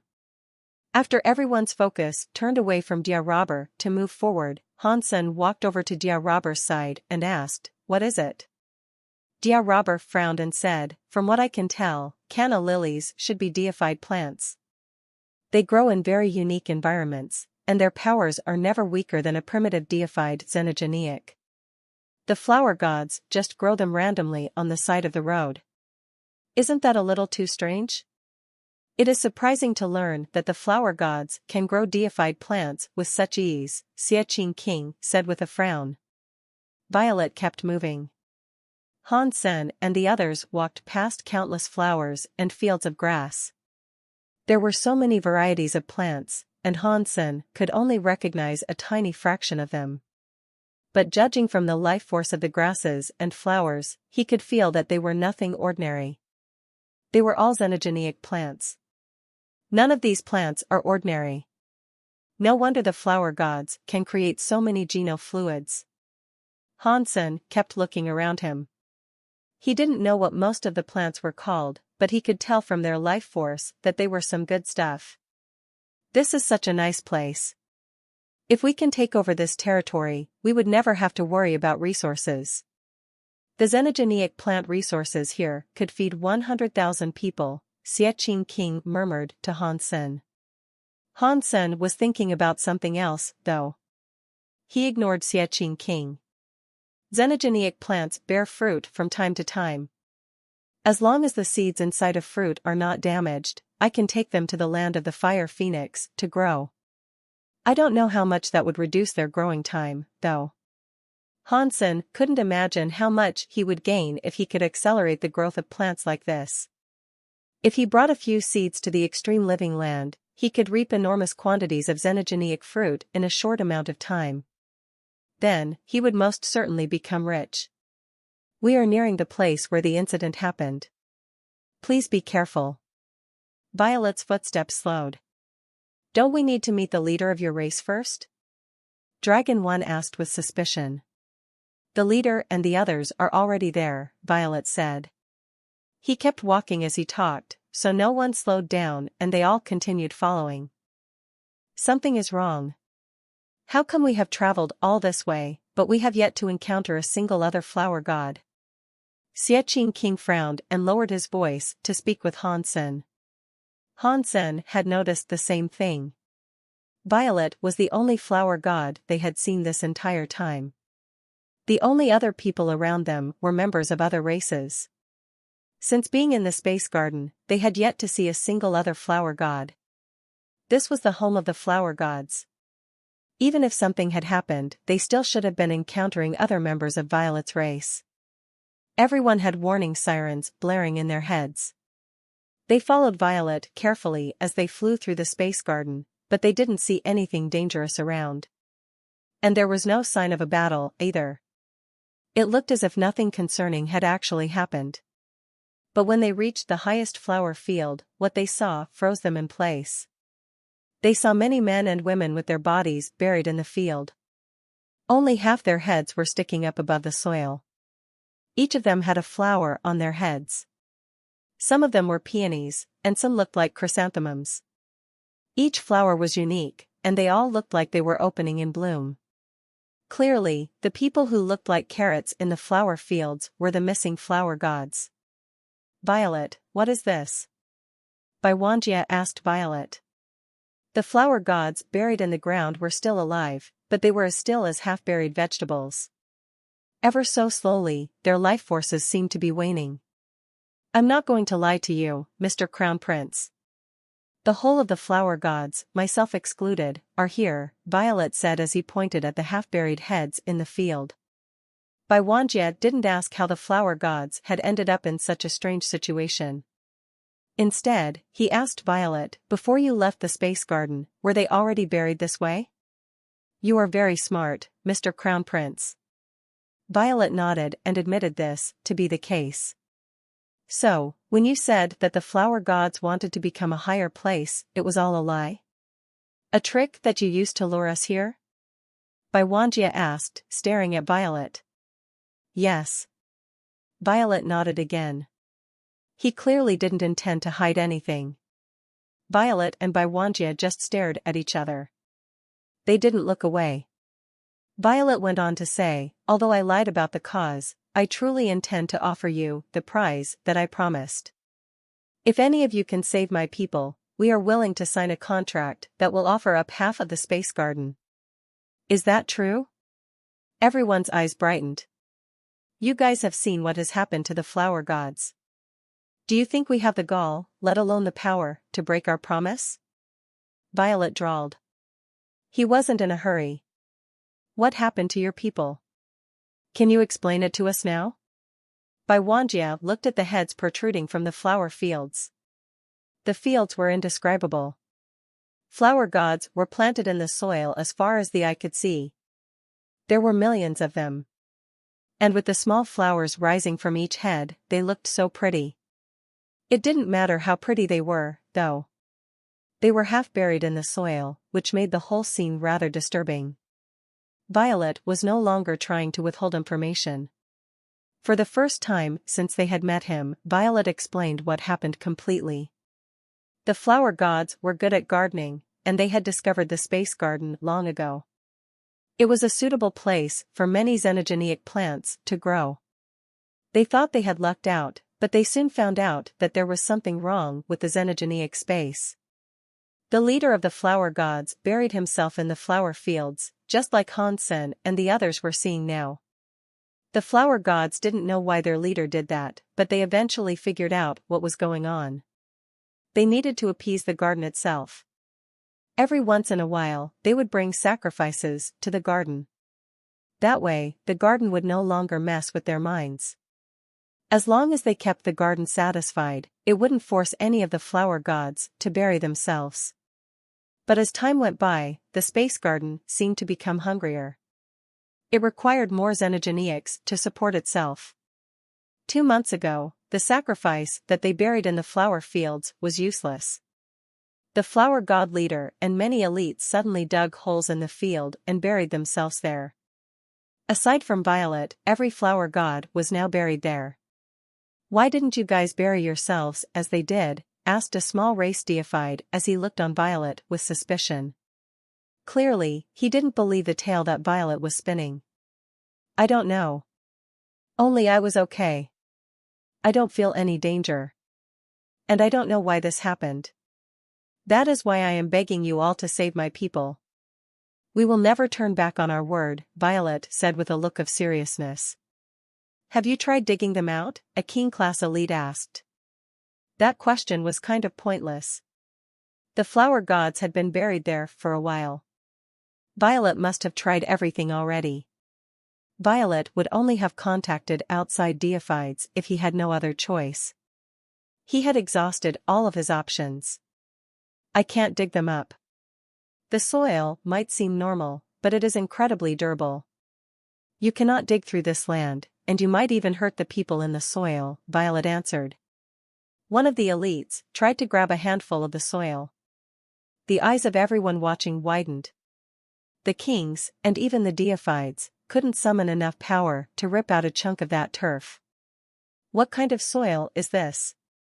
Why is it so resilient? A king-class elite asked in shock. I don't know. When they dug the holes to bury themselves, it didn't seem that difficult. But when I tried digging them out, I couldn't dislodge even a tiny piece of the ground. Violet explained the situation to them once. The elites tried many tests, but each attempt to crack this puzzle failed. They were unable to free the denizens of the flower fields. Many of the elites focused on the task with feverish intensity. They thought of all kinds of methods, trying to get the half-buried flower gods out. But their efforts accomplished nothing. All of their attempts were fruitless. One deified elite even grabbed a flower god by the head. The flower god's neck almost broke, and he still didn't move an inch. The elites were there to save people, not kill them. So, the deified elite stopped trying to yank the head out. Sanmu, what do you think is going on here? Xieqing King turned and asked Han Senator. He didn't know what to make of the half-buried flower gods. It's a bit creepy, to say the least. Hansen squinted slightly as he spoke. He was checking out those half-buried flower gods, but he seemed to notice something weird. It's almost like the entire space garden is giving off a life force. What if the space garden itself is a giant creature? When Hansen came up with an answer, it was something that not even he could believe. If anyone here can save our race, we will give you a key to half the space garden, Violet declared once again. He was keen on making promises, it seemed. Half of its entirety will be shared. That is our pledge. The group of elites had all reached the space garden via the Flower God's battleship. They weren't aware of the route they took to get there or even how they had made it through the border of the xenogeneic space. Because of that, they still didn't know if entry to the space garden required some special password or technique. So, even if they took down the space garden now, there was no point in doing so if they wouldn't be able to find or enter it again. As a result, no one tried anything suspicious or hostile. Based on what Violet had said, it seemed that something special was required to enter the space garden. And that made everyone think. This was obviously a very difficult and vulnerable moment for the flower gods. But if Violet had dared to bring them all here anyway, then that had to mean he had contingencies in place. He couldn't simply be carrying a special item on his person that would allow them to access the space garden at a later date. All the deified elites were looking at the half-buried flower gods, and as they did, Han Sen was also thinking. Then, he leapt into the air and flew up into the sky. He wanted to look down on the space garden from above and see what it looked like from a bird's-eye view. But as Hansen flew, he noticed a shadow flying alongside him. Someone else had obviously had the same thought. That shadow noticed Hansen, too. They glanced at each other, and Hansen realized it was the little girl that had been following by Wanjie. They had met briefly in the battleship's canteen. The girl didn't look any older than Bai Wanjie, but the crown prince seemed to respect her a great deal, judging from the way that he treated her. Hansen couldn't correctly guess her identity. The Bai family had many princes and princesses, and Hansen had never been able to meet them all. And there were many other members of the royal family, as well. Not to mention that Hansen had seen only a few of the extreme king superiors. "What are you doing up here?" the girl asked with a lift of her lips.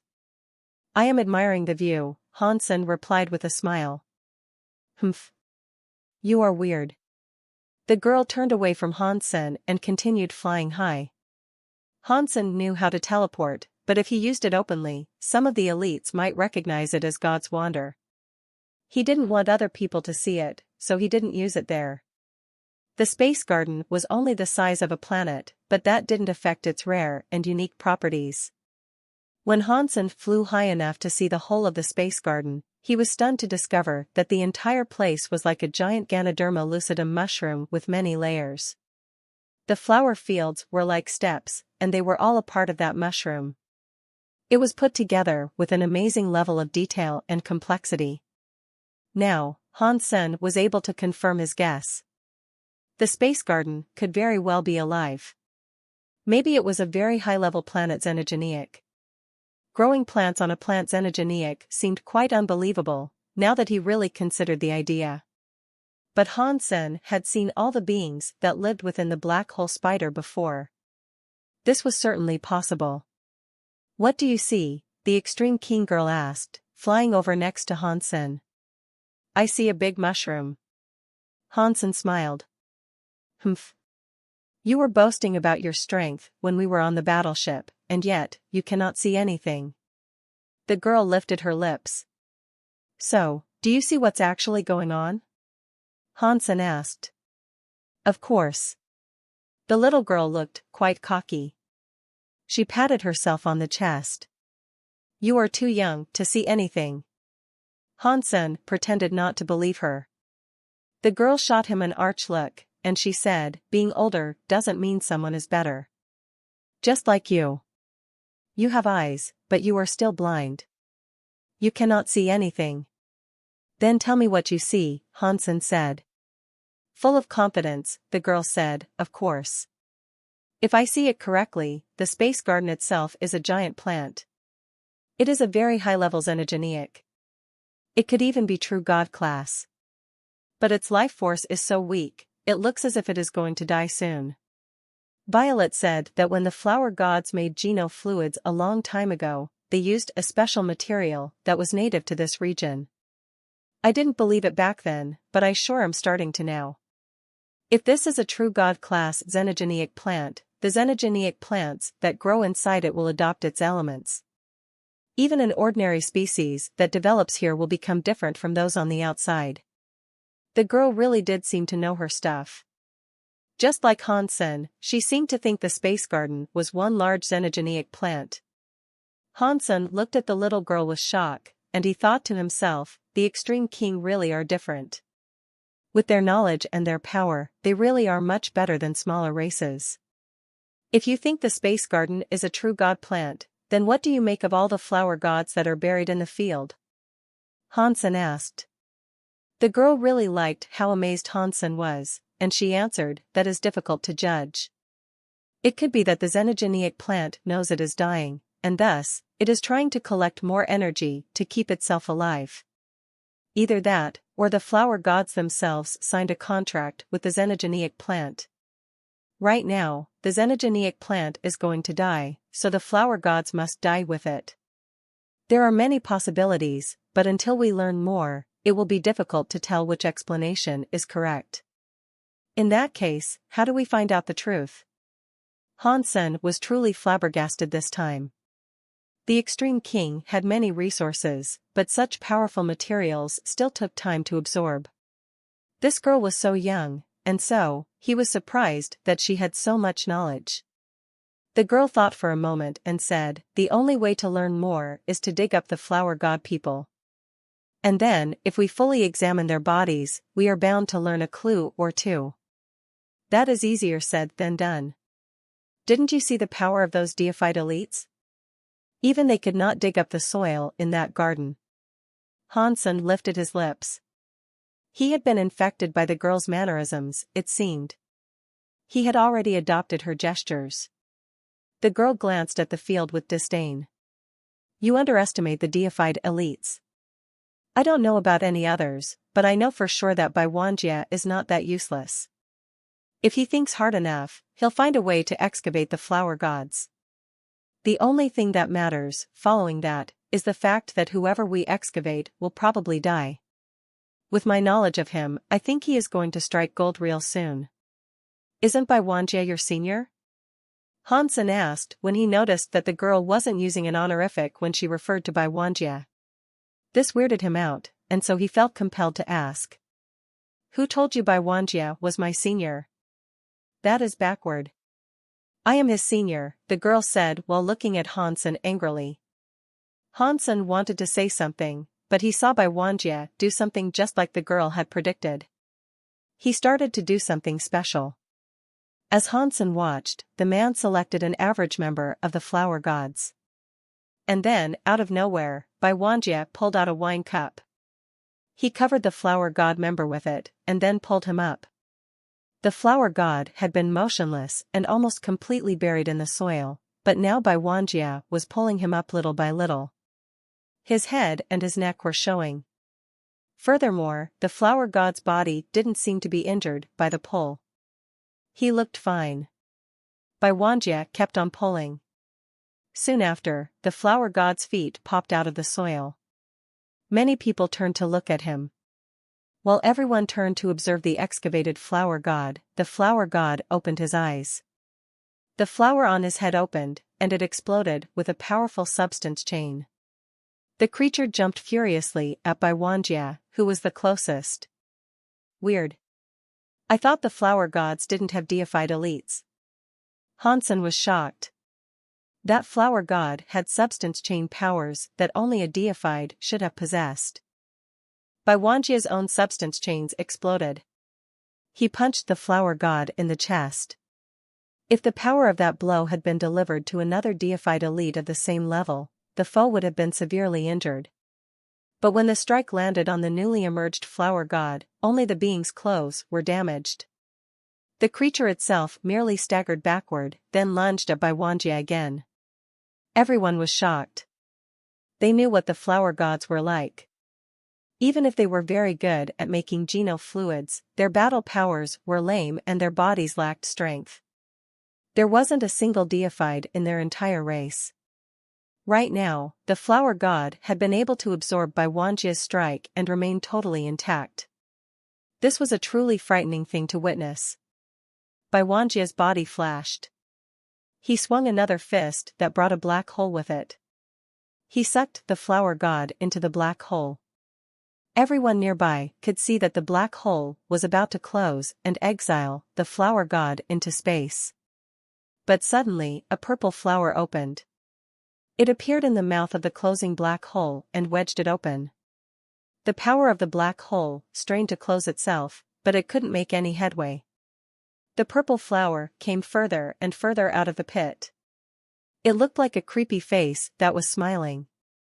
The next second, a pair of hands came out of the purple flower and ripped apart the black hole. And then, the entire purple flower emerged from the remains of the black hole. Everyone was shocked. That creature had used the raw power of its body to tear a black hole to shreds and fight its way back to reality. That was a very scary physical power. Oh, no. How can the flower god possess such a scary body? Everybody watched as the flower god fought back against Bai Wanjie, and it wasn't showing any signs of weakness against its enemy. Bai Wanjie cycled through a few dozen geno arts as he attempted to repel the foe, but he wasn't able to heavily damage the flower god's body. Violet, since when have the flower gods added such a powerful deified to their ranks? Congratulations, a deified elite said to Violet with a cold smile. Violet shook his head. This is an Earl-class flower god. He's just a very ordinary person. He shouldn't be deified, and I do not know where such power came from.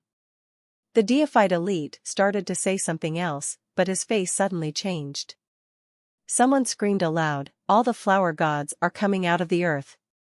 Hansen could see what was happening down below, and indeed, all the flower gods were fighting their way out of the soil.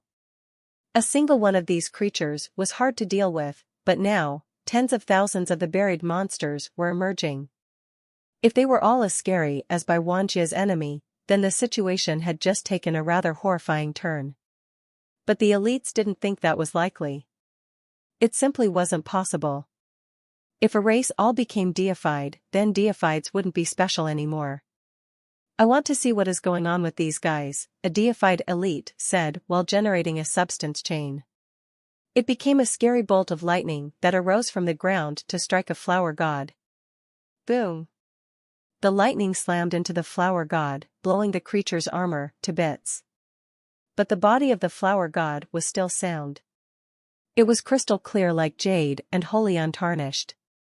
The head of the flower god possessed a flower that appeared to be blooming at just the right moment. This guy, is he deified, too? The faces of the elites were growing pale. Dragon 1 and Dia Robber felt like something was wrong. Fall back. Something is wrong with these things, Dia Robber called for his people to retreat. Bai Wanjia was even more certain that they needed to leave. He jumped out of the fray, looked around, and saw the girl in the sky. He flew up to her and shouted at the little girl, saying, "Great Aunt, something is wrong. This is too dangerous. We have to go." But before Bai Wanjia could drag the girl away, the flower god he had been fighting with leapt after him. Arg! A king was torn in half by a flower god woman. His blood and guts were spilled everywhere, leaving a chilling pool of viscera on the colorful field. Right now, the flower gods that came out of the ground all had deified powers, regardless of their age or gender. And they didn't speak after they emerged either. They were enraged, and they mindlessly attacked anything in front of them. Pang! Xiaqing King punched a flower godman in the face. The force of his blow rebounded, and Xiaqing King was sent shooting away like a meteor. The bones in his hand were shattered. F***ck. What the hell is going on? How can this guy have deified power and speed? His voice was drowned out by other sordid screams. The whole of the space garden echoed with the sounds of terrified cries. Deified elites like Dragon 1 could barely keep their own fear in check. The kings weren't faring too well, and they were falling one by one to the flower gods. They weren't fast or powerful enough to fight back, and neither could they flee. The flower god people had all sorts of flowers on their heads. They were killing everyone they could reach. Where is Violet? Hansen ran next to Xiaqing King. He swung his fist and punched away the flower god that was coming for Xiaqing King. The flower god that was punched by Hansen, although it flew away with a cavity in its chest, didn't even seem to notice the pain. It was like the creature didn't know that it had been injured. It just got up and started running back at them. I don't see him. He was right here, but now he is gone. Xiaqing King said as he fell back away from the fight. Something is very wrong with the flower gods. We shouldn't stay here, though. We should get out of here as soon as we can. Hansen pulled Xiaqing King away, wanting to lead him out of the space garden. Pang! Hansen tried to fly out of the space garden, but he hit an unseen barrier. It bounced him and Xiaqing King back. Oh no! It is a space wall. Without the key to open the space wall, we cannot get through. Brute force won't get us through, no matter how much power we throw at it, Hansen said with a frown. D***it. If I became deified, I could punch them all to death and we wouldn't have to flee, Xiaqing King said with a streak of bitter depression. Now isn't the time to whine about what we can't do. We have to find Violet. He's the only person who can get us out of here. Hansen used his Dongxian area to the max of his abilities. He scoured the whole of the space garden, trying to locate Violet. It was a mess down there. Every elite was in a similar situation to Hansen, and none of them could escape. They had to fight the flower gods or die trying. But the flower gods all held the power of deified elites. They were all so strong. The king-class nobles didn't stand a chance against such powerful enemies. They were being torn apart where they stood. Even deified elites, against the 10,000 flower gods who were coming after them, were in grave danger. Lone Bamboo stood by himself, wielding a jade sword. He moved quickly through the flower gods, and wherever the jade sword went, a flower god was slashed and sent soaring. But even though his sword was powerful, he still couldn't kill the flower gods with it. Lone Bamboo wasn't the only one who was struggling, either. Bai Wanjia, Dia Robber, and Dragon One were faring terribly, too. No one was able to kill a flower god. Catcha! Bai Wanjia used a deified weapon to slice straight through a flower god's brain. But even though its bisected brain and body fell into the soil, the creature healed so fast that the process could be seen with the naked eye. The creature was back on its feet in moments. That big space garden was filled to the brim with the acoustics of killing. The kings were basically all dead, and the deified elites themselves were not faring very well. Deified blood was everywhere. Let's go. Hansen looked at Lone Bamboo. The talented Sky still had the power to fight, so Hansen wasn't too worried about him. He grabbed Xie King by the arm and flew tens of thousands of meters away, heading deeper into the space garden. The lower reaches of the space garden weren't too safe either, but Hansen had detected the presence of Violet somewhere around there. Hansen sensed that Violet and a few other flower gods had survived the violent rapture, and they must have escaped to someplace below. A few of the flower gods emerged, and Hansen swung his fists to punch them away like sandbags. Many of the enraged beings tried to stop them, but Hansen couldn't be stopped. He fought his way through the space garden to reach the deepest recesses of the realm. He eventually came before a tree, and he struck the trunk, knocking a big hole in it.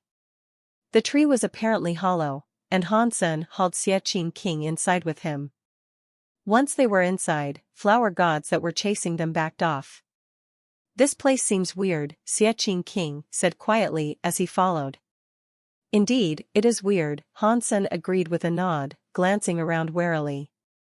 They were walking down a subterranean path, but the walls around them were not made of dirt or stone. They were very large vines that had woven themselves together like a solid wall. Furthermore, the vines were semi-transparent, and so they looked like blood vessels.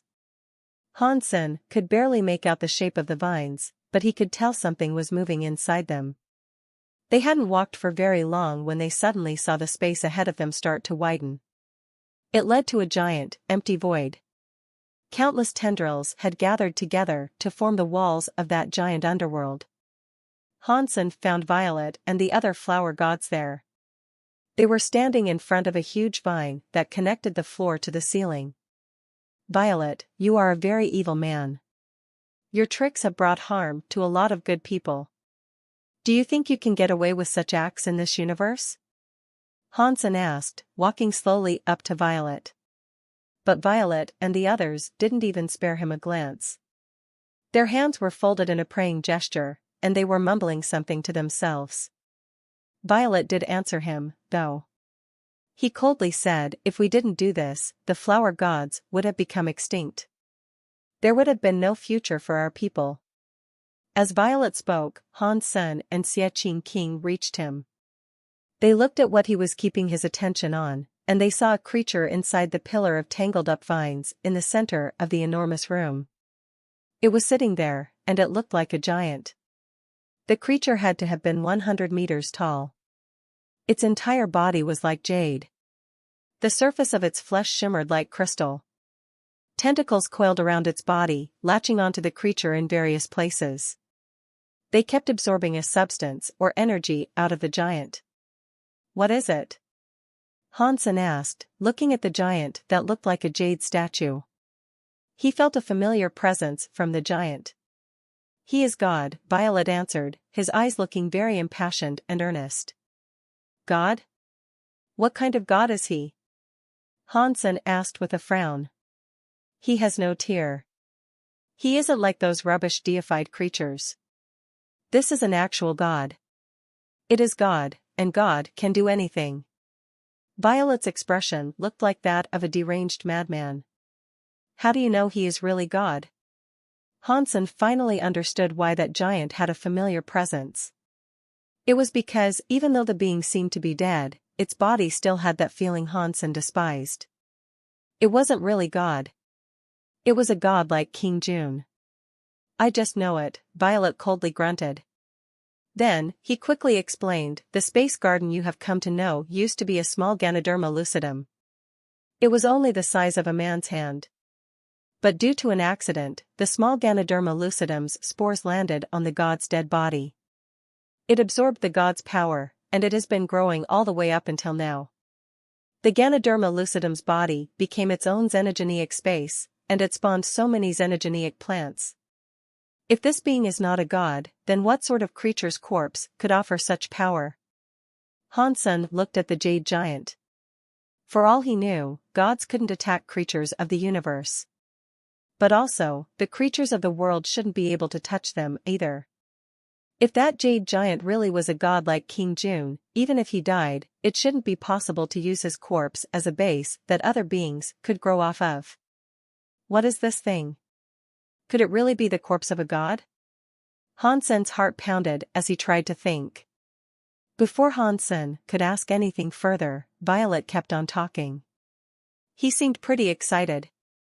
Our ancestors witnessed the beginning of the Ganoderma lucidum's parasitic claiming of the god's corpse, and they guarded this place with their lives. They tried to figure out what the god was, exactly. But they were never able to find out. Our race, however, started to grow many flowers on our heads. These flowers gave us the ability to evolve quickly. Although we have been developing quickly, we've been struggling to catch up to the other creatures of the universe, which have been evolving for billions of years. The speed of our development has accelerated dramatically, though. It was like a big jump for our people. After many generations of research, we finally found a way to absorb God's power directly. We just had to turn ourselves into plants. We have imitated the Ganoderma lucidum's parasitic claiming of the god's corpse, in a way. It absorbed the god's corpse's power, and we intend to do the same. I don't think that your plan is going all that well. Those flower gods have power, but it looks like they were driven insane in the process. Hansen now understood why the flower gods suddenly possessed such frightening levels of power. It was due to them leeching off the god corpse's energy. Yes. But we can say that we succeeded as much as we can say we failed. We used the tentacles of the space garden to allow ourselves to absorb the god corpse's power faster. We don't need to eat the xenogeneic plants to gain God's power anymore. This way is faster, and our people are evolving much faster, which proves that our theory was correct. In the past, it was impossible for us to gain a deified elite. But right now, after directly absorbing the power from the god's corpse, everyone has started to become deified like it was the easiest thing in the world. As he said this, Violet's face was brimming with pride. But it is a shame. Right now, at this time, a complication has shown up in the bodies of most of my people. They cannot handle the power of the god, and so they have started to become plants. Even their thoughts are starting to decompose. They even buried themselves in the soil to behave more like a plant. But I am different. Why are you different? Hansen knew this was the most important point. He stared at Violet, who was looking more insane with every minute that passed. Violet's face looked so prideful, it couldn't be described. I am the chosen one. I can accept God's power. I won't become a vegetable like the rest of my people. I do, however, have a minor issue. I have to pass a test that God himself gave me. What test? Hansen asked, his expression remaining completely impassive. I need the genes of other creatures to keep myself from turning into a god. Violet turned to look at the giant jade god. His eyes looked very sincere as he spoke. Xie King laughed out loud. He lifted his lips and said, "You make it sound so good. I think you need the genes of other creatures to avoid turning into a vegetable. This is a test given to me by a god. It is the first step on my path of ascendance." The first step for me becoming a god, Violet said coldly. He didn't seem shaken or put off by Xie King's mockery. Hansen was still a bit confused by all this, so he asked, if you need the genes of other creatures, why aren't you gathering the genes from the creatures that are dying up above us? Why are you praying to the god down here? Violet smiled and said, I don't need to take part in the chaos on the surface. When you guys came down here, everything was settled. You guys will become the sacrifice to the god, and I will take his place. If I'm understanding you correctly, what you're saying is that you aren't the one who needs the genes. It's him, isn't it? Hansen asked, pointing at the giant jade god. You are quite smart. The power of the god's corpse is too strong. If I absorb it immediately, my body won't be able to withstand its power. But if I let the god's corpse absorb the genes of other creatures, those genes might help to soften the god's energy. Then, I can absorb the power of the god's corpse. Once the power is diluted slightly, it shouldn't be as destructive to my body. It seemed like the plan had almost succeeded. Violet was in a good mood, and he clearly wanted someone else to appreciate how successful his plan had been. That was why he was taking the time to brag to Hansen and Xie King. Hansen sighed and shook his head. You are pathetic. I didn't think you would be so stupid as to do something like this.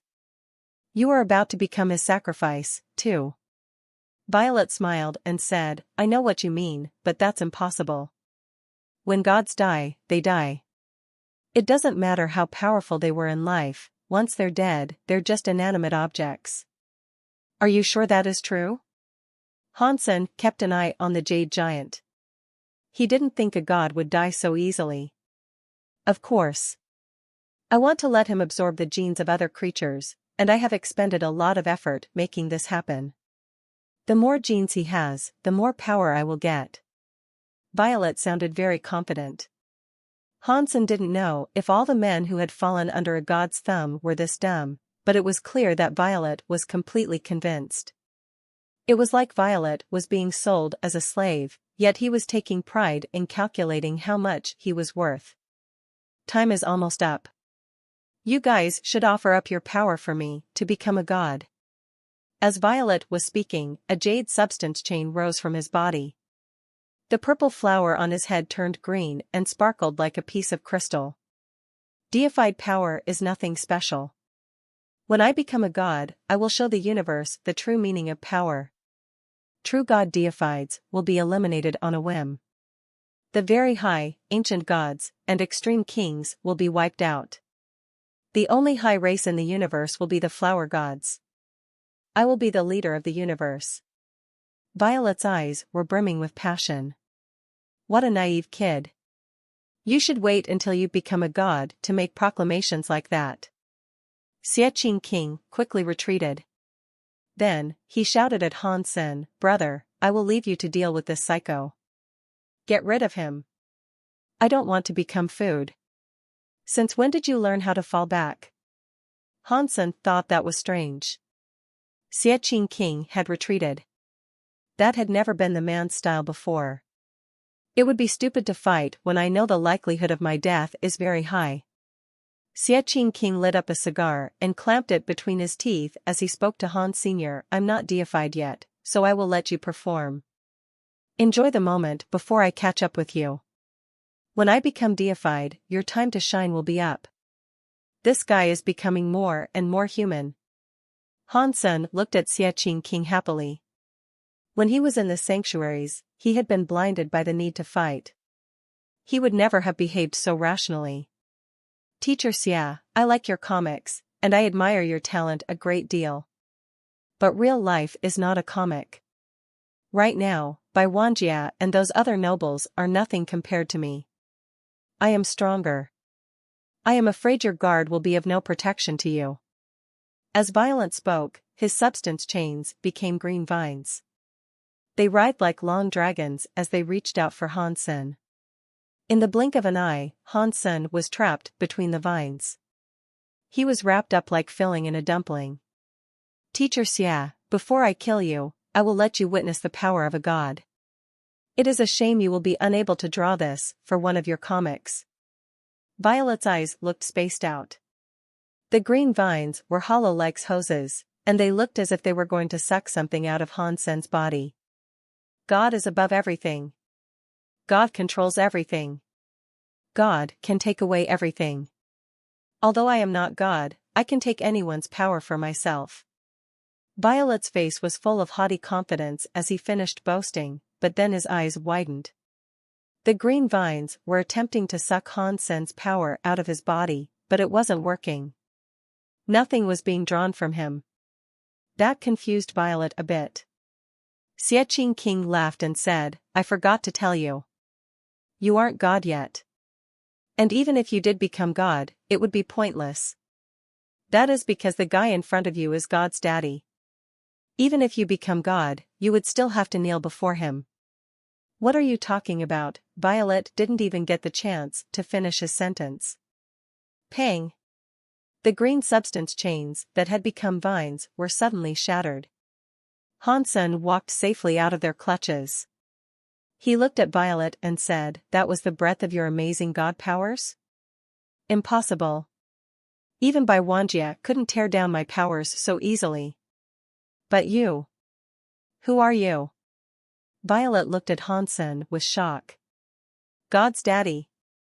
Hansen said simply. He walked up to Violet, and his body was suddenly cloaked in half-transparent white armor. His form was wreathed in a white flame. Violet recomposed his power with the intent of fighting Hansen, but when he generated his green substance chains, he froze. He was suddenly hanging in the air, and he couldn't move. It was like he had been pinned in space. You. Who are you? Violet was shocked as he realized he could no longer use his power. His body and his power were like a volcano that was ready to erupt, but he couldn't quite release an attack. Hansen kept walking forward. The Dongshan area controlled the universal cogwheels of the encompassing zone. Unless Violet's power was stronger than his, the flower god wouldn't be able to use his universal cogwheel. He wouldn't be able to unleash his power. Violet's eyes opened so wide that they seemed to be on the verge of popping out of their sockets. But no matter how much strength he used, he still couldn't unleash the power that was brimming within him. He could only watch Hansen approach. Violet tried to shy back from Hansen, but he had lost all control of his body. Hansen continued to approach him with the placidity of an all-powerful god. Just as Hansen was about to reach Violet, the flower on Violet's head suddenly flashed with light. Many green sproutlings surged out of Violet's scalp and wrapped down around his body like jade tentacles. The vines formed a green set of armor. Catcha! Violet's body finally moved. The green air around his body was burning, and he was finally able to unleash his power. His emerald eyes peered through the vine helmet's slit. They were looking right at Hansen. Should I call you Violet or God now? Hansen asked, stopping in his tracks as he carefully examined Violet in his vine armor. My name is Skyvine Radish, said Violet from within his armor. Although his voice hadn't changed, his tone and inflection sounded different. It was just a small change, but it was enough to make him come across as a different person. You really are a god? Hansen asked, raising an eyebrow at Skyvine Radish. I guess, Skyvine Radish said dispassionately. A god that can satisfy one's wishes? Hansen asked again. No, Skyvine Radish's answer surprised Hansen. Skyvine Radish went on to say, my god body was almost destroyed in a god battle. I don't have the power to fulfill your wishes. Of course, if you guys can help me by making a wish that isn't too difficult to fulfill, then I can give it a shot. I could, for instance, level you up once so you can become a transmutation deified. You need power to fulfill wishes? In reality, don't those wishes only benefit gods like you? Hansen sneered at Skyvine Radish. Now, he knew for sure that Skyvine Radish was just like King June. He was an empty god. But he looked damaged. Otherwise, he never would have gotten himself into this situation. Skyvine Radish's eyes shone with a green light, and he asked, Who are you? I'm the guy who will kill you. Hansen suddenly exploded with his own power. He cast his Dongxian powers and had them firing on all cylinders. He threw a punch at Skyvine Radish. The white phoenix flames licked hungrily around Hansen's hand. Skyvine Radish didn't show any indication that he intended to step back. Instead, with amazing speed, he reached out his hand and grabbed Hansen's fist. Hansen gathered up power to attack again, but it was blocked by his enemy. Although I am heavily injured and borrowing a low-level's body, pathetic creatures like you can't hope to compete, Skyvine Radish proclaimed in a cold, distant voice. But the next second, Skyvine Radish let go of Hansen's fist as if he had been electrified. He stumbled backward, raising and clutching the hand he had used to grab Hansen's fist. His hand was burning with a white fire. Phoenix flame. Are you a phoenix? No, obviously not. Skyvine Radish looked at Hansen in shock. His face was wrought with confusion. The phoenix flame refused to be extinguished, and it burned farther and farther across the god's body. In seconds, the god's entire arm was covered in flames. Hansen hadn't expected his phoenix flame to be that powerful. His full power attack had been blocked by Skyvine Radish, but his enemy hadn't been able to do anything to douse the phoenix fire. The man could only watch his body smolder and burn. Regrettably for you, you aren't a true phoenix. If you were, this fight would be quite annoying for my damaged body, Skyvine Radish said to himself as he watched his burning arm. The phoenix fire was spreading all across his body, turning his form momentarily white. It was very strange to see. The phoenix fires were burning brightly, but after they passed over Skyvine Radish, only the green vine armor was burned away. The body that the god had taken from Violet was left undamaged. When the phoenix flames disappeared, Violet's body was left looking perfect. Not even a single strand of his hair was singed. The vine armor encasing his body, however, was gone.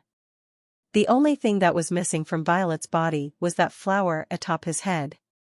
Beneath the ravaging fires of the phoenix, even that flower had been turned to ash. Hansen could feel the presence of Violet's body change. What Hansen now sensed was different from when Violet had been in control of himself, but it wasn't the presence of Skyvine Radish either. Regardless, Violet didn't have his deified power anymore. Hansen could feel his enemy's power fading and becoming insignificant. He was no longer even king class. Why is the phoenix's power so strange? It didn't hurt Violet. Is that a coincidence, or is that how it works? Hansen's heart mulled over the conundrum. Hansen didn't have time to think through the matter thoroughly, though. He ignored the currently unconscious Violet, and instead looked at the giant, jade god, beyond the vines. Clearly, this was Skyvine Radish's actual body, which had been damaged long ago. According to what Hansen knew, gods were unable to directly harm beings of the universe, and the beings of the universe couldn't harm them either. But this god body was clearly some sort of exception to that rule. How about we make a trade?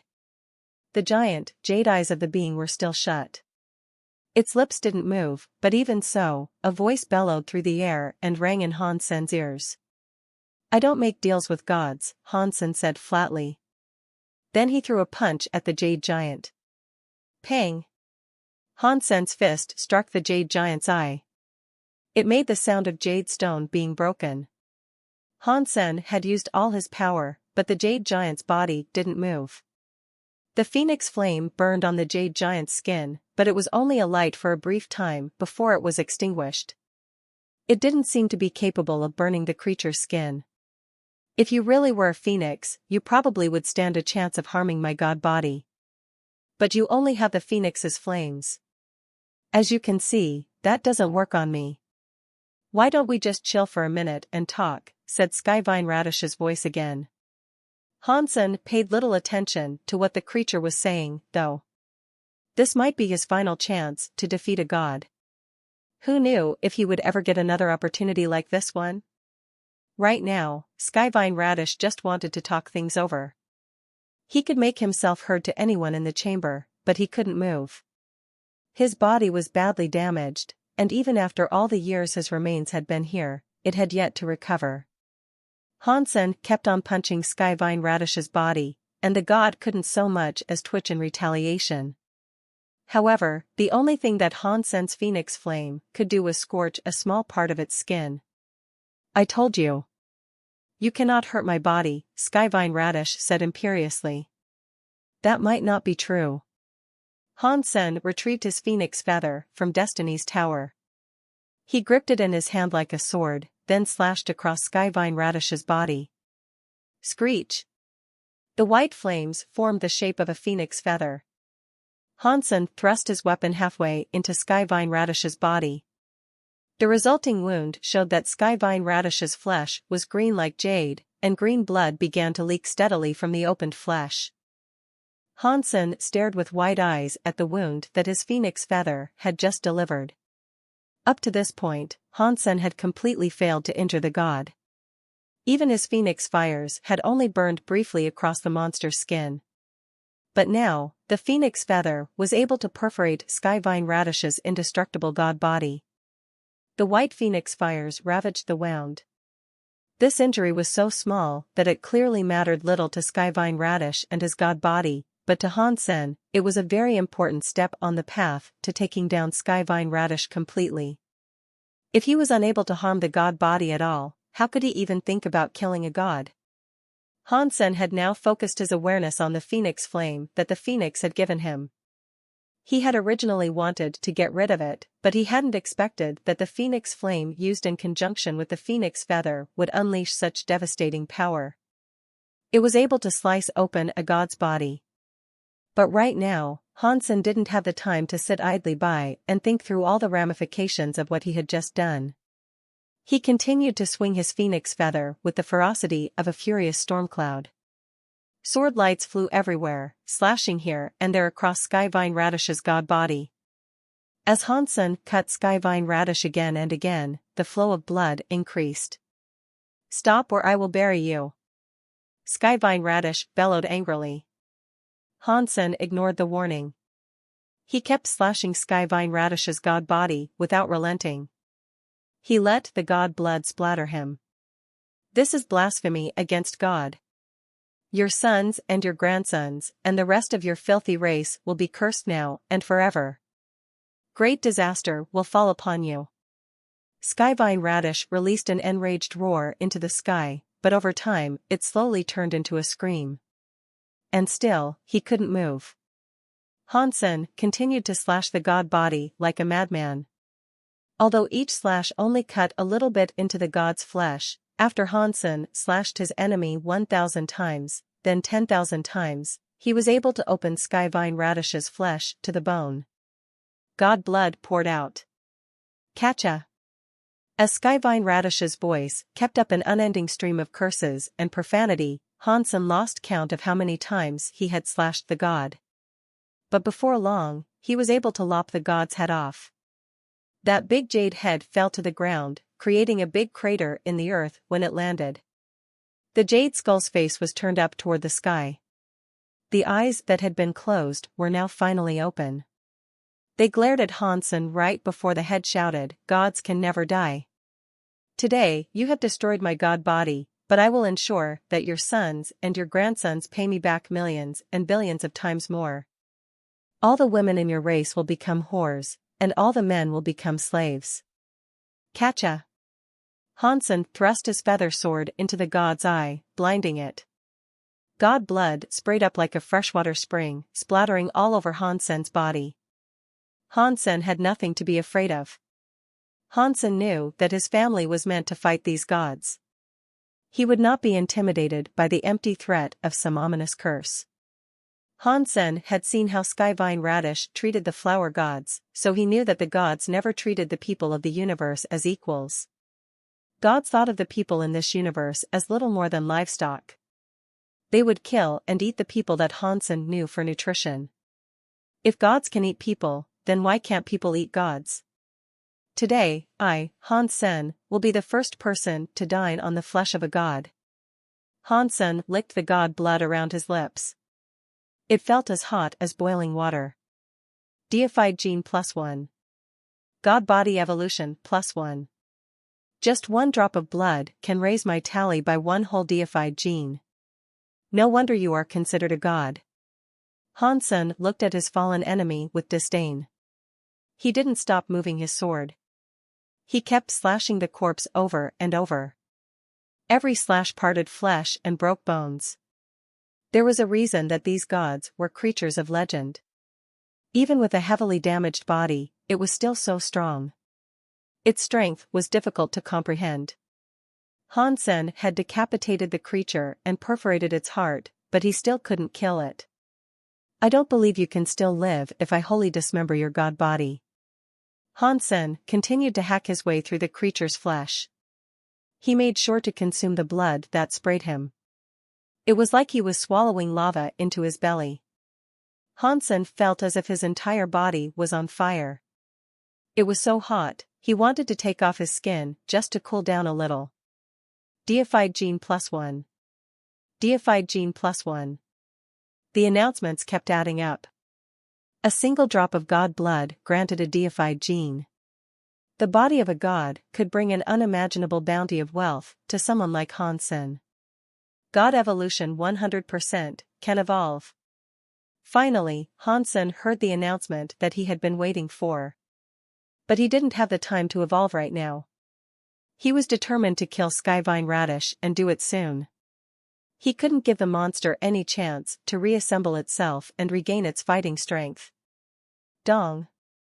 Hansen had been cutting his way through Skyvine Radish's giant skeleton, but his blade had come up against a bone that it couldn't cut through. The other bones had snapped with relative ease, but he couldn't even leave a mark on this one. Hansen was shocked, and he leaned closer to the bone to get a better look. Hansen didn't understand much about how these god bodies worked, but it was clear that this bone didn't resemble any of the structures in a human body. The bone snaked its way around the heart and lungs like a crooked vine. It was green, and it was only 2 meters long. A bone like that, in a giant god body like Skyvine Radish's, was truly tiny. Interestingly, the bone was shaped differently than the rest of the god's skeleton, as well. Although most of the bones looked like they were made of a green stone, this one was rather transparent. Inside that bone, it looked like there were strange symbols floating. The bone seemed like something out of a dream, some mysterious item that could exist only in Hansen's imagination. Let's make a deal. If you stop this, I can help you conquer the universe. Skyvine Radish's voice quivered with something that resembled fear. Catcha. Hansen acted as if he hadn't heard Skyvine Radish. He slashed at the bone that connected the giant's heart and lungs, and it was sliced open. Arg! Skyvine Radish screamed like his heart was being ripped out and his lungs torn open. He hadn't even moaned when his head was cut off, but now, he was squealing like a pig. That must have been your weak spot. Hansen grinned in delight. He swung his phoenix feather at the strange bone even faster. Every slash struck the tether between the bones, the flesh, and the organs. He cut that tether slowly. Skyvine Radish kept screaming and cursing Hansen, but Hansen remained undeterred. Hansen might obey God, but not this sort of God. You will die. Skyvine Radish suddenly screamed when he saw that Hansen was on the verge of slicing through the strange bone. His god body flashed with a green light. His flesh began to glow like superheated steel. Oh, no. Hansen suddenly understood what Skyvine Radish was doing. The god knew that he didn't stand a chance against Hansen, so he was going to self-destruct. Hansen couldn't stop the god from self-destructing, so he pushed himself to strike even faster with his sword. He wanted to dig out the bone before the monster blew itself up. But Skyvine Radish's body detonated far too quickly, and Hansen didn't have enough time to cut the strange bone free. A scary power suddenly exploded from Skyvine Radish's god body. It was like a nuclear bomb going off. Boom! At the top of the space garden, a green light shot into the sky like a volcanic eruption. Once it entered the sky, it spread out and began to shower the area. The light rain rained down across the flower fields, and the xenogenic plants that touched the light rain started to grow at an accelerated rate. The whole of the space garden changed. It was like the sky and the earth had been flipped. Hansen exited his super god spirit mode, and then, he heard the announcement play in his head. Killed God Spirit. Obtained God Spirit. Found God Spirit gene. In the space garden, a green light fired into the sky like an erupting volcano. It made that whole area shake.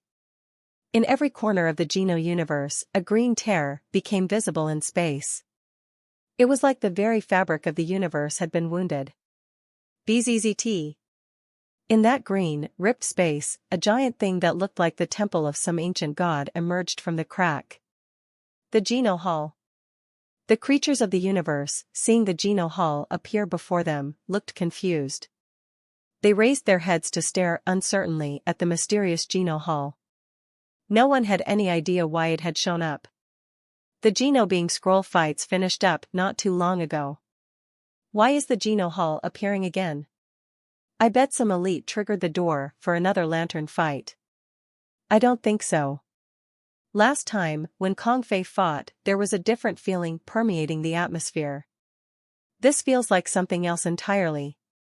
Back then, all the stars arose. But now, it looks like there is a wound in the universe itself.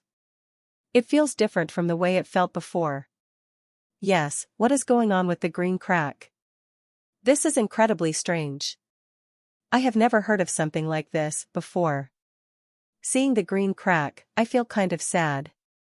I want to cry. What is going on? On the peak of Empty Mountain, there was a woman with a holy horn rising from her head. She was standing next to a beast with green fur. They were looking out across the universe's green crack. Their gazes were oddly intense. It has finally appeared again. It has been a billion years since I was last able to witness the sadness of a god. I miss the era of Mountain Leader, the man who could go against the sky and kill gods, break the doors, and mark his place. He became a god spirit. It has been a billion years since someone did something like this. Today, I am able to witness God's sadness once more, the green-haired beast said. He looked at the sight, an oddly conflicted expression on his face. I don't know who could go against the sky and slay a god right now, though. And even claim their god spirit seat. The horned woman frowned. This is a good thing no matter who has done it. It proves that the Geno Hall suppression is not infallible. Those gods are no longer omnipotent opponents. We can slay them and take their thrones, the green-haired beast said. It looked at the sleeping gold beast and said, this might be Empty Mountain's chance. With Little Mountain Leader here, nothing can prevent Empty Mountain from rising. Hearing the three words Little Mountain Leader, the woman's serious face showed a rare smile. The blood of the Little Mountain Leader isn't pure, so its potential is unpredictable, but it can certainly become a true god. And then, it will be able to go against the sky and become something even greater. It will go into the Geno Hall as Mountain Leader did. People will then know that Empty Mountain is still here, and the race is composed of invincible blood. Inside a scary red dwarf, there was a hidden palace. Within that palace, there were many creatures that looked like humans. They were staring at the god's sadness in space. If Hansen had been there, he would have been shocked to find God's retribution amongst them. He was a member of Blood Legion. What we knew would happen has finally come to pass. For the first time since Sacred, a war of gods has finally started anew. It is a shame that we haven't sufficiently prepared yet. A man with blue eyes stared at the sky and sighed. Although we aren't yet prepared, it isn't as if we don't stand a chance. Blood Legion has remained hidden for too long. It is time to fight the god spirits in the sky. Perhaps. The blue-eyed man looked at the green crack in the distance. No one could tell what he was thinking. On a small planet that belonged to the Thousand Treasures, an old man who was holding a cloth flag frowned and looked up at the green crack in space. He spoke to himself, saying, this shouldn't be happening. Time isn't yet up. The Geno Hall's bindings should still be in place. Was someone able to kill a god right now? Weird. That shouldn't be possible. On countless mysterious places in the universe, scary elites stared at the green crack and the Geno Hall that was slowly appearing. All of them were thinking about different things. Some were very excited. Some were suspicious. Some of them were only watching. They were watching in the hopes of finding out who had managed to kill a god spirit and take the god spirit's place. The Geno Hall had completely revealed itself now. The whole universe went pitch black, and only the green light shone in space with its beautiful vacillations. The door of the ancient, mysterious Geno Hall looked like it hadn't been opened for a billion years. Today, it was finally opened again. This was different from Kong Fei's lantern fight. And it was different from ancient water gods' fight to break through the door. This Geno Hall's door was completely open. Any creature from any corner of the universe could see what was inside the door now. Inside the door was a giant statue that looked like it had been made from jade. Although it was just a statue, it was too intimidating to be described. The mere sight of it weighed on the mind like an anvil. When creatures with weaker minds looked at the statue, they found themselves kneeling before they even knew what had happened. But right now, blood was trickling down from the statue's eyes. The sight filled everyone who saw it with sadness. It was intimidating, but it didn't feel as threatening as one might have expected. With many creatures watching, that statue slowly came out of the Geno Hall. A webwork of cracks covered it. When the statue passed the threshold of the Geno Hall's door, it shattered into a countless number of pieces that scattered everywhere. The sky shook as if a thunderstorm was rocking space itself. It was like the sky was crying over the death of a god spirit. Who will be the new god spirit? Sky Palace leader squinted his eyes. He stared at the Geno Hall with its open door. A statue had departed the Geno Hall. There was an empty god slot up there now, and there was guaranteed to be a new master to claim the space. Sky Palace leader wanted to know who, in that era, could go against the sky and slay a god. The other people of Sky Palace felt the same way, too. They all stared at the Geno Hall door, and they waited for the elite who killed a god spirit to ascend to their rightful platform as a new god. But after waiting for a long time, they still hadn't seen a new being fly toward the Geno Hall to claim their seat. A voice boomed from the Geno Hall, sounding clearly across the nothingness of space. Skyvine Radish has fallen. The god's personality is lost. Whoever has the personality of Skyvine Radish can claim the god spirit's seat. Every person in the universe was shocked. A god spirit had fallen, and the god's personality had vanished. They had never heard of something like this happening before. The elite that killed Skyvine Radish should have taken their god personality to the Geno Hall and become a god themselves. What does it mean for a god's personality to be lost? Does it mean that the elite killed a god spirit and didn't take the god's personality? No way. Such a powerful thing. Why did he not take it? Maybe the elite died alongside Skyvine Radish. It is possible. The hearts of many people were pounding in their chests. If the elite and the god really had died together, then anyone could find where the god died, claim the personality, and become a god themselves. As people all across the universe found their minds racing, the door shut, and the Geno Hall returned to the nether. But the sadness in the sky still lingered like a green mark. It didn't fade. Hansen was holding a bone that looked like a jade vine. He looked at it with curiosity. When Skyvine Radish self-destructed, Hansen used his super god spirit body to survive the scary self-destructive powers. The things around him were not so lucky. Everything else had been destroyed by that explosion. There was not even dust left. Only that jade-like bone remained. It was unharmed by that manic explosion. It was the bone Hansen assumed to be Skyvine Radish's weakness and the god spirit gene that was announced in his head. If I knew Skyvine Radish's self-destruction would have evaporated all of his blood, I would have drunk my fill, Hansen said with a greedy tone of voice. It was not easy to kill a god spirit, and now I am only walking away with a bone. Oh, no. Did Brother King die in the explosion? Hansen thought of Xie King, and nothing pleasant came to mind.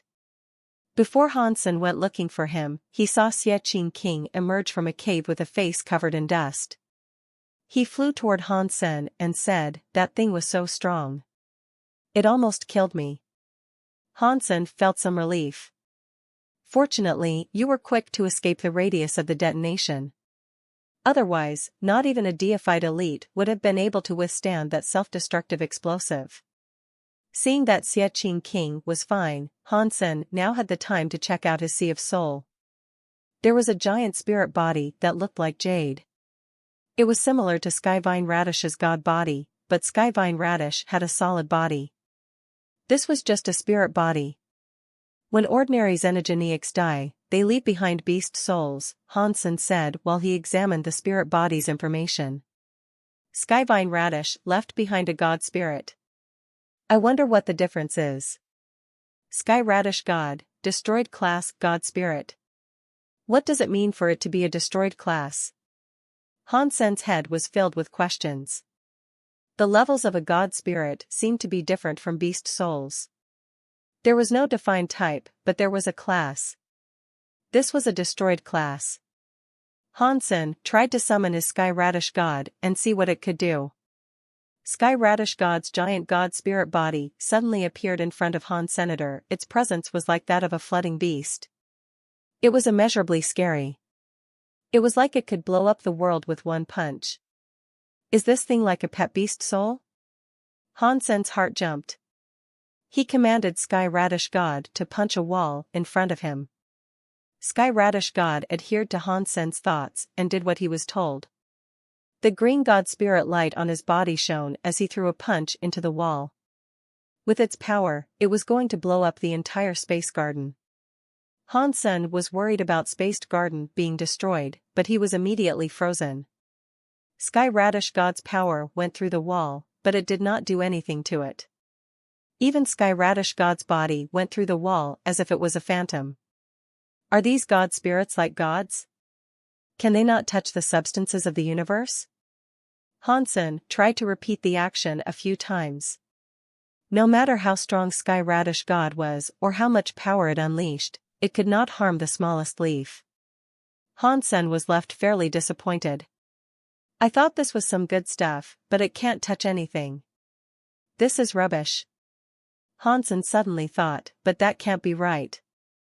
If the god spirit was just like the other gods and could not touch or harm the substances of the universe, it proves they were the same kind.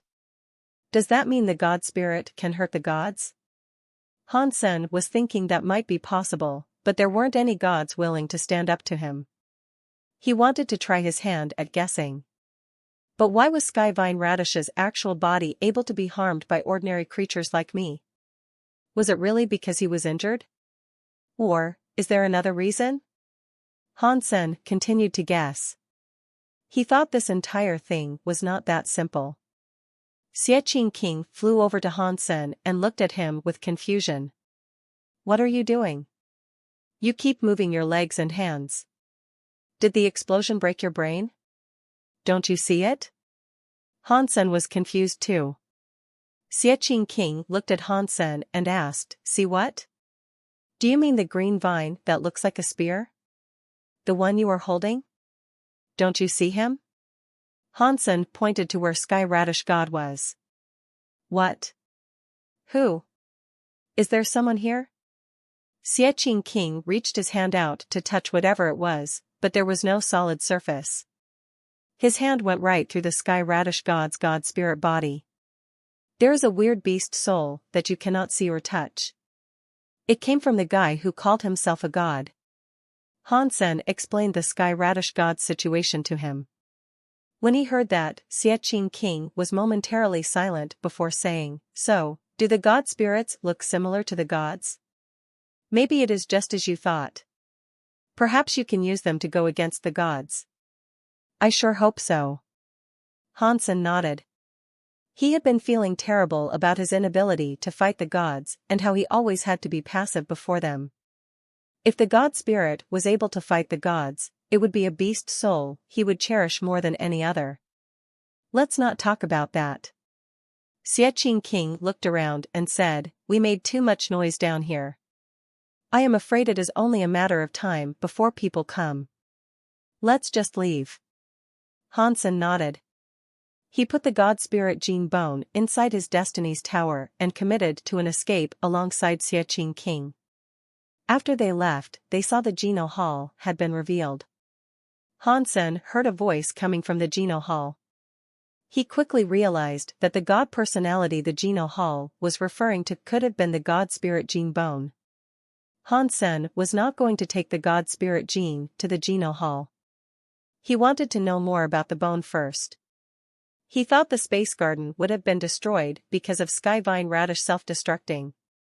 When he looked closer, Hansen noticed the space garden had not been destroyed. It had actually become bigger. He did not know how much bigger it was, but the plant xenogeneics in the flower fields had mutated. They had become quite big and weird. Not far ahead, Hansen saw a big tree that looked like a strange snake. It was releasing a scary presence. He was able to tell that it was a deified class. It seems that after Skyvine Radish's power exploded and spread, it benefited the xenogeneic plants all around here. It has made them swiftly evolve. Now, the space garden is worth more than the old space garden. It will be perfect for us to build a base here. It is a shame Violet was blown to bits.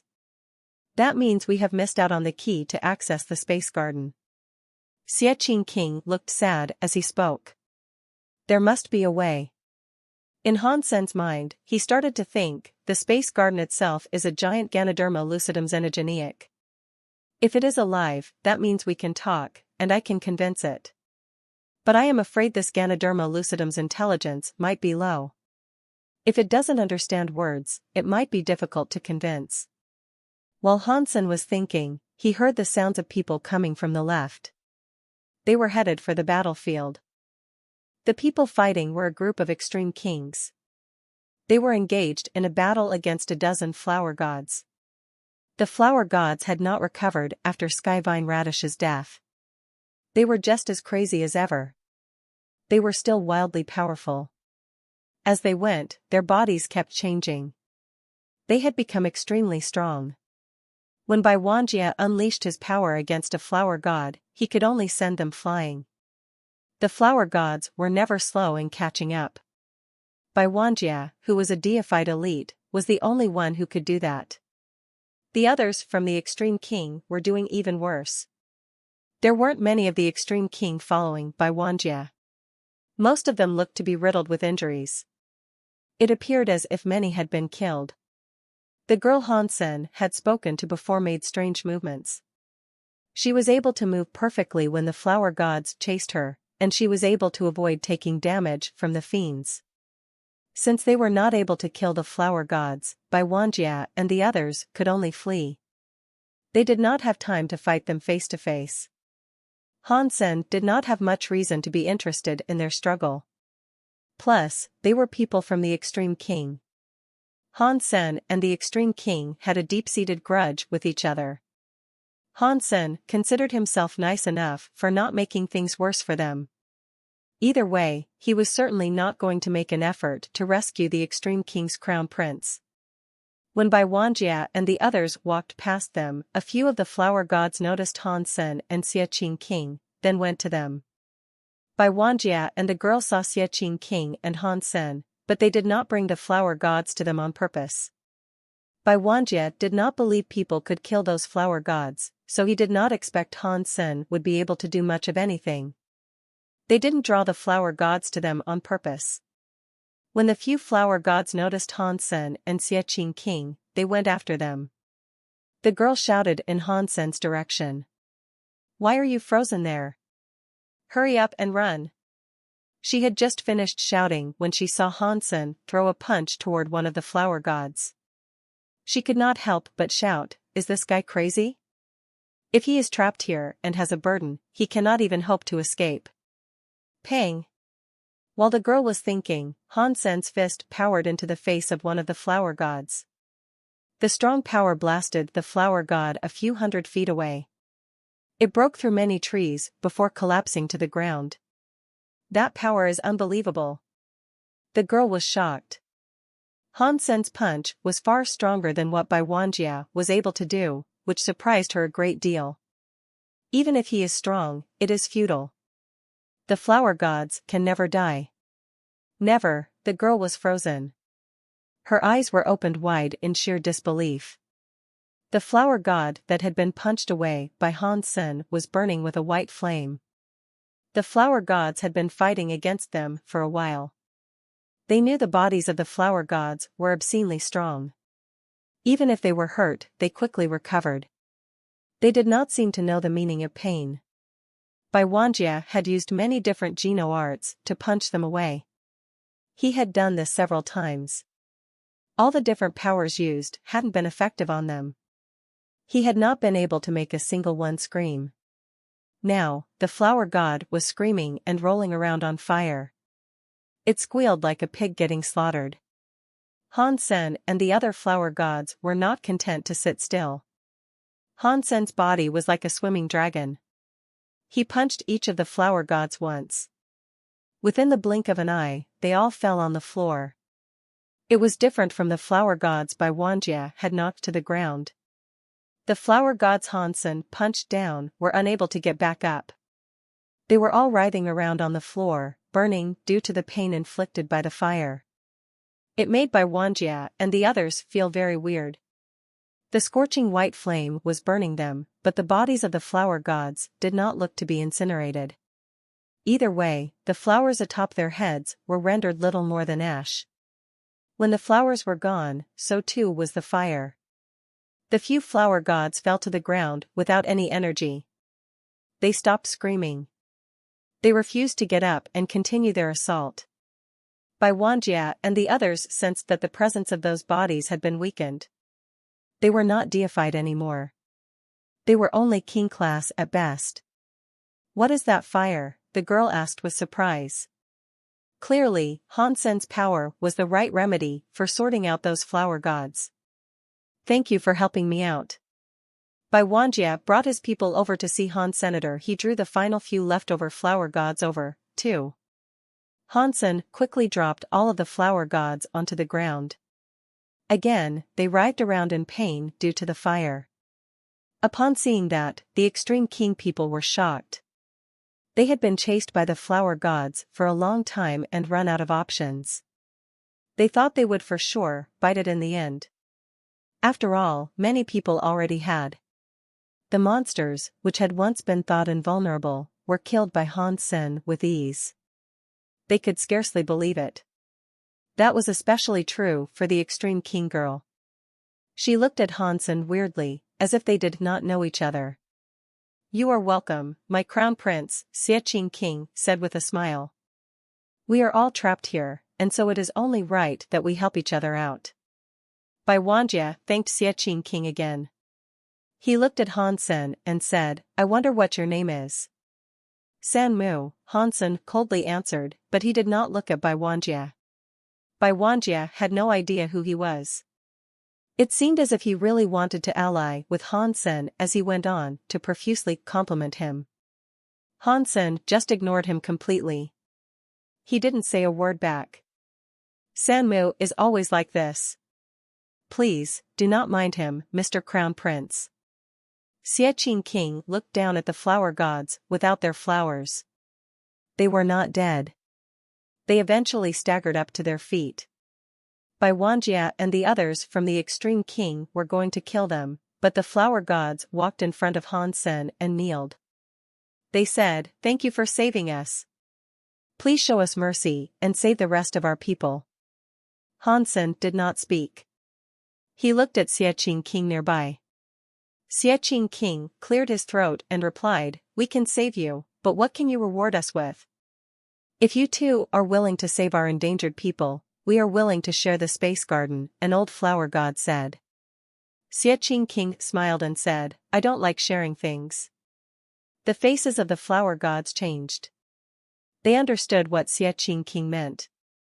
"If you guys can save my people, the whole of the flower god race will be willing to serve you." It was still the old flower god doing the talking. "Do you stay true to your word?" Xie King looked the old man up and down.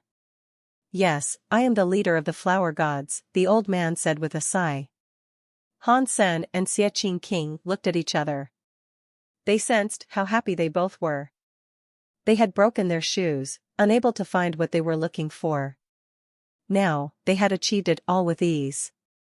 Bai Wanjie wanted the flower gods, but he did not know who Han Sen was, and he was surprised by Han Sen's strange power. He did not dare fight him. He just watched Xie King claiming the flower gods. The flower god people had been controlled by Skyvine Radish, but their minds were not consumed. After the Phoenix Flame removed Skyvine Radish's power, they returned to normal with full memory regarding what had happened. They knew if the flower gods were unable to overcome the curse, they would end up like mindless zombies. Now, the space garden had undergone major changes. The whole place was occupied by scary deified plants and Ageneics. With the power of the flower gods, they could not cultivate and develop the place. Therefore, they had to request the aid of Han Sen.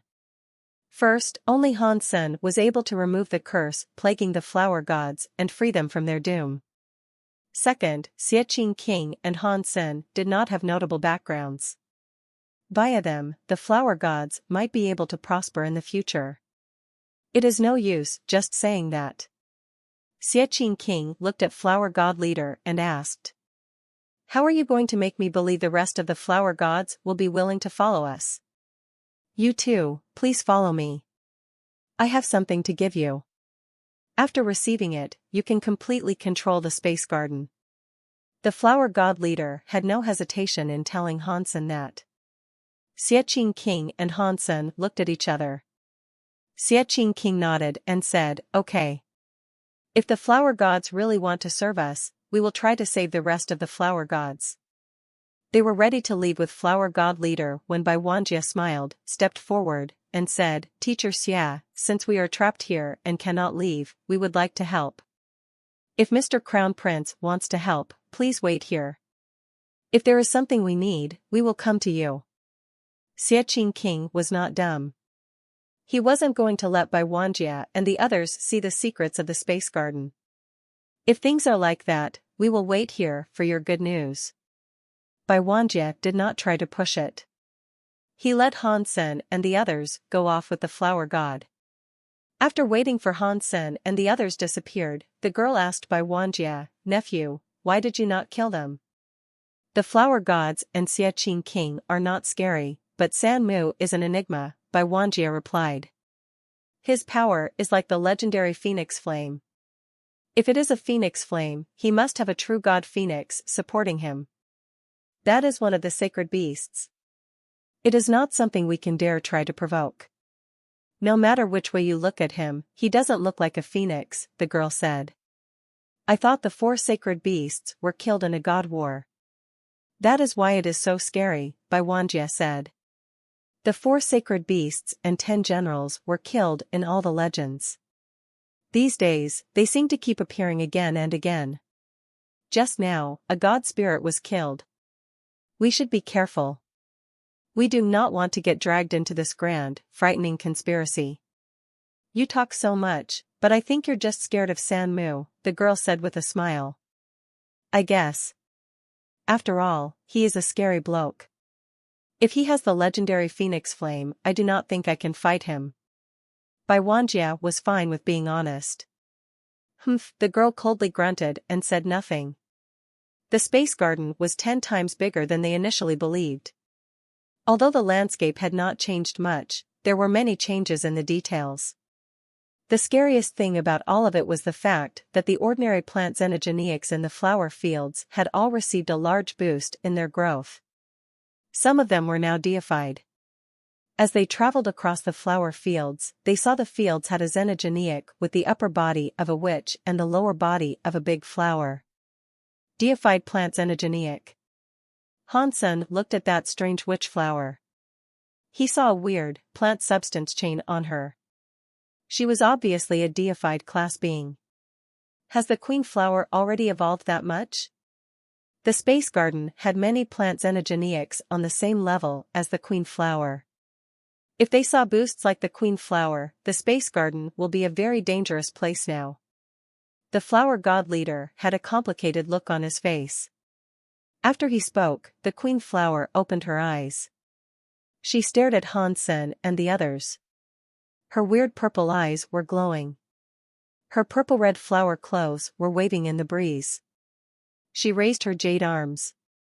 Suddenly, the garden had many thorny vines shoot out of the ground.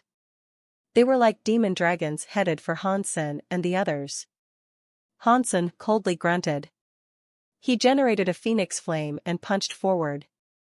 The white flame went right past the flower vine. It was not able to harm the flower vine at all. Oh, **T. Does the phoenix flame only work on skyvine radish? Can't it hurt these vines? Hansen was shocked. Those vines were covering the sky and the ground, and they were all coming. The faces of flower god leader and others changed. They did not believe Hansen had the chops to fight the queen flower. Hansen's eyes looked cold, but he did not do anything. He merely coldly shouted, "Damn." Then, his Dongxian area was cast around the vines of the flowers. They all stopped a few feet away from them. No matter how the queen flower shouted, the vines would not move. Hansen did not use his phoenix flame. He teleported in front of the queen flower and punched the strange queen flower's body to blow her up. The flower god leader and the others were in shock. They thought, "I do not know who this person is. I really cannot tell how strong he is. I do not know if the flower god serving him is a good or bad idea." For now, the flower gods were out of options. Aside from Hansen, no other being was able to save the flower gods, which were being controlled. Deified xenogeneic hunted, queen flower. Deified xenogeneic gene found. There was no beast soul, and it made him feel ashamed. But the space garden had undergone many changes, and that managed to keep his spirits lifted. There were many plant xenogeneics in the space garden, which meant that the realm had a lot of resources to plunder. For Hansen and the whole race, that was a good thing. Hansen killed a few more mutated plant xenogeneics on the way, but he did not encounter any more deified xenogeneics. Under the guidance of the flower god leader, they arrived at a city made from vines. The vines used to build the city were once dead objects. Now, they were booming with the vibrance of a healthy life force. They grew green leaves and all sorts of flowers.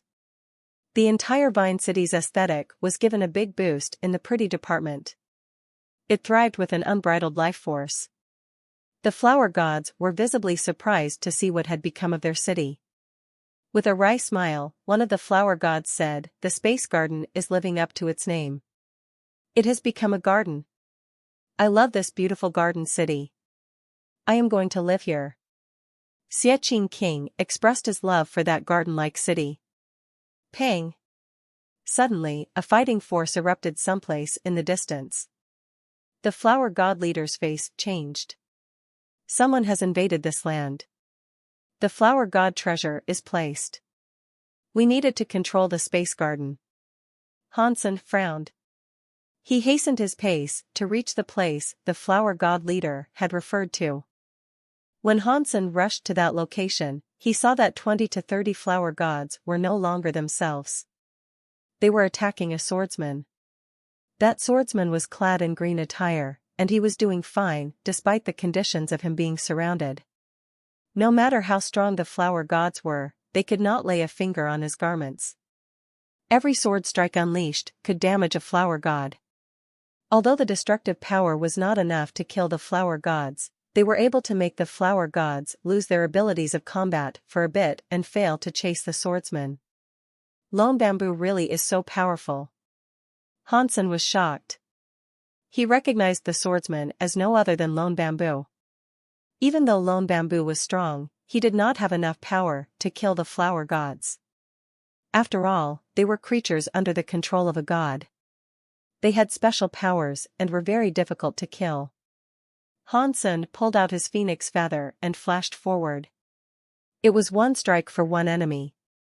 The flower god struck by the phoenix feather burned. They were crying in pain on the floor. Not long later, the flowers on their heads turned to ash and their bodies returned to normal. You have very powerful sword skills, Lone Bamboo said. What is your name? Sanmu, Hansen answered. Lone Bamboo was shocked. He looked at Hansen with a weird face. There's no way this guy noticed something, Hansen nervously thought. Lone Bamboo said nothing more. The flower god leader and the others assembled. They were gasping as they asked, Lone Bamboo, did you get my flower seed? Lone Bamboo smiled. I have heard one of the elders of the race say the flower gods control the space garden through the use of a seed. I was going to go and claim it, but it is a shame that the location of the seed has been captured by a scary xenogeniac. Not even I can get inside there. Xenogeniac? What xenogeniac? The flower god leader was shocked. The location of the seed should not have had any plants or plant xenogeniacs around. Even if the space garden xenogeniacs had mutated, there should not have been anything in that particular location. I am not sure what kind of xenogeniac it is, but it is a kid in a red robe. He is bald and has a red mole on his head. Lone Bamboo described what the xenogeniac looked like and said that xenogeniac's power is weird. It can control the xenogeniac plants all around it. That place has been taken over by a dozen deified xenogeniac plants. I was unable to gain access. When the flower god leader heard what Lone Bamboo had to say, his face changed. He screamed and asked, could it be that the flower seed has mutated and become a xenogeniac? If that is true, then that is most terrible. What is the flower seed anyway? Xiaqing King asked. The flower god leader knew there was no point in hiding things. He replied, according to the records of my people, when the Ganoderma lucidum spores landed on the corpse of the god, it absorbed the god corpse's nutrients and transformed the space garden. As a matter of fact, the space garden is one giant Ganoderma lucidum xenogeniac. That flower seed came with the Ganoderma lucidum spore, but it did not grow. Even so, it had a weird connection with the Ganoderma lucidum. If you possess the seed, you can make the Ganoderma lucidum adhere to your commands.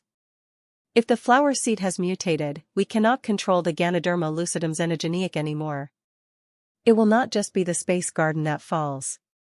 There is no telling if we can make it out of here alive.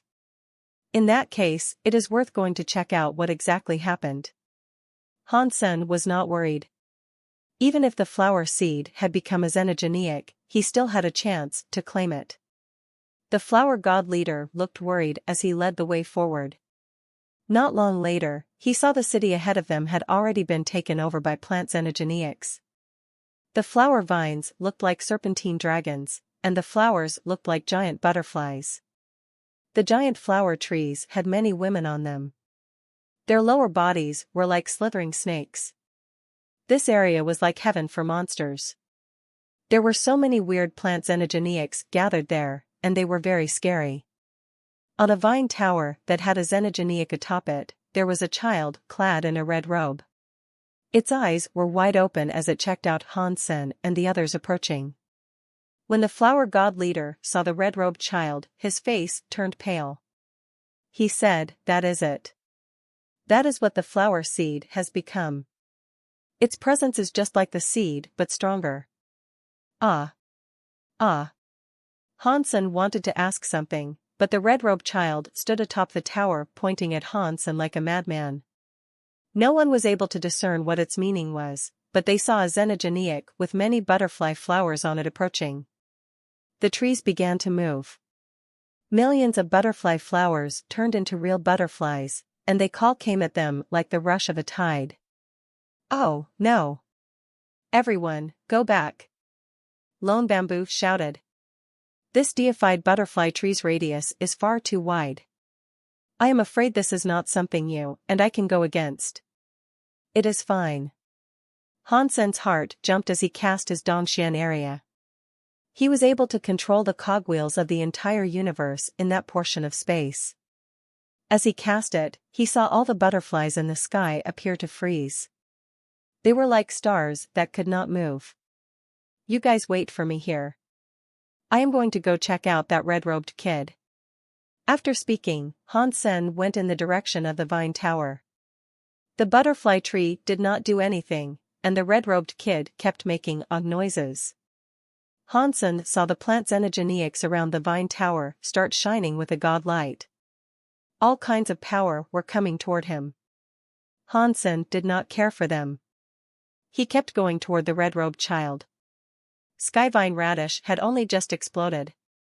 All of its genes had scattered across the space garden, and it had made the plant xenogeneics mutate.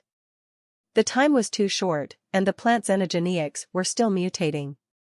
They needed time to digest the skyvine radish's genes. Therefore, their levels were not yet too high. The xenogeneics that had become deified were only just primitive. Han Sen used his Dongxian area at the maximum level. He used it to stay the assault of every hostile power. The many scary plant xenogeneics that got close to him lost their power. Everyone saw Han Sen walk past the scary plant xenogeneics. Wherever he went, the plant xenogeneics fell back. Their scary powers were reduced. Han Sen walked past many scary plants all the way to the vine tower. This person. Who is this person? The flower god leader was in shock. No one was able to believe Han Sen was merely Xie King's bodyguard. A primitive deified had used his power to suppress many scary xenogeneics alone. That sort of power was something not even the extreme king or very high could muster. No high races produced individuals that intimidating. It does not matter who he is. All you need to know is that he is on our side, Xie King said. His eyes were burning. Han Sen's power made him want to become deified too. The red-robed kid saw Han Sen approaching and that the scary plant xenogeneics were absolutely useless before him. He got annoyed and stared at Han Senator. His body produced a strange red light. Han Sen did not know who the red-robed child was. He saw his body flash with a red light. It was flickering like a police car's siren. He did not walk forward. He just stopped and looked at him. He wanted to see what sort of power the child wielded. It was wild to be able to control the powers of a plant xenogeneic, but the space garden was not populated by high-level xenogeneic plants yet. The primitive deifieds had all been summoned there. After looking at Han Sen, the red-robed child suddenly developed a strange smile. Han Sen then saw the plant xenogeneics all around gather power. They were not going for Han Senator, they were going for the red-robed child. There was a sword tree full of old swords. It was becoming a scary sword light. It created a rain of swords that stormed down on the red-robed child. The witch-like flower vines were lashing out on the red-robed child too. All kinds of scary powers were mustered, and they were coming out from the sky and ground. They did not cut the red-robed child any slack. What is going on here? The plant xenogeneics are attacking him. Han Sen was not the only one confused by this. Xie King and the others were too. It was difficult to understand what was going on and why the plant xenogeneics were suddenly attacking the child. Han Sen frowned and looked at the red-robed child. The red-robed child looked back at Han Senator. He had a weird smile on his face. He did not look as if he was going to come under fire by a massive amount of plant xenogeneics. Seeing the scary power descend on the red-robed child, the sword lights were going to strike his skin. It was at that moment the red-robed child's body exploded with a red light. It was like a hole full of bugs. In the next moment, something weird happened. Han Sen felt some power come down on him. He did not have time to react. His body suddenly teleported. He appeared right where the red-robed child was a second ago, and the red-robed child appeared where Han Sen had been a moment before. It was like they had just swapped space. It was fine to swap space, but the scary power was surrounding Han Senator. The power was already able to land on his body. It disabled him from being able to use Dongxian area in time. Boom! A countless number of scary powers struck Han Sen, creating a terrible explosion. Half of the entire flower city was reduced to rubble and ruin. The colorful explosion was like a colorful sun rising. Oh, no, the faces of the flower god leader and the others changed. None would have thought that the red-robed child had a power like that. It could swap places with the enemy at will. Hansen did not have time to run. Being hit by so many scary powers like that, it was likely a transmutation deified was going to be rendered nothing but a crippled person. Do not worry. That guy wouldn't let himself be taken out that easily. Xie King was not worried in the least. The red-robed child had a very smug grin. When the explosion started to disperse, the smile on the red-robed child's face froze stiffly and queerly. Hansen was able to walk out from that explosion with armor that was as clean and new as ever. It was burning with a white phoenix flame. He did not look like he was injured at all. "You are very weak," Hansen said as he squinted his eyes at the red-robed child. Before the red-robed child responded, Hansen's body flashed like a bolt of lightning. He teleported in front of the red-robed child, grabbed him by the collar, and picked him up. The red-robed child started to scream and flail his limbs in a futile bid for escape. The red light on his body exploded again. The red-robed child suddenly swapped locations so that he was the one holding Hansen. The red-robed child looked very cocky again. He applied strength with his hands. He was planning on throwing Hansen at the plant's xenogeneics. Before he had a chance, Hansen grabbed him by the hands and threw the kid down. He then smacked him on the butt. Whoa! The red-robed child had been slapped. It gave the child teary eyes. He was crying, and his red light was going to explode again. This time, the red light merely flashed. The Dongxian area had already stopped the universal cogwheels that were responsible for the switching. The red light that came out of the red-robed child's body froze where it was. Suddenly, it just vanished. After 2 switches, Hansen was able to see through how the red-robed child was able to fight. His power was far weaker compared to Han Senator with the control of the Dongxian area. All his weird powers were useless now. Spank. Spank. Spank. Hansen waved his hand and slapped the red-robed child's bum a few times. The red-robed child was crying. The red-robed child only had the power to control the plant xenogeneics and swap locations. His battle power was weak, and he was unable to fight back. Hansen was not cruel in case the red-robed child ended up being the flower seed. He might have perhaps needed him to control the space garden. He did not know what might happen if he was killed. Plus, Hansen was curious about the red-robed child's power. He thought the red-robed child's power had to be space element, and that is how he could trade places with him. The second time the red-robed child used that power, Hansen stopped the space universal cogwheels around from running. Yet, the red-robed child was still able to swap places with him. Therefore, it was not solely space powers in his employ. Although Hansen saw what universal cogwheels the red-robed child used, he did not know what element those universal cogwheels were adhering to. Therefore, he did not know what the red-robed child's power was. "If you be a good boy and listen, I will let you go." Hansen stopped his butt-cheek assault and picked up the red-robed child. His face was full of tears as he looked at him. The red-robed child heard what Hansen had told him. He felt terrible, but he nodded. It was like he was scared. Hansen thought the eyes of the red-robed child looked a bit evil, but he did not care. He loosened his grip on the red-robed child and let him go. The red-robed child was free again. The red light on his body flashed. Instantly, what was in front of Hansen changed. The red-robed child turned into Xie King, but he was not standing where Xie King had been before. The red-robed child stuck out his tongue at Han Senator. He wanted to escape, but he was quickly grabbed by Lone Bamboo. The red-robed child's face exploded with red light again. Lone Bamboo ended up grabbing Flower God Leader. The red-robed child was where the Flower God Leader was. His power was extremely tricky. Although his battle power seemed weak, people did not dare attack the red-robed child because they were afraid of hitting their allies the next second.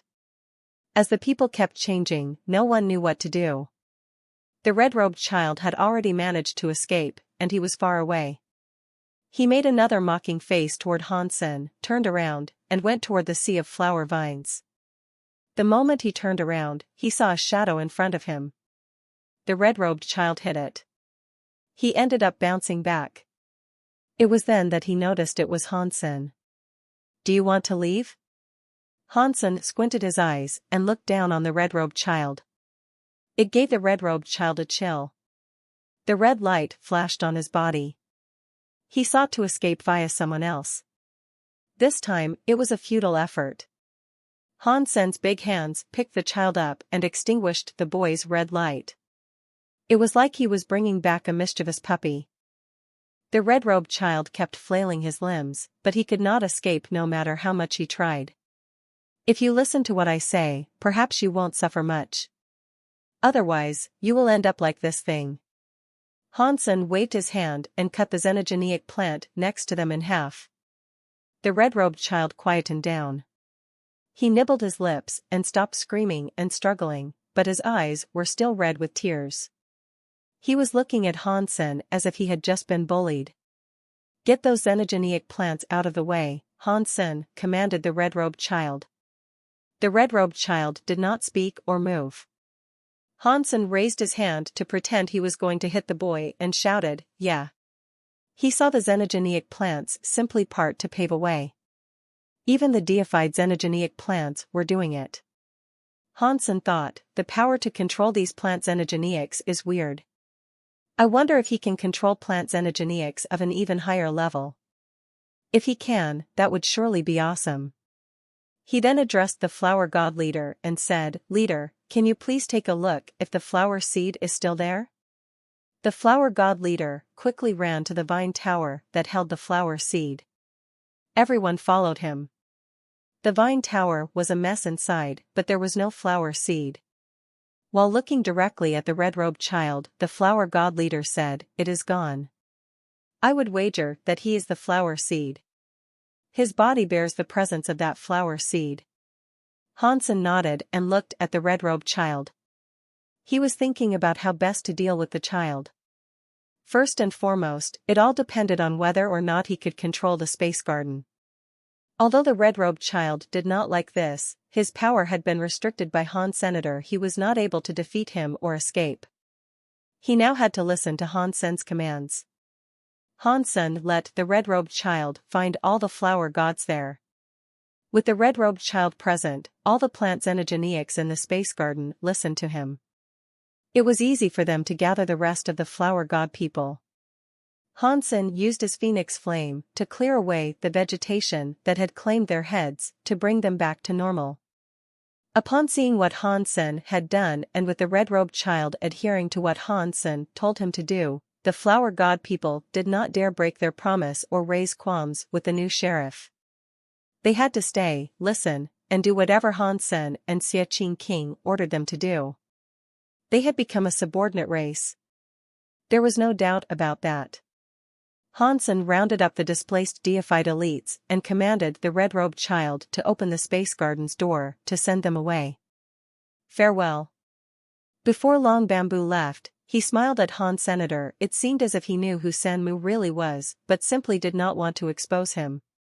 When all the deified elites departed, Hansen did not worry too much about others learning about the space garden. Even if they knew about it, the knowledge was pointless to them. The space garden was a scary xenogeneic Ganoderma lucidum. Even true god elites were not able to overcome the power of the Ganoderma lucidum. As long as Hansen kept a tight leash on the red-robed child, no one else would be able to enter the space garden. From now on, we have a territory to call our own. Now, all we need to do is light up a lantern. Xiaqing King and Hansen were relaxing in the garden. They were having a barbecue and drinking beer. The red-robed child was sitting next to Senator. He was holding some grilled meat, and he really enjoyed it. Breaking the door and lighting a lantern would not be difficult, but we need to think about which lantern we should replace, Hansen said. Do we need to think about it? Xiaqing King asked. The flower gods and tree men already have a grudge. We can use the name of the flower gods to get rid of the tree men. Hansen shook his head and said, by doing that, we will be helping the flower gods light up the lantern. It would have nothing to do with humans and spirits. We will have to light up our own lantern. We cannot use the name of some other race. Does it really matter? Xie King asked with a laugh. From what I can tell, there is a problem with the human name. Many scary people in this universe are in search of humans. If I use that name to light up the lantern, it will probably attract many disasters and bring danger to the space garden. After pausing, Hansen said, there is no rush. I have another plan. We should use this time to get our people to the space garden. I need to watch this little guy in case he tries to stir up some mischief. I suppose you will have to do the people ferrying service. Xie King agreed and said, that will be easy. I will go to Sky Palace and pick up Bauer and the others. As for the other guys, I will just have to let them know. Hansen nodded. He really missed Bauer, Zero, Little Angel, and Han Yen. Previously, he did not have a territory of his own, but now he did. He was going to bring them there. Hansen was worried about one thing. The Skyvine radish's gene power was too strong. After it had been absorbed by the space garden was continuously evolving. Many plant xenogeneics and the flower fields leveled up to become humongous. And they did so quickly. There were many deified xenogeneics around. Hansen thought, if things keep going like this, there will be transmutation or even larvae-class deified xenogeneics running about. If he was not able to claim the red-robed child to keep everything under control, he was sure to end up in trouble. Unfortunately, that red-robed child did not accept anything. He was listening to Hansen's commands for now, but Hansen sensed that as soon as he had the chance he would revolt. Hansen thought, it looks like I will have to wait until Bauer gets here. I can't wait to see what Bauer will do to this little guy. If Bauer is unable to tame him, we'll have no choice but to lock him up. After the flower gods lost the flowers on their heads, their levels had significantly dropped. Now, even a king-class flower god was rare to find. Luckily, they only had to make genofluid, and that never cost them much power. Because the space garden had mutated, many of the xenogeneic plants had leveled up. They used their old formulas to make genofluids because the ingredients were now better. That meant the effect the fluids had on genoarts was able to increase. That greatly surprised them. With the talent the flower gods had for synthesizing genofluids, they could reproduce the genes of the xenogeneics. One genofluid was able to concentrate a few or even a dozen xenogeneic genes. After humans used them, their genes increased quickly. They did not have to waste time by digesting flesh. Technology really does make things much easier, Hansen said. If I knew there was a skill like this, I would never have had to practice a digesting genoart. But Hansen's deified genes had already reached 100. He did not need to drink genofluid anymore. Which battle body should I increase first? Hansen was in his room. He was thinking about which genoart he should evolve first. By having 100 deified genes, it made one's battle body evolve. Hansen did not hesitate much. He leveled up the story of genes. The story of genes was the hardest to evolve. Therefore, Hansen chose it. Now that he had the space garden, it was easy to collect more deified genes. He did not have to worry too much. When Hansen decided to evolve, he realized things were going to be different from what he believed it would be like. This evolution process was not something separate. The moment Hansen decided to evolve, his body became a xenogeneic by its own volition. His 4 genoarts started to run, and it prompted the changes. Hansen felt as if his body was brimming with a strange sort of power. It was like he was peeling off his skin. His gene database kept refreshing by purging old genes and replacing them with new ones that carried a different message. His body had changes that flipped the ground and the sky. Black air was emitted out of his body. It formed a giant cocoon that wholly encased him. Hansen felt rather happy. It was fortunate he had locked up the red-robed child inside Destiny's tower. He was unable to move now, so it was lucky that he had not given the child a chance to run amok while he was busy. Hansen thought his evolution process would be over soon, but his body kept on changing. He was like that for an entire month. Still, he had not finished evolving.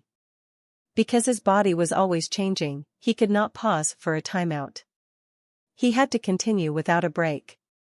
He had to be patient and wait for it all to be over. He waited a long time. He eventually passed the 2-month mark. It was on day 70 that he felt as if his body had stopped changing. The gene database stopped renewing. Nothing was being released from his body anymore. Catcha! The black ball, which was like a cocoon, was broken. Hansen walked out of it. Patong! Hansen stepped onto thin air, which resulted in him falling to the ground. His face almost got crushed. He clutched his face painfully while his eyes dropped tears. Where is my power? Hansen was shocked. He no longer felt any power in his body. It was like he was just a commoner that had never bothered to practice. He would not have fallen over and felt pain if he had his power. Hansen quickly examined his body. What he saw made him freeze where he was. He had a small shoulder and small legs. They looked white and cute. Hansen was shocked. He looked like a child that was only 6 years old. He looked just like the red-robed child. He was inside his body now. Hansen ran toward a mirror and looked. He saw that he was now indeed a 5 to 6-year-old boy. Yet, he remembered that when he was that age, he did not look like his current appearance. The little boy in the mirror had black eyes and black hair. His face looked as pale as a crystal. His facial structure was very beautiful. He looked rather feminine. Hansen now knew why he was like this. When he combined with spell, he was likely bound to look a bit more feminine. Hansen wanted to cancel his combination, but it was no longer working. He felt no power in his body. It really was like he had the body of an average child. How could I end up like this? Did something happen while I was leveling up? Hansen's head flooded with a barrage of questions. He quickly went to check his status. Fortunately, although his power had gone, his sea of soul and beast souls were still accessible. Hansen then saw his status. Hansen, Super God Spirit Body. Gene Battle Body, Xenogeneic, Transmutation Class. Level, Deified. Evolution Level, 0 out of 100. Lifespan, 2658. That is all correct.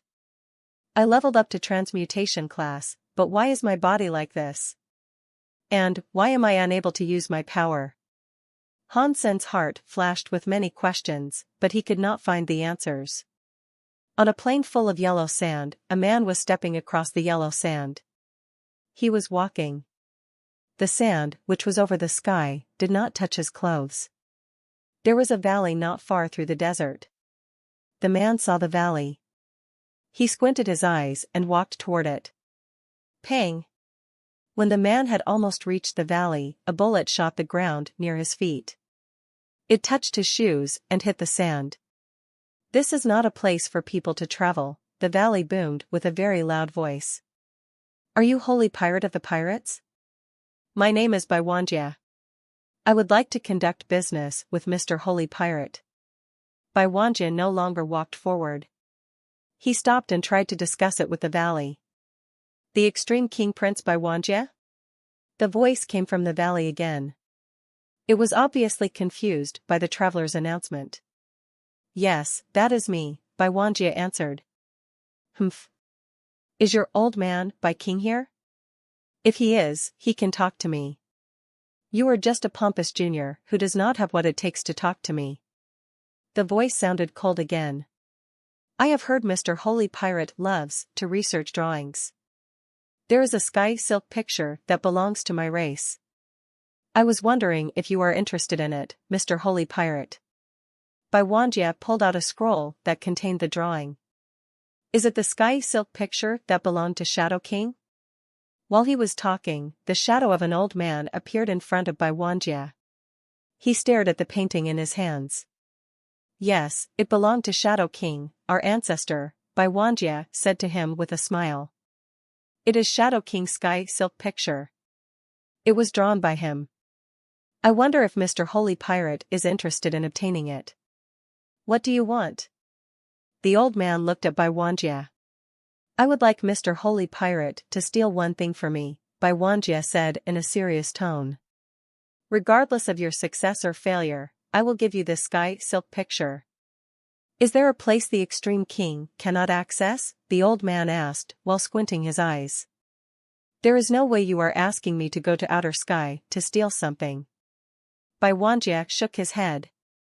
I would like Mr. Holy Pirate to go and steal something from the space garden. Space garden? Indeed, that is an annoying place. Aside from me, the Holy Pirate, no one else can force their way in. The old man nodded and asked, What do you want me to steal for you?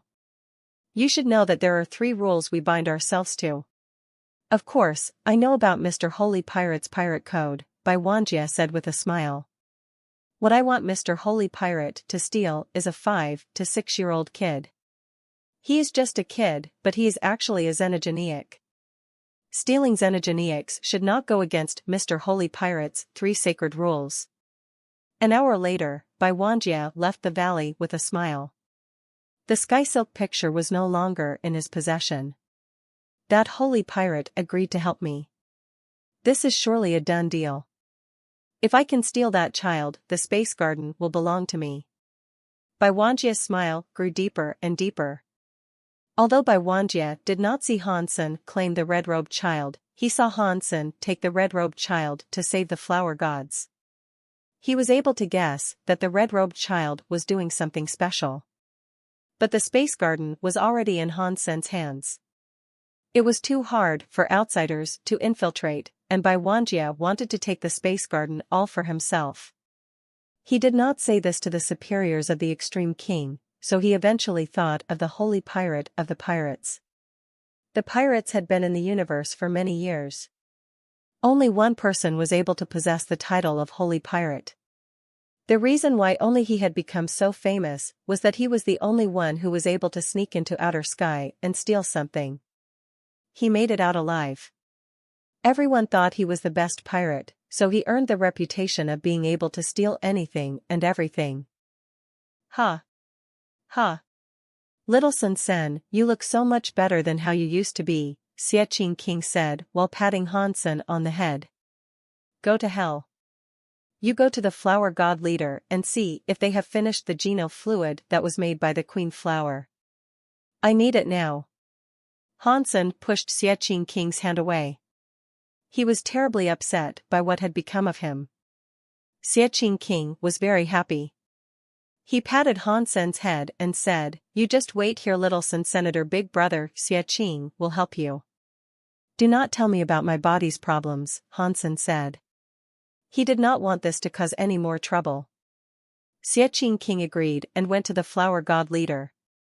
He brought the geno fluid formulated by the queen flower. It was only a big, hand-sized bottle. It had purple fluid inside it. Hansen opened the bottle and had a sip. He soon heard an announcement. Deified gene +1, deified gene +1. Hansen drank it and earned 2 deified genes. There was still a lot left inside the bottle. That is the right way for a person to increase their deified genes. I used to keep eating meat that ravaged my bowels for a measly increase in gene points. Hansen sighed. He thought, if I can increase my deified genes with this, that means my body is okay. It is leveling up normally, but why do I look like this? And, why can I not use my powers? Hansen was a bit depressed. He drank all of the geno fluid. It increased his tally of deified genes by 7. But Hansen's body did not recover because of it. He was still unable to feel the power inside him. If I can't keep recovering, I will have to collect 100 deified genes and see if I can become larvae class. Maybe, just maybe, I might be able to recover. Hansen tried to comfort himself. He had now encountered a very troublesome thing. Hansen used to be able to control the red-robed child. He was able to take the red-robed child with him to kill the plant xenogenics without any resistance. Now, Hansen was unable to use his powers. He did not dare consult the red-robed child anymore. It would have been way too difficult for him to kill the deified plant xenogenics as well. The flower gods did not have deified elites in their midst, and Xie King was only king class. No one there had the ability to take out a deified xenogenic. I have to wait for Bauer and the little red bird to get here to hunt deified xenogenics. Hansen tried to quell his impatience to endure the awful time. After Xie King left the space garden to pick up Bauer, Hansen practiced his Geno arts there to see if he could somehow trigger something that would return him to how he used to be. Because his body was not injured, even if he used his super god spirit body, he still looked like a child. He was unable to become normal again. One day, Hansen was in his garden, practicing his Geno arts. Unfortunately, no progress on returning to his old self had been made. While he was feeling depressed, someone pushed the gate and entered his garden. Xie King is back that soon? Hansen was shocked. Aside from Xie King, the flower god people did not randomly choose to enter his private garden. With Hansen's guess, he also knew Xie King should not have returned so soon. After a closer inspection, he noticed the entrant was not Xie King. He was an old man clad in black clothing. His hair and beard were gray. Honestly, he looked a bit disgusting. Hansen's heart felt a sudden chill. He did not recall seeing someone like that inside the space garden before. If the old man was not from the flower god, he questioned how he was able to gain access to the space garden in the first place.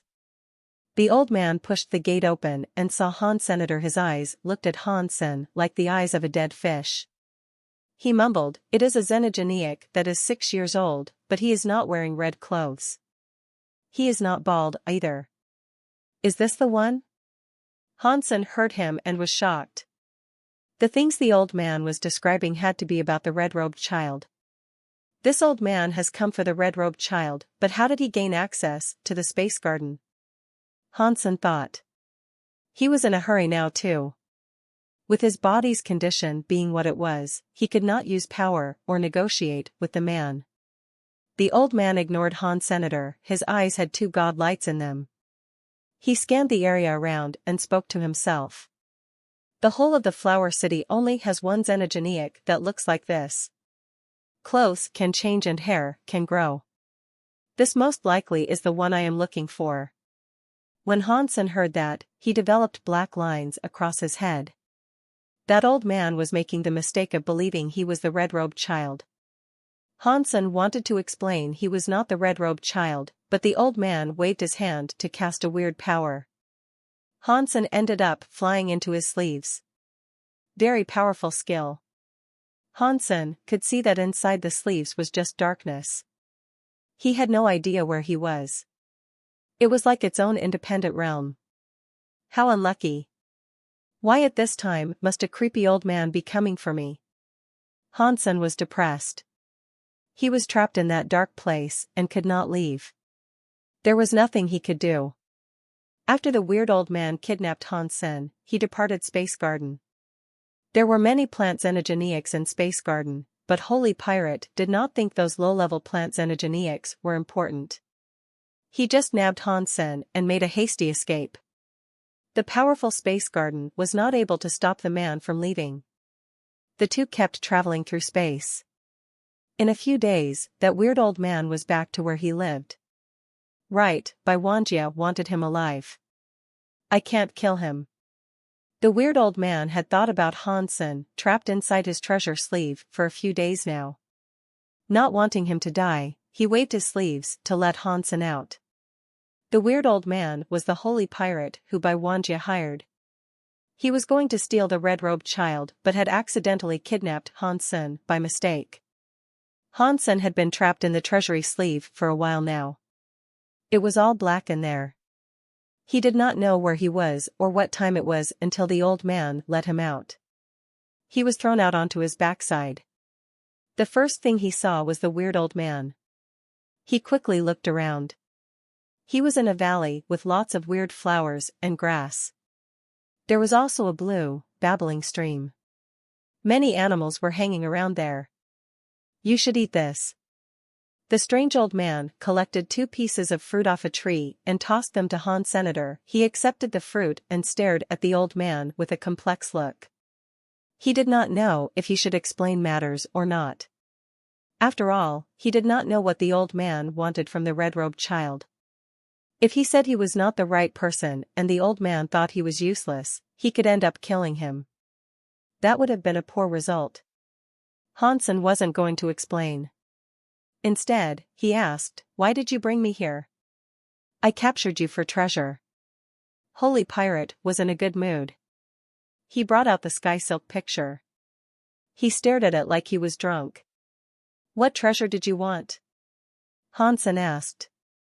"This is the treasure," Holy Pirate said as he looked at the picture. Hansen looked at what he was referring to. He noticed it was a painting.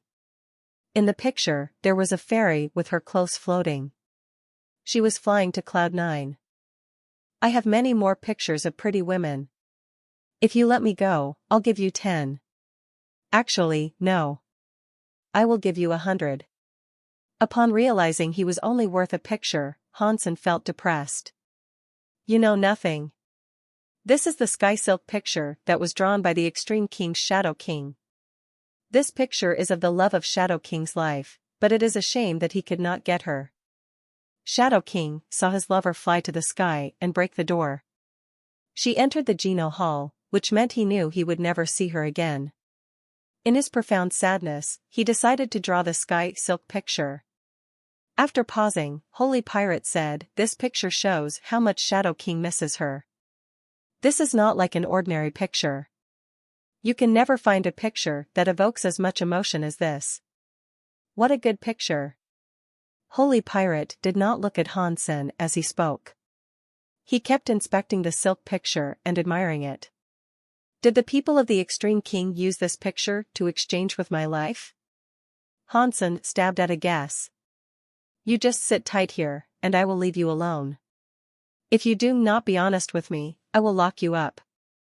Holy Pirate did not look at Han Senator. He thought he was so good that Hansen could never escape him. "Who are you?" Hansen asked. "Have you ever heard of Holy Pirate of the Pirates?" Holy Pirate had a look of pride as he spoke. "I have heard of the pirates, but I have never heard of Holy Pirate before." Hansen was not trying to make him mad. He had truly never heard of the man. After all, Hansen did not know much about the universe. For someone like Holy Pirate, if someone had not mentioned him, he would not have known. "It does not matter if you don't know. Just sit and wait here."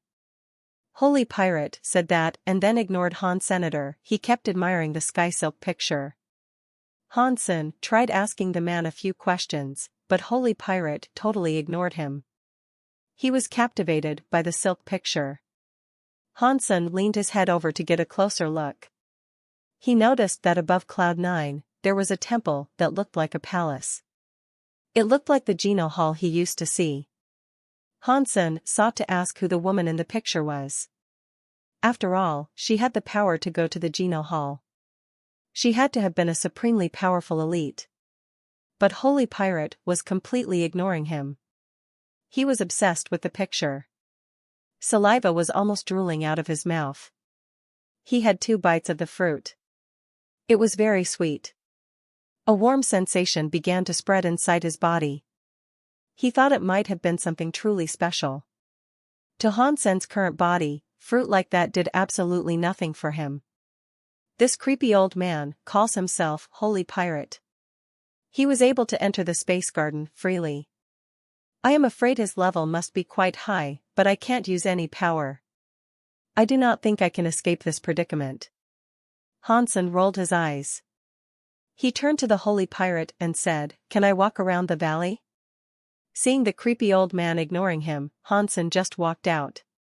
He wanted to figure out where he was. The valley was not a big place. Aside from a few wooden houses, there were weird flowers and strange grasses. There were animals everywhere. It was a good place to live a nice, private life. Not long later, Hansen reached the valley's entrance. He looked out and saw something completely different. Yellow sand was everywhere. Beyond the valley was one vast desert wasteland. It was a completely different world to the bosom of that valley. Hansen did not fancy leaving the valley, so he returned and walked deeper into the valley. When Hansen walked to the end of the wooden houses, he saw a mountain wall. It displayed a picture. The picture looked to be one of a chess game that had been left unfinished due to a stalemate. This looks like Go, but a Go chessboard only has 19 by 19 squares. There are many more squares here on this one. Judging from the black and white chess pieces and formation, it really does look like Go. When Hansen used to practice Heavenly Go, he did some research on Go. He was not a professional, but he could play chess pretty well. After staring at it for some time, he confirmed that its rules were just like Go. The picture displayed an unfinished match that was currently in a stalemate. Is this holy pirate obsessed with chess? Is that why he carved a stalemate on the wall? Is it so he can look at it every day? Hansen examined it for a while. He deciphered that in this stalemate, the white chess pieces were actually at a greater advantage that could lead to a win. The black chess pieces, on the other hand, looked weak and destroyed. It seemed as if they were going to lose. Hansen loved playing chess, but he did not have the mood to play it now. He kept walking further into the valley. It was not long before Hansen discovered that every now and again, the cliffs and walls displayed a picture of a similar stalemate. When Hansen walked into the deeper recesses of the valley, he had managed to count 17 of those stalemates. Every picture of a stalemate was different. Some of the games were at the very end, whereas others displayed games that had only just begun. Hansen thought these games of chess were research samples of what Holy Pirate studied. By inspecting them, they did look like simple games of chess. They did not seem like worthwhile candidates for being scrawled onto the walls.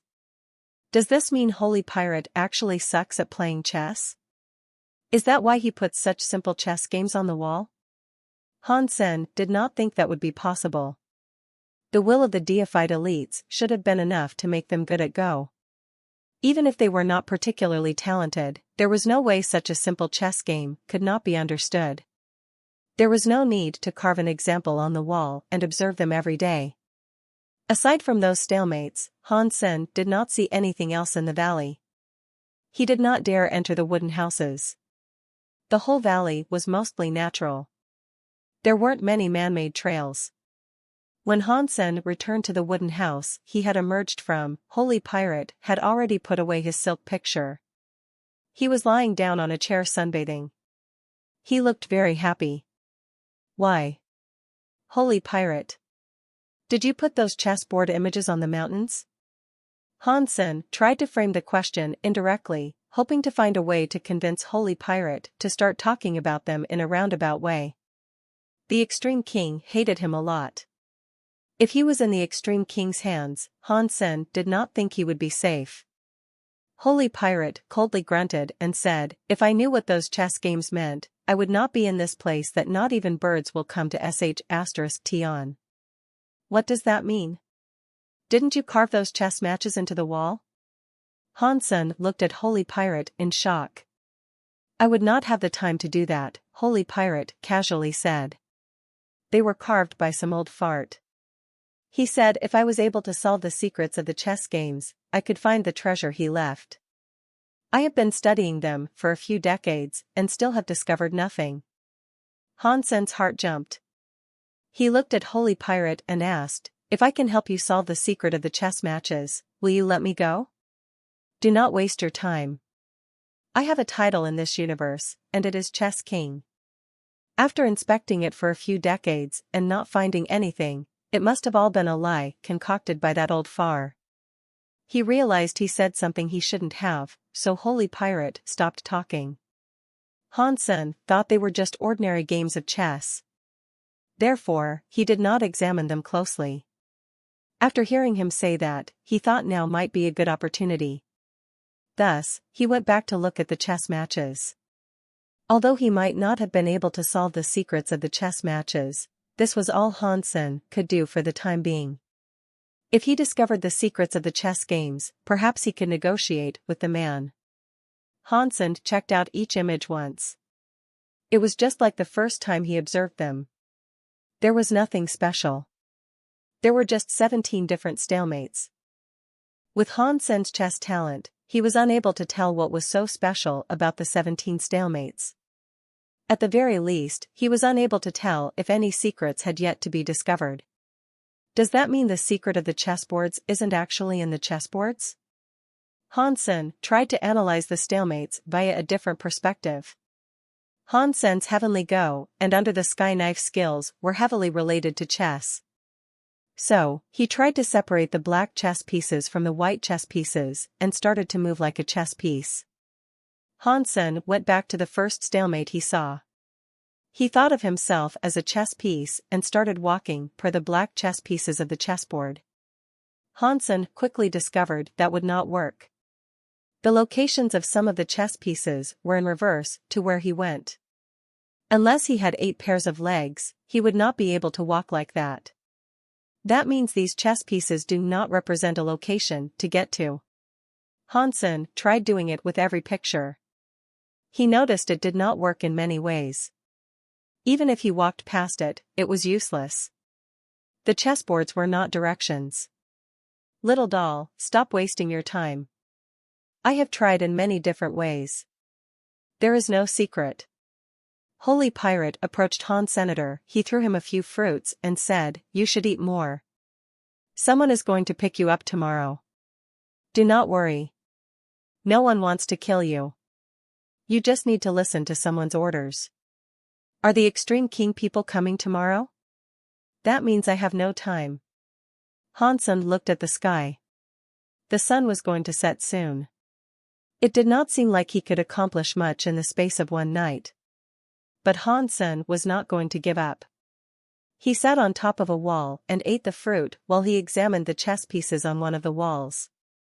He thought, the chessboard itself is fine. The chess pieces do not make directions, so what is the secret of these chessboards? Or, is it just how Holy Pirate said? Is it all a big joke? Is there no secret to be discovered with the chessboards? Hansen had nothing else to do, so he continued watching the chessboards. While he was looking at them, his brain suddenly flashed. What if I played out all of these chess games? What would happen then? After Hansen thought that, he quickly wanted to do it. He chose a chessboard that was nearing the end. He tried playing chess on his own and continued with the game. Since the stalemate was near the end, the winner was practically determined. Hansen just continued with it. Throughout the rest of the chess match, he did not notice any problems. Hansen used the chess pieces he had just played with to walk once. He noticed it still did not work. Hansen did not give up. He observed the chessboard again. He noticed when the chessboard was finished, it seemed a bit different compared to when it was unfinished. What is the difference? Hansen looked at the chessboard and thought about it. He looked at it for a while before slapping his legs and saying, "Could this thing be a password? Is it like how the Breaks guys used their hands for a password on that metal box? You needed a set of punching skills to open the metal box. What if I follow that discipline and a chess game? What would happen then?" Hansen was examining one of the chessboards, but he swiftly discovered a problem. He did not know which way to go. This Go was not like the average game of Chinese chess. If it was Chinese chess, one could look at the chess pieces and tell what sort of steps could be taken. In Go, it was extremely hard to see which chess piece was moved first and which chess pieces moved later. So, it was hard to find out the order of the chess pieces. In that case, I have to go backward and replay the entire match of that chessboard. That way, I might be able to find something. Hansen started to reverse the moves played out on that chessboard. It was not easy for Hansen to do, even though he was good at Heavenly Go, Dongxian Sutra, and Under the Sky Knife. By the time he was finished with one chessboard, it was already midnight. It was only a few hours until daylight. His work did not go to waste. After Hansen replayed the game of chess, he was able to figure out the order of each chess piece. My success hinges exclusively on this.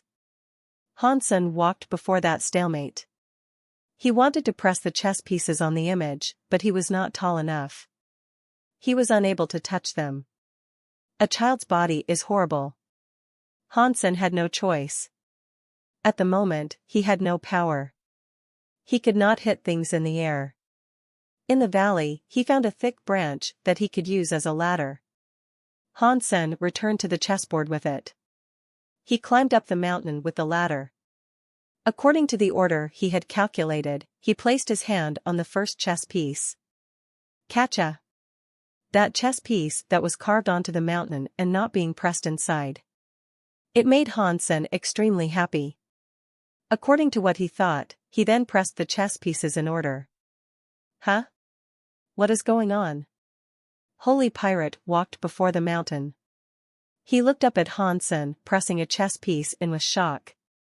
He had tried to do that before, but he had been unable to press it in.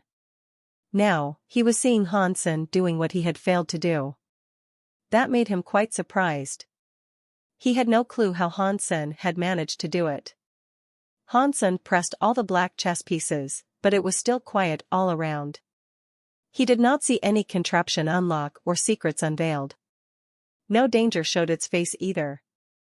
Hansen's heart jumped. He started pressing the white chess pieces. It seemed like Hansen moving his little body via that cumbersome ladder was too slow. Holy Pirate teleported forward and lifted Hansen up. Tell me which chess piece you want me to press, and I will help you. Hansen told him the order in which to press the pieces, and Holy Pirate went to press them. He easily pushed in the chess pieces. Soon after, all the chess pieces on the chessboard were pressed in. After they pressed all the chess pieces of the stalemate, nothing happened. Do I have to press the chess pieces on all 17 stalemate images? Hansen asked. That won't be too hard. Holy Pirate flew over to the second stalemate. He reached his hand out to press a chess piece. When his fingers came down on it, the chess piece did not move. It did not go into the stone as the other ones did. He pressed every chess piece on the chessboard he was able to. Not one of them seemed to budge. Why is it not working? Holy Pirate looked at Hansen. He was called the chess king in that universe, but his chess skill level was not all that high. It was just as Hansen thought. Holy Pirate was bad at playing chess, even though the man thought he was great at it.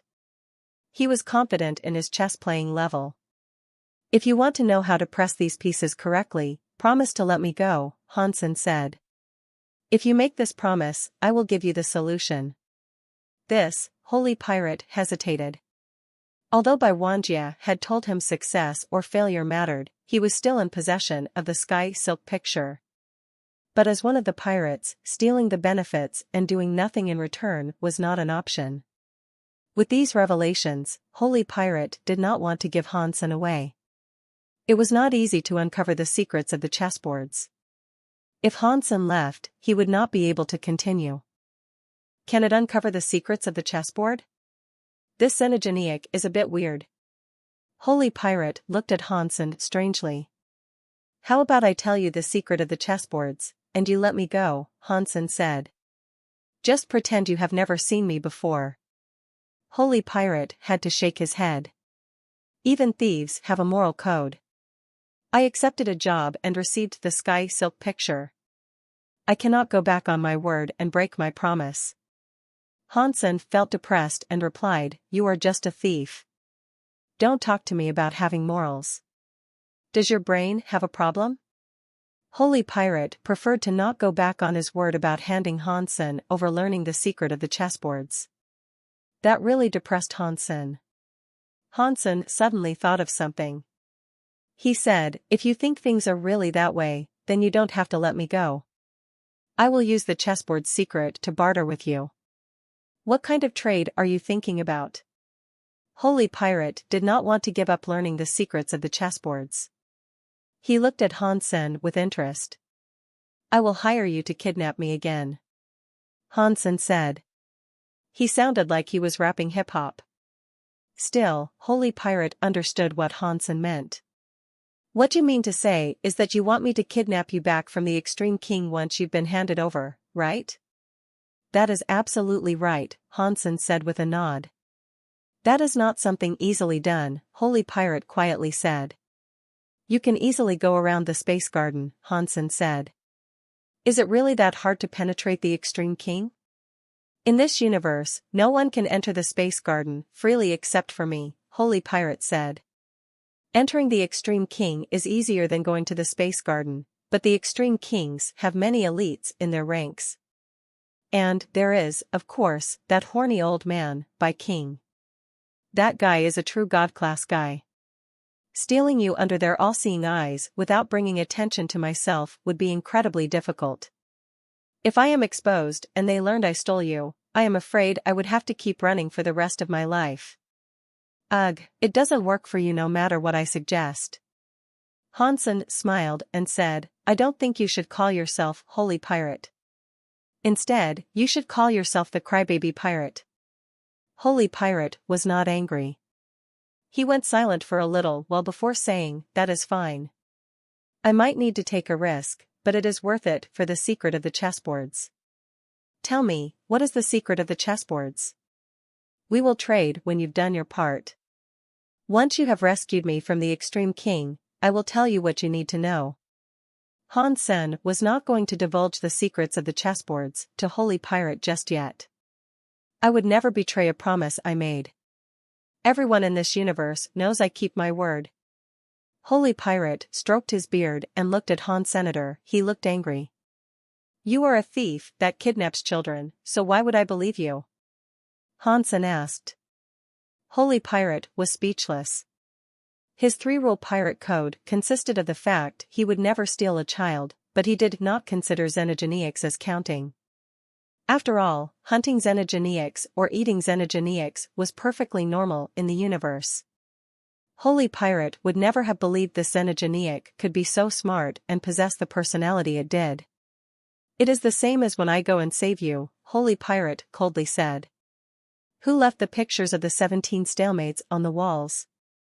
Hansen changed the subject and pointed at the chessboards scrawled into the walls. An old fart monster.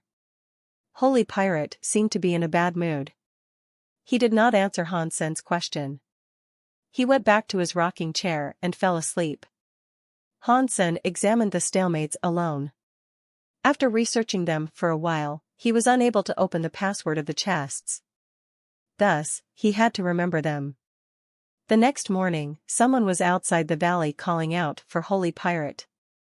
When Hansen heard the voice, he immediately knew it was by Wanjie. It really is him, Hansen coldly grunted. What an annoying man. Don't let me see you again. Holy Pirate picked up Hansen and teleported away from the valley. He threw him to Bai Wanjie and said, that is what you wanted. This transaction is complete. Bai Wanjie picked up Hansen with confusion and asked, why does he have black hair and black eyes? I wanted a bald guy in red robes. He could have changed clothes and grew hair, Holy Pirate replied. Besides, there was only one xenogeniac in the space garden that met the defined criteria. If you can find another one that looks like this, you can have my head on a plate. Of course, I believe you, Holy Pirate. Bai Wanjie checked out Hansen. Back then, he had only seen Hansen bring the red-robed child to save the flower gods. He did not see any further details. Aside from Hansen's clothes and hair, he did look like the red-robed child. And it was a xenogeniac body. Bai Wanjie was unable to tell that it was Hansen and not the red-robed child he was after. Bai Wanjie looked at Hansen as he asked, are you the red-robed child from the space garden? Hansen looked at him coldly and did not speak. Bai Wanjie frowned. He was going to do something, but Holy Pirate coldly said, "You guys may go now." "Thanks, Holy Pirate. I am going to leave." Bai Wanjie did not want to offend Holy Pirate. He was suspicious, but he still left with Han Sen. After they departed the planet, Bai Wanjie returned to his battleship and locked Han Sen inside a supergravity cabin. Bai Wanjie looked at the monitor for a while, but he was still unable to confirm if Han Sen was or was not the red-robed child he had seen that day. "It looks like I have to return to King's Kingdom and try to read his memories to confirm his identity." Bai Wanjie did not bother interrogating Han Senator, that was unnecessary for him to do. There were many professionals in the Extreme King that could do that for him. Han Sen was worried Bai Wanjie would opt to torture him. If that happened, he was going to suffer a lot. After Bai Wanjie locked him in the supergravity cabin, he did not come back. "I wonder when Holy Pirate will come to save me." Han Sen did not place all of his faith in Holy Pirate. If Holy Pirate was scared of the Extreme King, then he would be waiting for nothing. "If my body was ordinary, I could escape this mere supergravity cabin. It could not contain me." Han Sen felt depressed. His body's power was currently unavailable. He was unable to make use of anything. "Fortunately, I can still use beast souls. It is not like there are any other ways." Han Sen was still wondering if there was a way for him to escape. Before Han Sen had the chance, they were already in King's Kingdom. This was Han Sen's second time with the Extreme King, and he was filled with a bevy of emotions. He expected he would come back to the Extreme King again, but he thought he would only have done so as some sort of king. He would have dominated the Extreme King and kept them below his thumb. No one expected he would be returning to the Extreme King as a prisoner. The skies were familiar there, and Han Sen could not help but sigh. "I cannot believe this. This is a bad stroke of luck. I am the red-robed child scapegoat, and I have been captured and brought to his Extreme King hellhole. Furthermore, I have no power." After returning to his planet, Bai Wanjie told his servant, "Go and fetch Mr. Een." Out of the top 3 in the universe, the Extreme King was the race with the most outsiders. They had also raised many deified outsiders for themselves. Most of those outsider deifieds were loyal, and they only worked for the Extreme King. They rarely returned to their own races. Mr. Een was one of the outsider deifieds the Extreme King had raised. It was a ghost head elite that had been raised by Bai Wanjie and his faction. He worked for Bai Wanjie. Ghost heads were good at reading people's brains. When it came to the transmutation class, Mr. Een was exceptional. Since he was able to extract the memories of a brain going all the way back to a victim's birth, he only required enough time to bring results. He was also able to alter the memories of a person to control them. Ghost heads were able to turn enemies into friends. It was not difficult for Mr. Een to do that. Reading shallow memories was something they could do whenever. When it came to reading the deeper memories, they needed to control the person first. It was even harder to change their memories. Han Sen had been locked up inside a supergravity cabin this entire time. When the cabin door opened, he saw Bai Wanjie enter. He was with a guy that looked like a big demon King Piccolo. Han Sen checked the green-skinned person out. He also saw the 2 antennas on his head. He knew Bai Wanjie would not have invited this person in if it wasn't for some specific reason. "Mr. Een, thank you for doing this," Bai Wanjie said to the green-skinned creep. Mr. Een smiled and said, "You are welcome, Mr. Crown Prince. After all, this is my job." After that, Mr. Een walked in front of Han Senator. Since Han Sen had been locked down by the supergravity pressure, he was unable to resist and move his body. He was only able to watch Mr. Een walk in front of him. Mr. Yin's green eyes peered into Han Sen's. His lips were lifted. He had a weird smile on his face as he said, "Do not be afraid, little child. This will all be over very soon." After that, the green antennas on his head flashed with a green light. In the next second, the green light shot into Han Sen's skull via the space between his eyebrows. Boom! The green light quickly invaded Hansen's brain. It enabled Hansen to understand what it was it had come there to do to him. He wants to read my memories. Hansen laughed coldly in his heart. He was not afraid of anyone trying to torture him. But by trying to read his memories, it was like a death wish for the invader. Even if he was unable to resist the man, the black crystal armor would not allow the invader to succeed. Even if the black crystal armor did not care about him, it would not allow anyone to scan Hansen's memories. That would just expose the black armor. After the green light entered Hansen's brain, the black crystal armor did not react. This confused Hansen, but he soon saw Mr. Yin's face start to change. His eyes were wide open. His green skin began to expand and turn black. Pang! Mr. Yin screamed and flew backward, hitting the cabin's wall. He coughed up some blood. Mr. Yin. Bai Wanjie frowned as he picked up Mr. Yin from the floor. Mr. Yin wiped the blood off his mouth and stared at Hansen with immense shock. He said, "This xenogeneic is weird. His head is like a rock. There is not a single message leaking out of it. Even my ghost brain power cannot invade his thoughts. Mr. Crown Prince, is he a deified xenogeneic that is above larvae class? I do not know what level this xenogeneic is." Bai Wanjie frowned and asked, "Do you think there is a way to read his memories?" "Right now, we can only use our race's secret geno art ghost head fall," Mr. Yin hesitantly said. "After using this geno art, even if a xenogeneic is larvae class, we can still read their memories.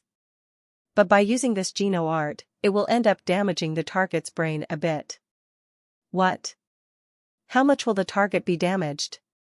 Bai Wanjie asked. "If we control it correctly, they will only lose a few of their memories," Mr. Yin said. "If things don't go smoothly, and we have to force ourselves in, there can be even more damage. He might end up becoming a simpleton." Bai Wanjie thought deeply before asking, "If he becomes a simpleton, do you think we can still control his body?" "That would not be too difficult," Mr. Yin said. "We just need to write down the memories and make him do whatever you want. But he will never be able to think by himself again." "That is fine," Bai Wanjie said with a careless wave of his hand. With Bai Wanjie's permission, Mr. Yin did not have to worry about anything. His antenna again flashed with a green bolt of lightning. This time, the green lightning did not strike Han Senator, it was going into the antenna. It made Mr. Yin's whole body crackle and fizz with green lightning. This lasted about 7 to 8 minutes.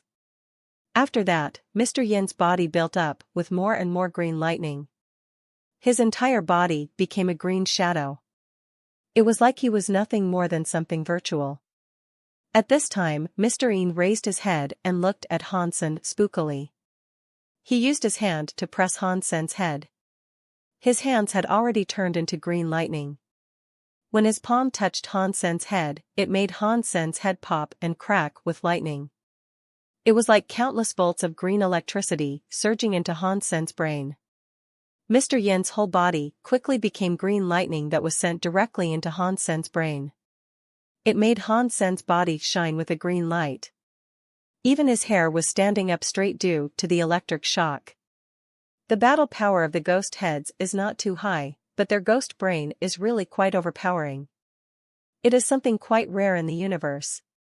It is no wonder why Mother spent so many resources raising them. Upon seeing all this, Bai Wanjie nodded. Raising an army to be used for one purpose was proving to be worthwhile. Mr. Yin's performance satisfied him. With a ghost head deified like that with him, it was much easier for him to accomplish whatever he wished. While Bai Wanjie was thinking, he suddenly saw Hansen, who was being invaded by Mr. Yin, smiling in his direction. Hansen gave him a disdained look. Bai Wanjie's heart was suddenly hit with a bad feeling. Before he could respond, he saw Hansen's body possess a green light. It was like a firework exploding. Then, it suddenly disappeared. Bai Wanjie's face changed. He could no longer feel Mr. Yin's existence inside Hansen's body. Xenogeneic deified hunted. In head ghost, xenogenic gene found. Obtained weird head ghost beast soul. Deified gene already absorbed. Deified gene. The announcement kept popping up in Hansen's head. It had 6 deified genes. What a good man.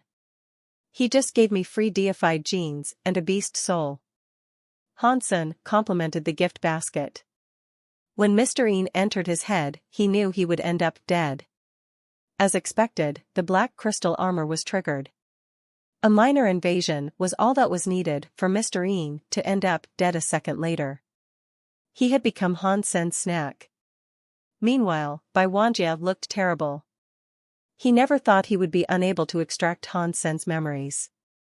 He had also lost Mr. Een, whom he had raised for a long time. Bai Wanjie's face looked terrible. Upon seeing it, he knew he had to be correct. If it was not a special xenogenic, how else could it control a strange place like the Space Garden? Even if I know he is the red-robed child, it will be pointless if I cannot find a way to control it. Even Mr. Een was unable to control it. So, that means I will have to ask the Grandmaster.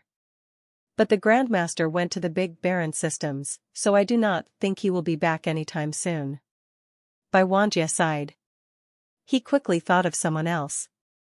I need to get Mr. White from the Winter Garden. Bai Wanjie summoned a servant and gave him a pass. He told him, be polite to Mr. White. Do not offend him. The servant accepted the pass and departed. Bai Wanjie thought, Mr. White has a lot of knowledge. Before he was deified, he had already accomplished many shocking things. After becoming deified, he has only become even better. With his weird powers, we might stand a chance. Greetings, Mr. Crown Prince. Mr. White went to the Crown Prince's manor and bowed before Bai Wanjie.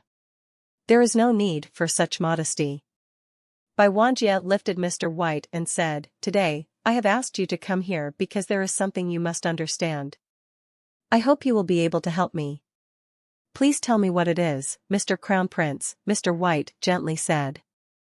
If I know how to fix what bothers you, it will be my pleasure to do just that. Bai Wanjie told him about Mr. Een using ghost head fall on Hansen and how he ended up dying, but he did not tell him about Hansen's story or where he had come from. After hearing this, Mr. White thought for a moment.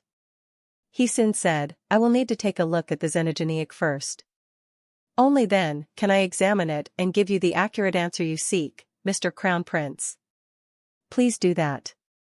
Bai Wanjie took Mr. White over to the supergravity cabin that contained Hansen. Hansen saw Bai Wanjie had brought Mr. White with him. When he did, he suddenly felt happy. Yet, he did not dare show that happiness on his face. He looked at Bai Wanjie and gave him a look of scornful mocking. That is the xenogenic, Mr. White. Bai Wanjie did not care. He gestured toward Mr. White. Mr. White walked in front of Hansen and checked him out. He reached a hand out to touch Hansen's head. On the other hand, he was counting his fingers as if he was calculating something. Hansen's face was full of disdain. His heart was jumping, but he did not seek to give him any hints in case Bai Wanjie saw it. Even if Bai Wanjie didn't see it, there were cameras. If Bai Wanjie went to look at the cameras, he would notice something. That would only lead to harm upon Mr. White. Hansen thought, with Mr. White's power, he must be able to recognize me. Mr. White did not seem to show any sign of knowing that. His face did not change. He acted as if Hansen was a total stranger. He touched every inch of Hansen's body and returned to Bai Wanjie. After all that time, however, Hansen did not see any changes in Mr. White's eyes. Did Mr. White not recognize me? Hansen felt a bit sad about that, but he could not hint at him in any way. Did you find out anything? Bai Wanjie asked. Mr. White looked at Hansen before replying to Bai Wanjie. We should talk about it when we're out of here. Upon hearing that, Hansen felt a chill. Did Mr. White recognize me? Bai Wanjie understood and gestured for them to exit. He and Mr. White left the supergravity cabin. He took Mr. White to a lobby. After they sat down, Bai Wanjie said, "We can talk in here. You can tell me anything." Mr. White did not reply. It seemed as if he was trying to find a way to compose what he wished to say. A while later, he said, "From what I have been able to tell, Mr. Een should not have used Ghost Head Fall on him. Mr. Een had just become a transmutation class. Even if he was larvae class or even butterfly class, using Ghost Head Fall would have likely resulted in his death." Bai Wanjie was surprised, so he asked, "Oh, why is that?" "If I have guessed correctly, that xenogenic came from the space garden," Mr. White slowly said. "Is that right? How did you know where it came from?" Bai Wanjie was shocked. He had not told Mr. White where Hansen had come from, yet Mr. White had been able to guess it. That was unbelievable. Mr. White quietly said, "I am good at predicting. It is not hard to see where it came from." "You really are a genius, but what is that supposed to mean?" Bai Wanjie now believed Mr. White. "From what I have seen, the space garden is a plant xenogenic that is true god class," Mr. White replied. "Its power is very unique. Even if a true god class elite tried to, it may not enter the space garden." Bai Wanjie saw that Mr. White was able to tell the secrets of the place. Thus, he believed him even more. The secrets of the space garden, being a true god xenogenic, was not something many people knew. He had only heard the secret from Bai King once before. Mr. White was from a small race that was raised by the Extreme King, yet he knew this secret. Bai Wanjie believed Mr. White even more. "Earlier, I calculated this xenogenic's identity. If I have guessed correctly, he is the son of the space garden. When the space garden raised him, he earned many special abilities. So, he is not just a born deified. He has two talents. He is a special child that can conquer the universe." Mr. White paused and said, "I believe that something strange must have happened in the space garden that made many creatures die. That is what must have happened when he was born. When this special child was born, its life force and genes were scarier than ordinary born deifieds. He is almost immortal. Other people might be able to kill it, but taking its mind is an impossible task. If that is true, how can I control him?" Bai Wanjie knew Mr. White hadn't gone to the space garden, but he spoke like he had been. He had not missed a single part, which made him very confused. "With my power, I do not think I can help you," Mr. White said. "Why don't you find the Grandmaster to help? With his power, I am sure you can tame it. The Grandmaster is out on business, and I am afraid he will not be back soon." Bai Wanjie could see there was more for Mr. White to say, so he asked, "Mr. White, is there no other way?" "It is not that there is not another way, but it would be very troublesome," Mr. White said. "Please tell me, Mr. White," Bai Wanjie said with glee. "If you want to control this child, perhaps you can go and make use of the Extreme King's overbearing eye," Mr. White slowly said. "Extreme King's overbearing eye?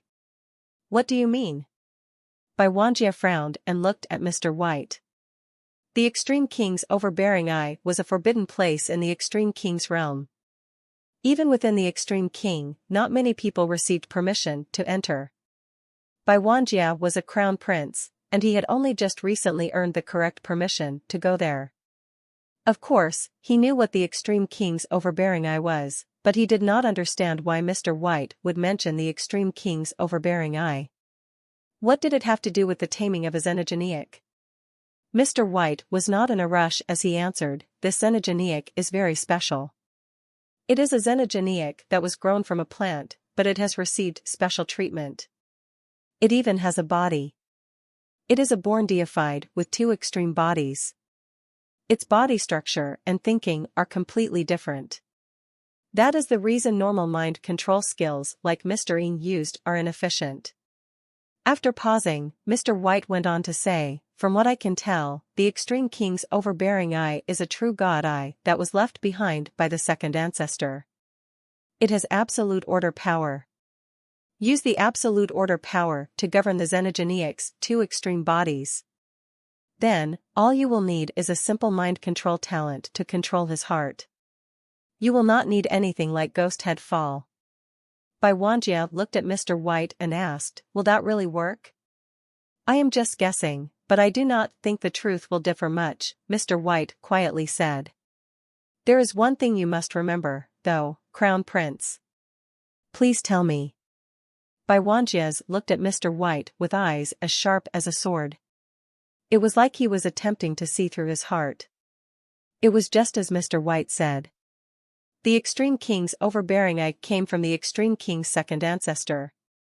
It was a true god eye when he became a true god. It was the best gene the second ancestor had. It had an unbelievable amount of power. The second ancestor did not decide on heading to the Geno Hall. It left its true god eye with the Extreme King to suppress King Kingdom's luck. That was the very core of King Kingdom's defensive systems. Its position was like Sky Palace's Sky Eye. It was the item to control and determine the fate of an entire race. It was more important than any true god item, so it was something they could not afford to lose. It was not just Mr. White.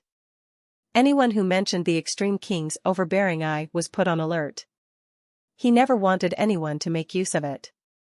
While you use the Extreme King's overbearing eye to split his two extreme bodies, do not rush the process, Mr. White seriously said. You need to be careful. Otherwise, something may backfire. Please remember that, Mr. Crown Prince. If you decide to try this, do not rush it. If you do, there may be a disaster. Extreme King's overbearing eye is the very core of the Extreme King's civilization, Bai Wanjie said. I cannot bring any other creature there. Is there another way? Mr. White thought for a while and said, it is not like there isn't. I have heard the king has a king's book. It can split up many creatures in the universe. If you use that book, you can control that spirit. The king's book has not been used by my father for a long time, Bai Wanjie said. He will not use it for a small spirit. Then, there is nothing else I can do. Mr. White bowed and said, King's Kingdom has many elites. Perhaps you can ask others for a suggestion on what you might be able to do. Thanks a lot, Mr. White. Bai Wanjie sent Mr. White away. The Extreme King's overbearing eye was very important, so Bai Wanjie did not believe the man right away. He asked a few other Extreme King deified elites for their opinions to see if there was anything they could do to control Han Senator, but it was just like Mr. White said. There was nothing they could do to Han Senator. A butterfly class being that was good at using mind control skills was unable to control Han Sen's mind. Bai Wanjie asked his uncle to come over. He still could not control Han Sen, so Mr. White told his uncle about Mr. White's method. Uncle, do you think Mr. White's method might actually work? It seems as if it makes sense, but before we try it, I am not sure it is actually all that useful, Nan Huaikong quietly said. Do you think I can give it a go, uncle? Bai Wanjie asked. The more powerful Han Sen was, the greater Bai Wanjie's desire for control became. Back in the space garden, he saw the green light shoot into the sky. He thought the person that killed the god was still inside the space garden. Perhaps the god's personality was still there in the space garden. It made Bai Wanjie want to claim the space garden all the more. It could be useful, but the Extreme King's overbearing eye is too important, Nan Huaikong said. In case something happens, perhaps you should not use this on such a trivial matter. Even if you were the one to cause a mess with this, not even that would quell the fury of the king. Nan Huaikong did not know Bai Wanjie wanted the space garden. Aside from the resources of the space garden, he also wanted the god's personality that everyone else wanted. Getting the god's personality meant they could become god spirits. That was something true god elites could not even achieve. Bai Wanjie would not miss out on such an opportunity. After sending Nan Huaikong away, Bai Wanjie used many methods and all kinds of torture tools on Han Senator. No matter what he tried, he could not make Han Sen obey. That made him start to do something else. Han Sen's situation was bad. There was no doubt about that. He was injured all over. This time, he was getting tortured so much that his body was in agony. Even so, it was not enough to make him change his mind. Bai Wanjie was unable to discover a way to break Han Sen, who was still holding on non-stop. Han Sen was not going to divulge a thing. He knew Bai Wanjie wanted the space garden. He would not kill him before he found it. Bai Wanjie looked at Han Sen with disdain. After being silent for so long, he suddenly turned off the supergravity suppression. He lifted Han Sen and departed the supergravity cabin. He had thought about it day and night. He could no longer resist the temptation of the space garden and the possibility of finding the god's personality.